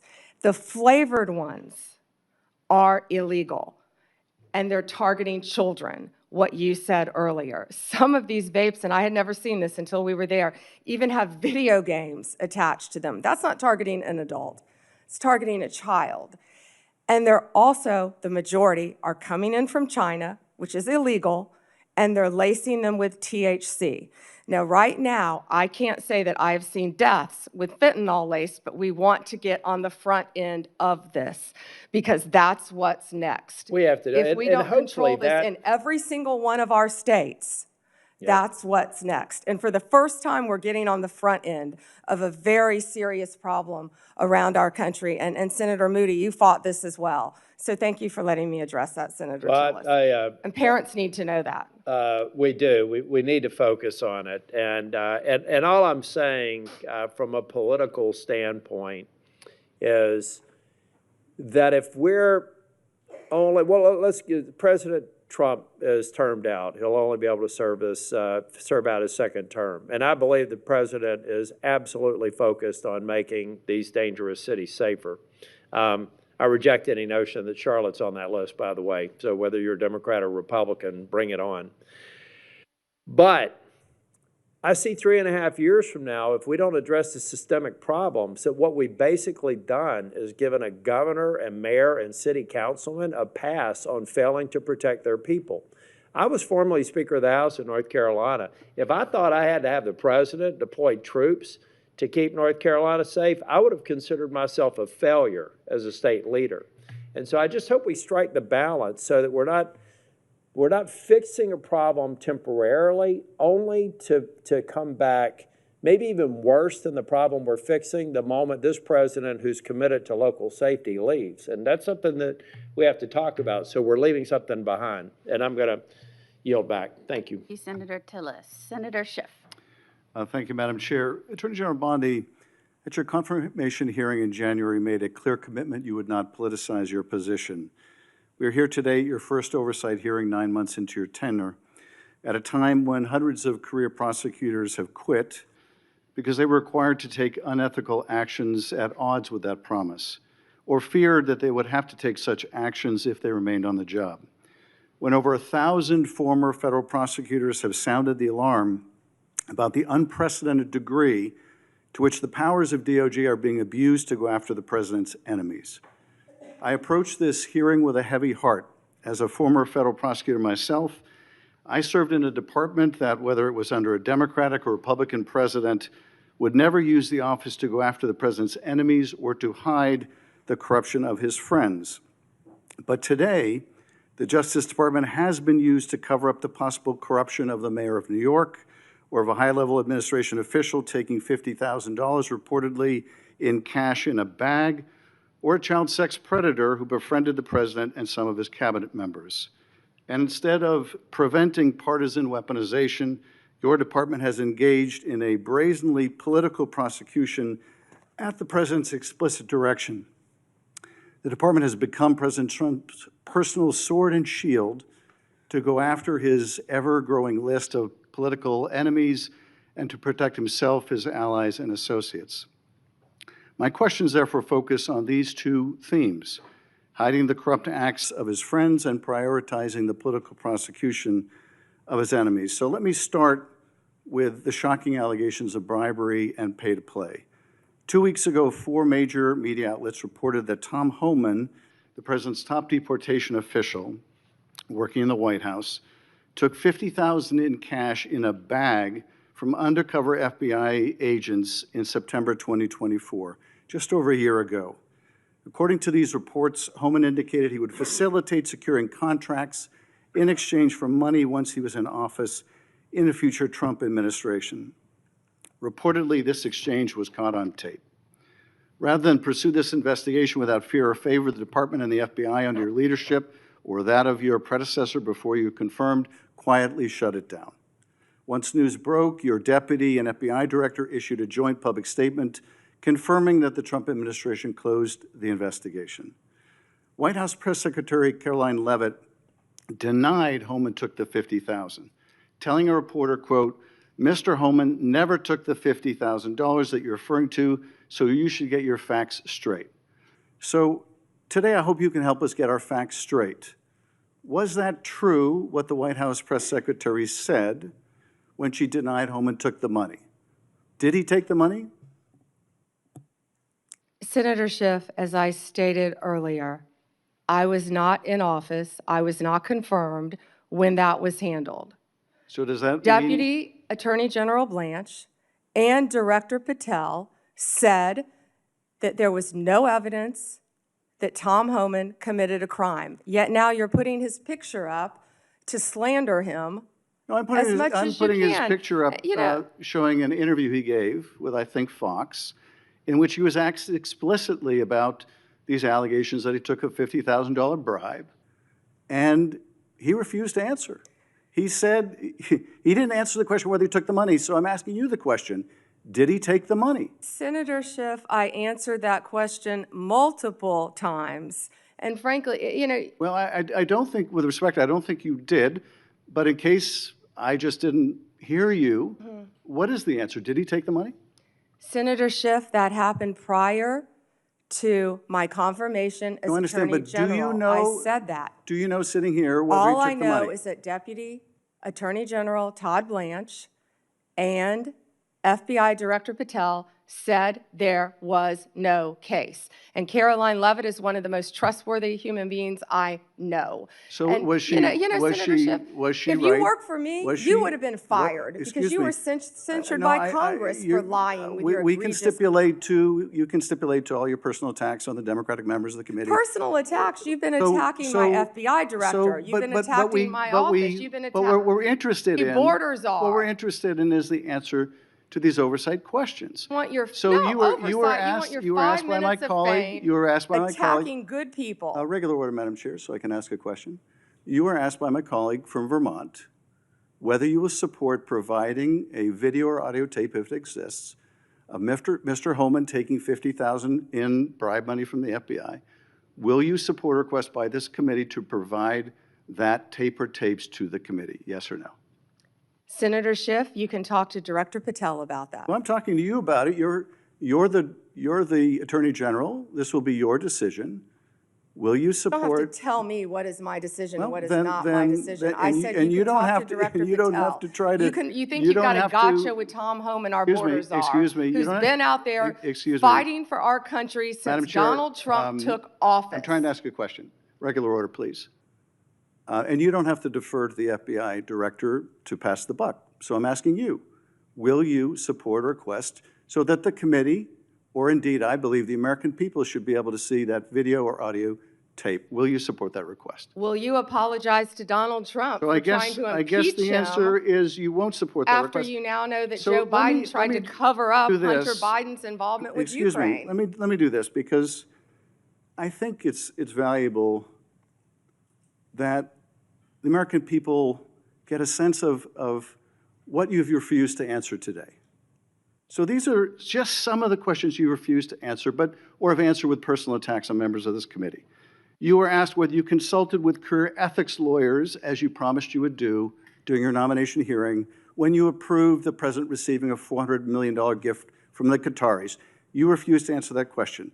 You were asked who or what role you may have played, or who played the role in asking that Trump's name be flagged in any of the Epstein documents gathered by the FBI. You refused to answer that question. You were asked whether Homan kept the $50,000 bribe money. You refused to answer that question. You were asked whether Homan paid taxes on the $50,000 bribe money. You refused to answer that question. You were asked, did career prosecutors find insufficient evidence to charge James Comey? You refused to answer that question. You were asked, how are military strikes on these boats in the Caribbean legal? And you refused to even answer that question. You were asked, a law degree, excuse me. You were asked, did you discuss indicting James Comey with the president? You refused to answer that question. You were asked, did you approve the firing of antitrust lawyers who disagreed with the Hewlett-Packard merger? You refused to answer that question. You were asked whether you support a restoration fund for violent insurrections to attack the Capitol on January 6th. You refused to answer that question. You were asked whether you were firing career professionals, career prosecutors, just because they worked on January 6th investigations. You refused to answer that question. You were asked by my California colleague whether you believe government officials, like immigration officials, have to abide by court orders. You wouldn't even answer that question. This is supposed to be an oversight hearing. Oversight? Excuse me, You can attack me after my time is over. You've attacked all of us, including President Trump, for your You can entire attack me later, career. and I know you've got plenty of canned attacks. We've heard them all day today. Canned attacks on you? This is supposed to be. No one needs a canned attack on you. Regular order, Madam Chair. I'm trying to speak. This is supposed to be an oversight hearing of the Justice Department. And it comes in the wake of an indictment called for by the president of one of his enemies. This is supposed to be an oversight hearing, and it comes in the wake of revelations that a top administration official took $50,000 in a bag, and this department made that investigation go away. This is supposed to be an oversight hearing when dozens of prosecutors have been fired simply because they worked on cases investigating the former president. This is, and now What the about current the president. fires in California? And Do you this care is about that, supposed to Senator be, Schiff? this is supposed to be an oversight hearing in which members of Congress can get serious answers to serious questions about the Are the cover-up- riots in about the LA cover-up- serious? About the cover-up of corruption, about the prosecution of the president's enemies. And I think you owe the president an apology. when will it be Your entire career, that frankly. the members of this committee on a bipartisan basis demand answers to those questions and refuse to accept Clearly, you're a personal, failed lawyer refuse because to you don't accept, understand when excuse someone me, can and cannot refuse answer to a accept question. personal slander as an answer to those questions. Personal slander? With Will that, you Madam apologize Chair, to Donald I yield Trump for back. slandering him? Personal slander. Senator Brett. May I ask unanimous consent, Madam Chair, to introduce into the record the statement of 1,000 former Justice Department officials who warned that the Comey indictment is a democracy-threatening abuse of power. May I also request unanimous consent for the introduction into the record of 282 former career officials at the Justice Department raising an alarm who were voluntarily or involuntarily forced to leave the department because of improper actions taken by the Department of Justice. May I introduce, with unanimous consent, the Justice Department manual that talks about when initiating and declining charges are subject to impermissible considerations. And finally, Madam Chair, may I introduce the letter from Michael Ben-Ari, a career counterterrorism prosecutor, DOJ, a letter he nailed to his door, which concludes by urging officials to do the right thing for the right reasons, to follow the facts and the law, and raises the alarm that the decision to remove experienced career officials from U.S. attorneys' offices, the FBI, and critical parts of DOJ undermines our country's abilities to counter terrorist organizations, malign nation-state actors, and countless others that seek to harm our nation and its citizens. And he believes that the priority is prosecuting the president's enemies or are you admitting rather than Bondi, protecting Ms. the Bondi, country. one moment. May I have unanimous consent Are to you enter entering these that into the record? without objection? Thank you. I yield back. Senator Brett. Senator Moody, may I clarify one thing he entered in the record? I just want to say that I believe he entered a letter by 200 and something former employees. Well, I believe the spokesperson for that letter was also the spokesperson for Jack Smith. Senator Brett. Thank you, Madam Chair. General Bondi, I want to talk to you about the next generation. I want to talk to you about our kids, people who don't have a seat at the table but need us to fight for them tirelessly. When you look at this, I see a couple of different buckets of ways that bad actors are taking advantage of our children, and in some of the most extreme situations, we lose that child, whether to death or to self-harm, and I think we owe it to them to do something about it. So first is social media. Tell me, what are you doing? I have sat across from a number of parents who have talked to me about their child either falling victim to sextortion, different schemes that are online. We also know that there is an element of human trafficking that comes here. Let's start with social media. What are you doing to hold bad actors accountable, to track them down, and to keep our kids safe? Senator, first, thank you for bringing that up. This, I believe, is what an oversight hearing should be about. Thank you. Not yell, oh, he's gone already. He comes in and leaves.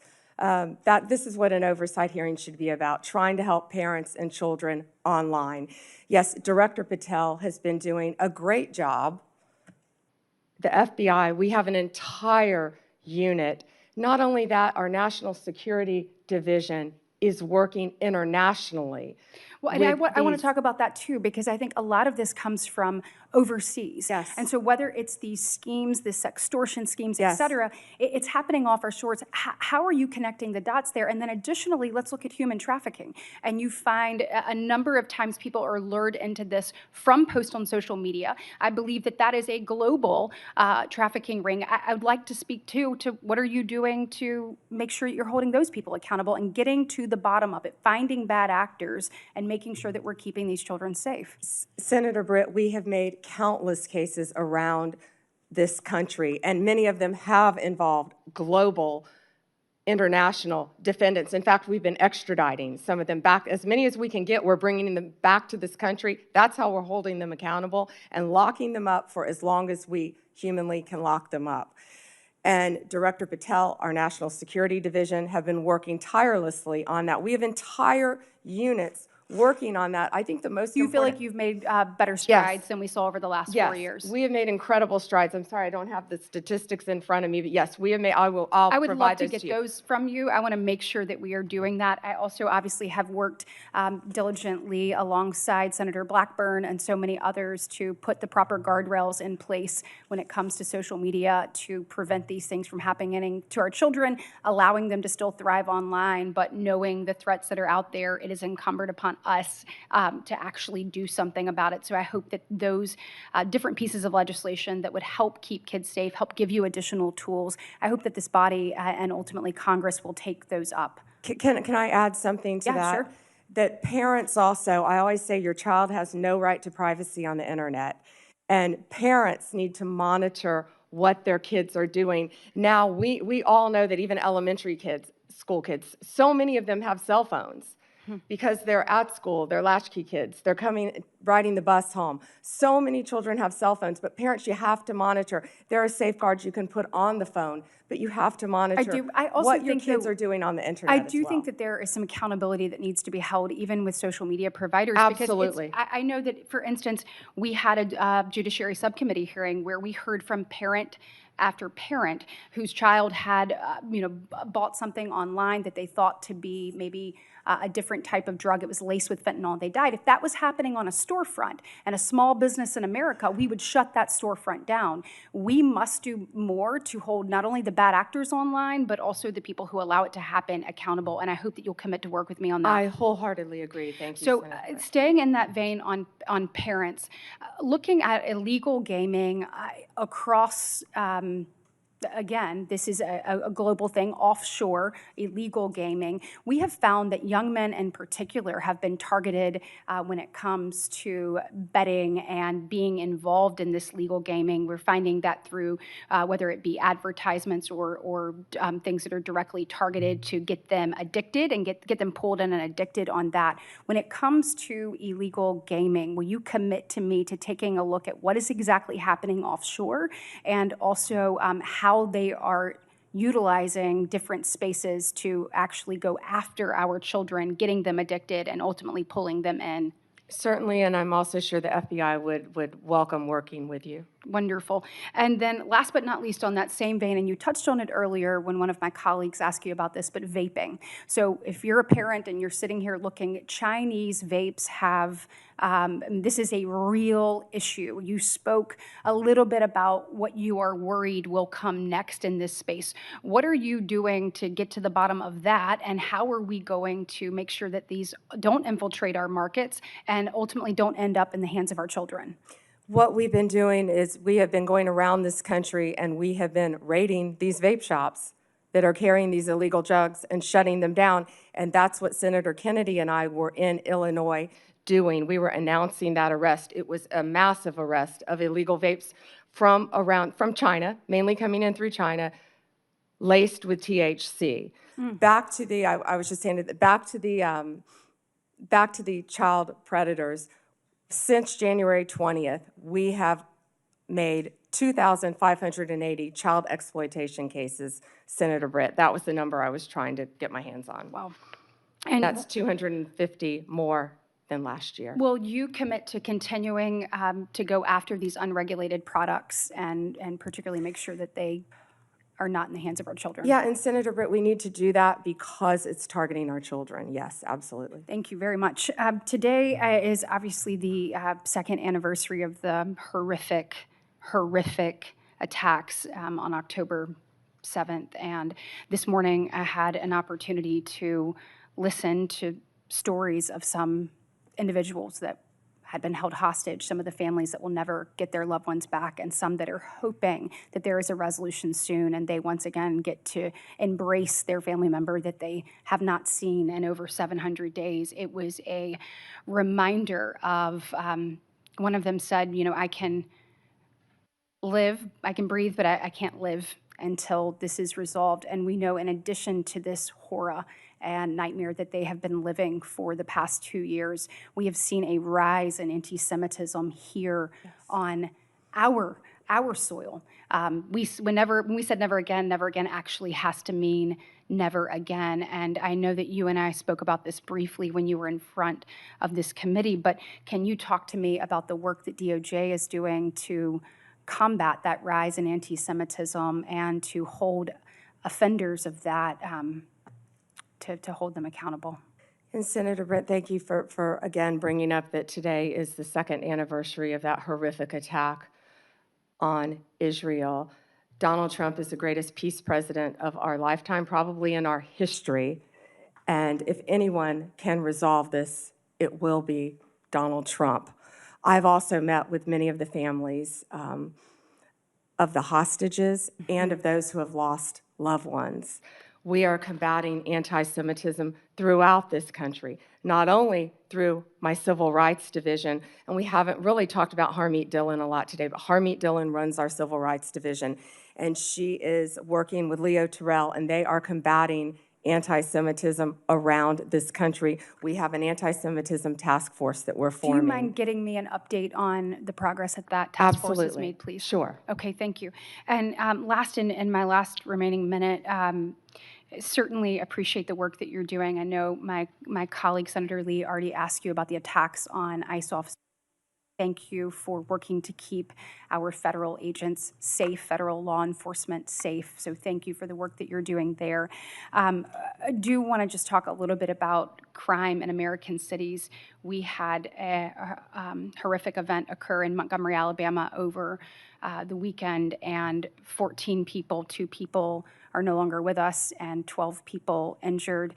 My heart breaks for every one of the victims and their families and the community at large. I'd like to know a little bit about your interagency work and talk to me about things that you find, because we have to find solutions in this space. This cannot keep happening. And what are you seeing that is, you know, your biggest success stories and your biggest challenges you have to working to try to resolve crime throughout the country? Well, right now, the biggest challenge is that the federal government is shut down, but we're not letting that become a challenge because all of our agents are working tirelessly.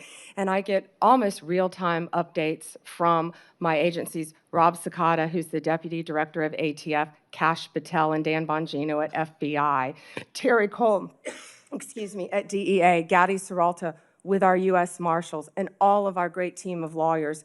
And we are working nonstop to combat crime. That's Donald Trump's only directive to me, is to make America safe again. And that's what we're going to do in this country, Senator Britt. Well, thank you for your commitment and any best practices you have or ways that you have found to tackle challenges that are effective.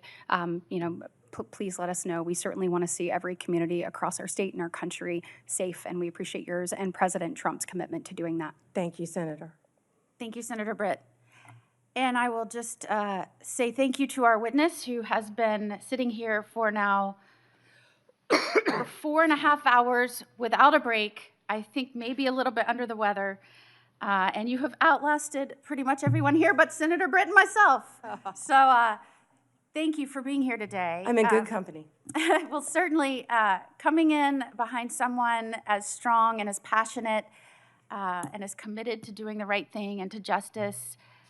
When you served as Attorney General in Florida, that was certainly a high bar that you set, and I was honored to come in after you as the Attorney General. You've touched on so many of the issues that you fought for in Florida that you are still fighting for now here in Washington, and whether that is protecting our children, protecting our law enforcement officers, protecting the rule of law.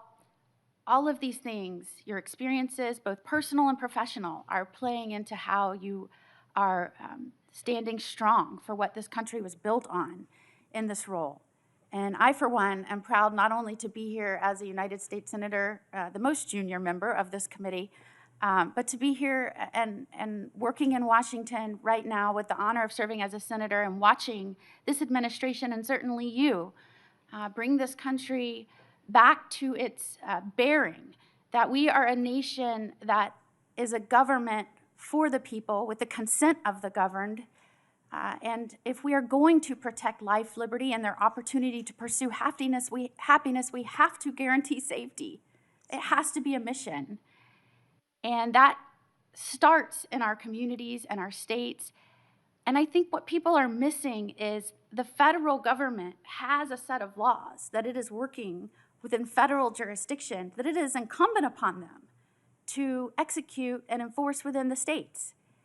And I'm watching what has happened around this nation as a result of what has happened under the Biden administration and what they allowed to happen purposefully, whether that was rogue prosecutors, defunding police, decriminalizing crime, allowing juveniles to run rampant with no accountability, revolving jailhouse door, no respect for the rule of law. It goes on and on and on. And you're seeing that now playing out in the cities around this country. And what is very terrifying, and I think you would agree, is this is not your Democratic Party of yesteryear, where we might have said they're soft on crime. This is now a Democratic Party who is offering support for and encouraging obstructionist behavior, threats of violence against law enforcement. And as the wife of a law enforcement officer, as someone who's committed my own life as a federal prosecutor, attorney general, now as a U.S. senator, Judge. it is and a judge, thank you. I think I had to demonstrate that a little bit earlier. It is horrifying to me that where we used to talk about differences in policies, where one party was thought to be tough on crime and one party was thought to be soft on crime, we're not talking about the fundamental ideals and structure on which this country was built. And I have been horrified watching the partnership between a governor in Illinois and a mayor in Chicago, and the collaboration, some might say the corruption, and the rhetoric they are using. And I have to say this because I think for somebody like you and somebody like me, it makes you extraordinarily concerned for the success and future of this country. Pritzker. He uses words like, this is an unconstitutional invasion of Illinois, militarized CBP and ICE agents to the street of Chicago to cause violence and chaos in the city. And I quote, Pritzker, people are getting detained, they're getting arrested, U.S. citizens, making it a war zone. Pritzker, it's a war zone, and they are using tear gas and chemical agents at peaceful protesters. Pritzker, they are waging war on our people. Pritzker, we must now start calling this what it is, Trump's invasion. Not to be outdone, though, by Johnson, who says that, and I quote, law enforcement is a sickness. We have a rogue, reckless group of heavily armed mass individuals roaming throughout our city.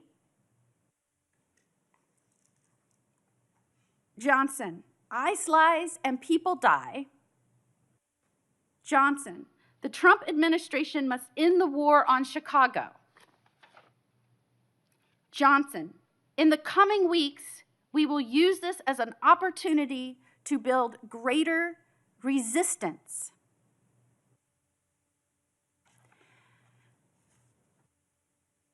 I am wondering if Pritzker and Johnson understand that there are federal laws that criminalize inciting violence against law enforcement.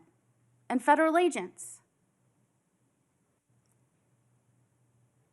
I am wondering if they are concerned at all about what their speech is doing and the danger it's putting not only federal agents in, that, by the way, swore an oath to protect other people, but the danger it's putting the citizens of their community in. Anytime you start pitting your own people against their own government, a government is only there at its core to protect rights and the safety of its people, that is incredibly dangerous. And I hear this rhetoric, and I think to myself, every foreign adversary of the United States of America in this country is saying thank you to the governor of Illinois and the mayor of Chicago. Thank you for doing their jobs for them, for undermining the strength and safety of this country, and for gaslighting the American people as we are trying to shore up the stability of our communities. And that puts you in such a remarkable, important position right now. You are the top law enforcement official in this country. And you have a responsibility to call out this rhetoric. And when it violates and crosses over from free speech into inciting violence, we have to call that out. We have to remind the American people that we are dealing with the aftermath of millions of undocumented allowed to flood into this country. I know because I litigated it and I fought against it. And when I had to get through litigation documents that showed their plan was to step back and let the border be overrun, when nobody believed that was happening, it was people like us that said, this is happening. They're allowing our country to be overrun. They're allowing, through rogue prosecutors and an undermining and demoralization of law enforcement, for our cities to fall prey to criminals. They are allowing this to happen. And they are doing so, trust me, cheered on by our adversaries. And it takes someone with strength and the ability to take the criticism for 4 hours and 40 minutes and sit here resolute in your commitment to uphold the rule of law. And I know the only reason that you can do that is because what you went through in your prior life, working hand in hand with law enforcement, seeing what their families went through, holding the hands of victims, not letting these people turn our heroes into villains, and certainly not letting these people make the United States of America appear anything other than what it is. It is a country that protects, first and foremost, our people's rights, and we do so by also guaranteeing, with the consent of our government, that we'll focus on their safety. And that is why I was so glad you started out this hearing with my mission is to protect the people and prosecute violent crime, and to make sure the corruption that happened again under the last administration can never happen again. And as you sat here today and you heard the affect of the people whose friends and colleagues, and indeed even members of the judiciary, whose phones were analyzed and traced from grand jury subpoena, and they're just finding out last night, assuring them that you understand what that feels like and that you will not let it happen again, no matter how much they want to disguise accountability as weaponization. Thank you for being you, Pam the prosecutor, Pam the person that cares about this country and its people and the future of America. Thank you for being here today. Would you like to end with any comments? Thank you, Senator Moody. And you know, they may try to destroy our country, but they won't. They won't be successful, nor will our foreign adversaries, because we have the greatest president in Donald Trump, and he will make America safe again, and he will keep us safe. Thank you, Senator, and thank you for all you do. And we will keep the record open for a week. I know Senator Whitehouse wanted to offer some comments for the record and any other additional questions, and we'd ask that you respond to those. I'm sure he writing. did. Thank you so much. And with that, the hearing is adjourned.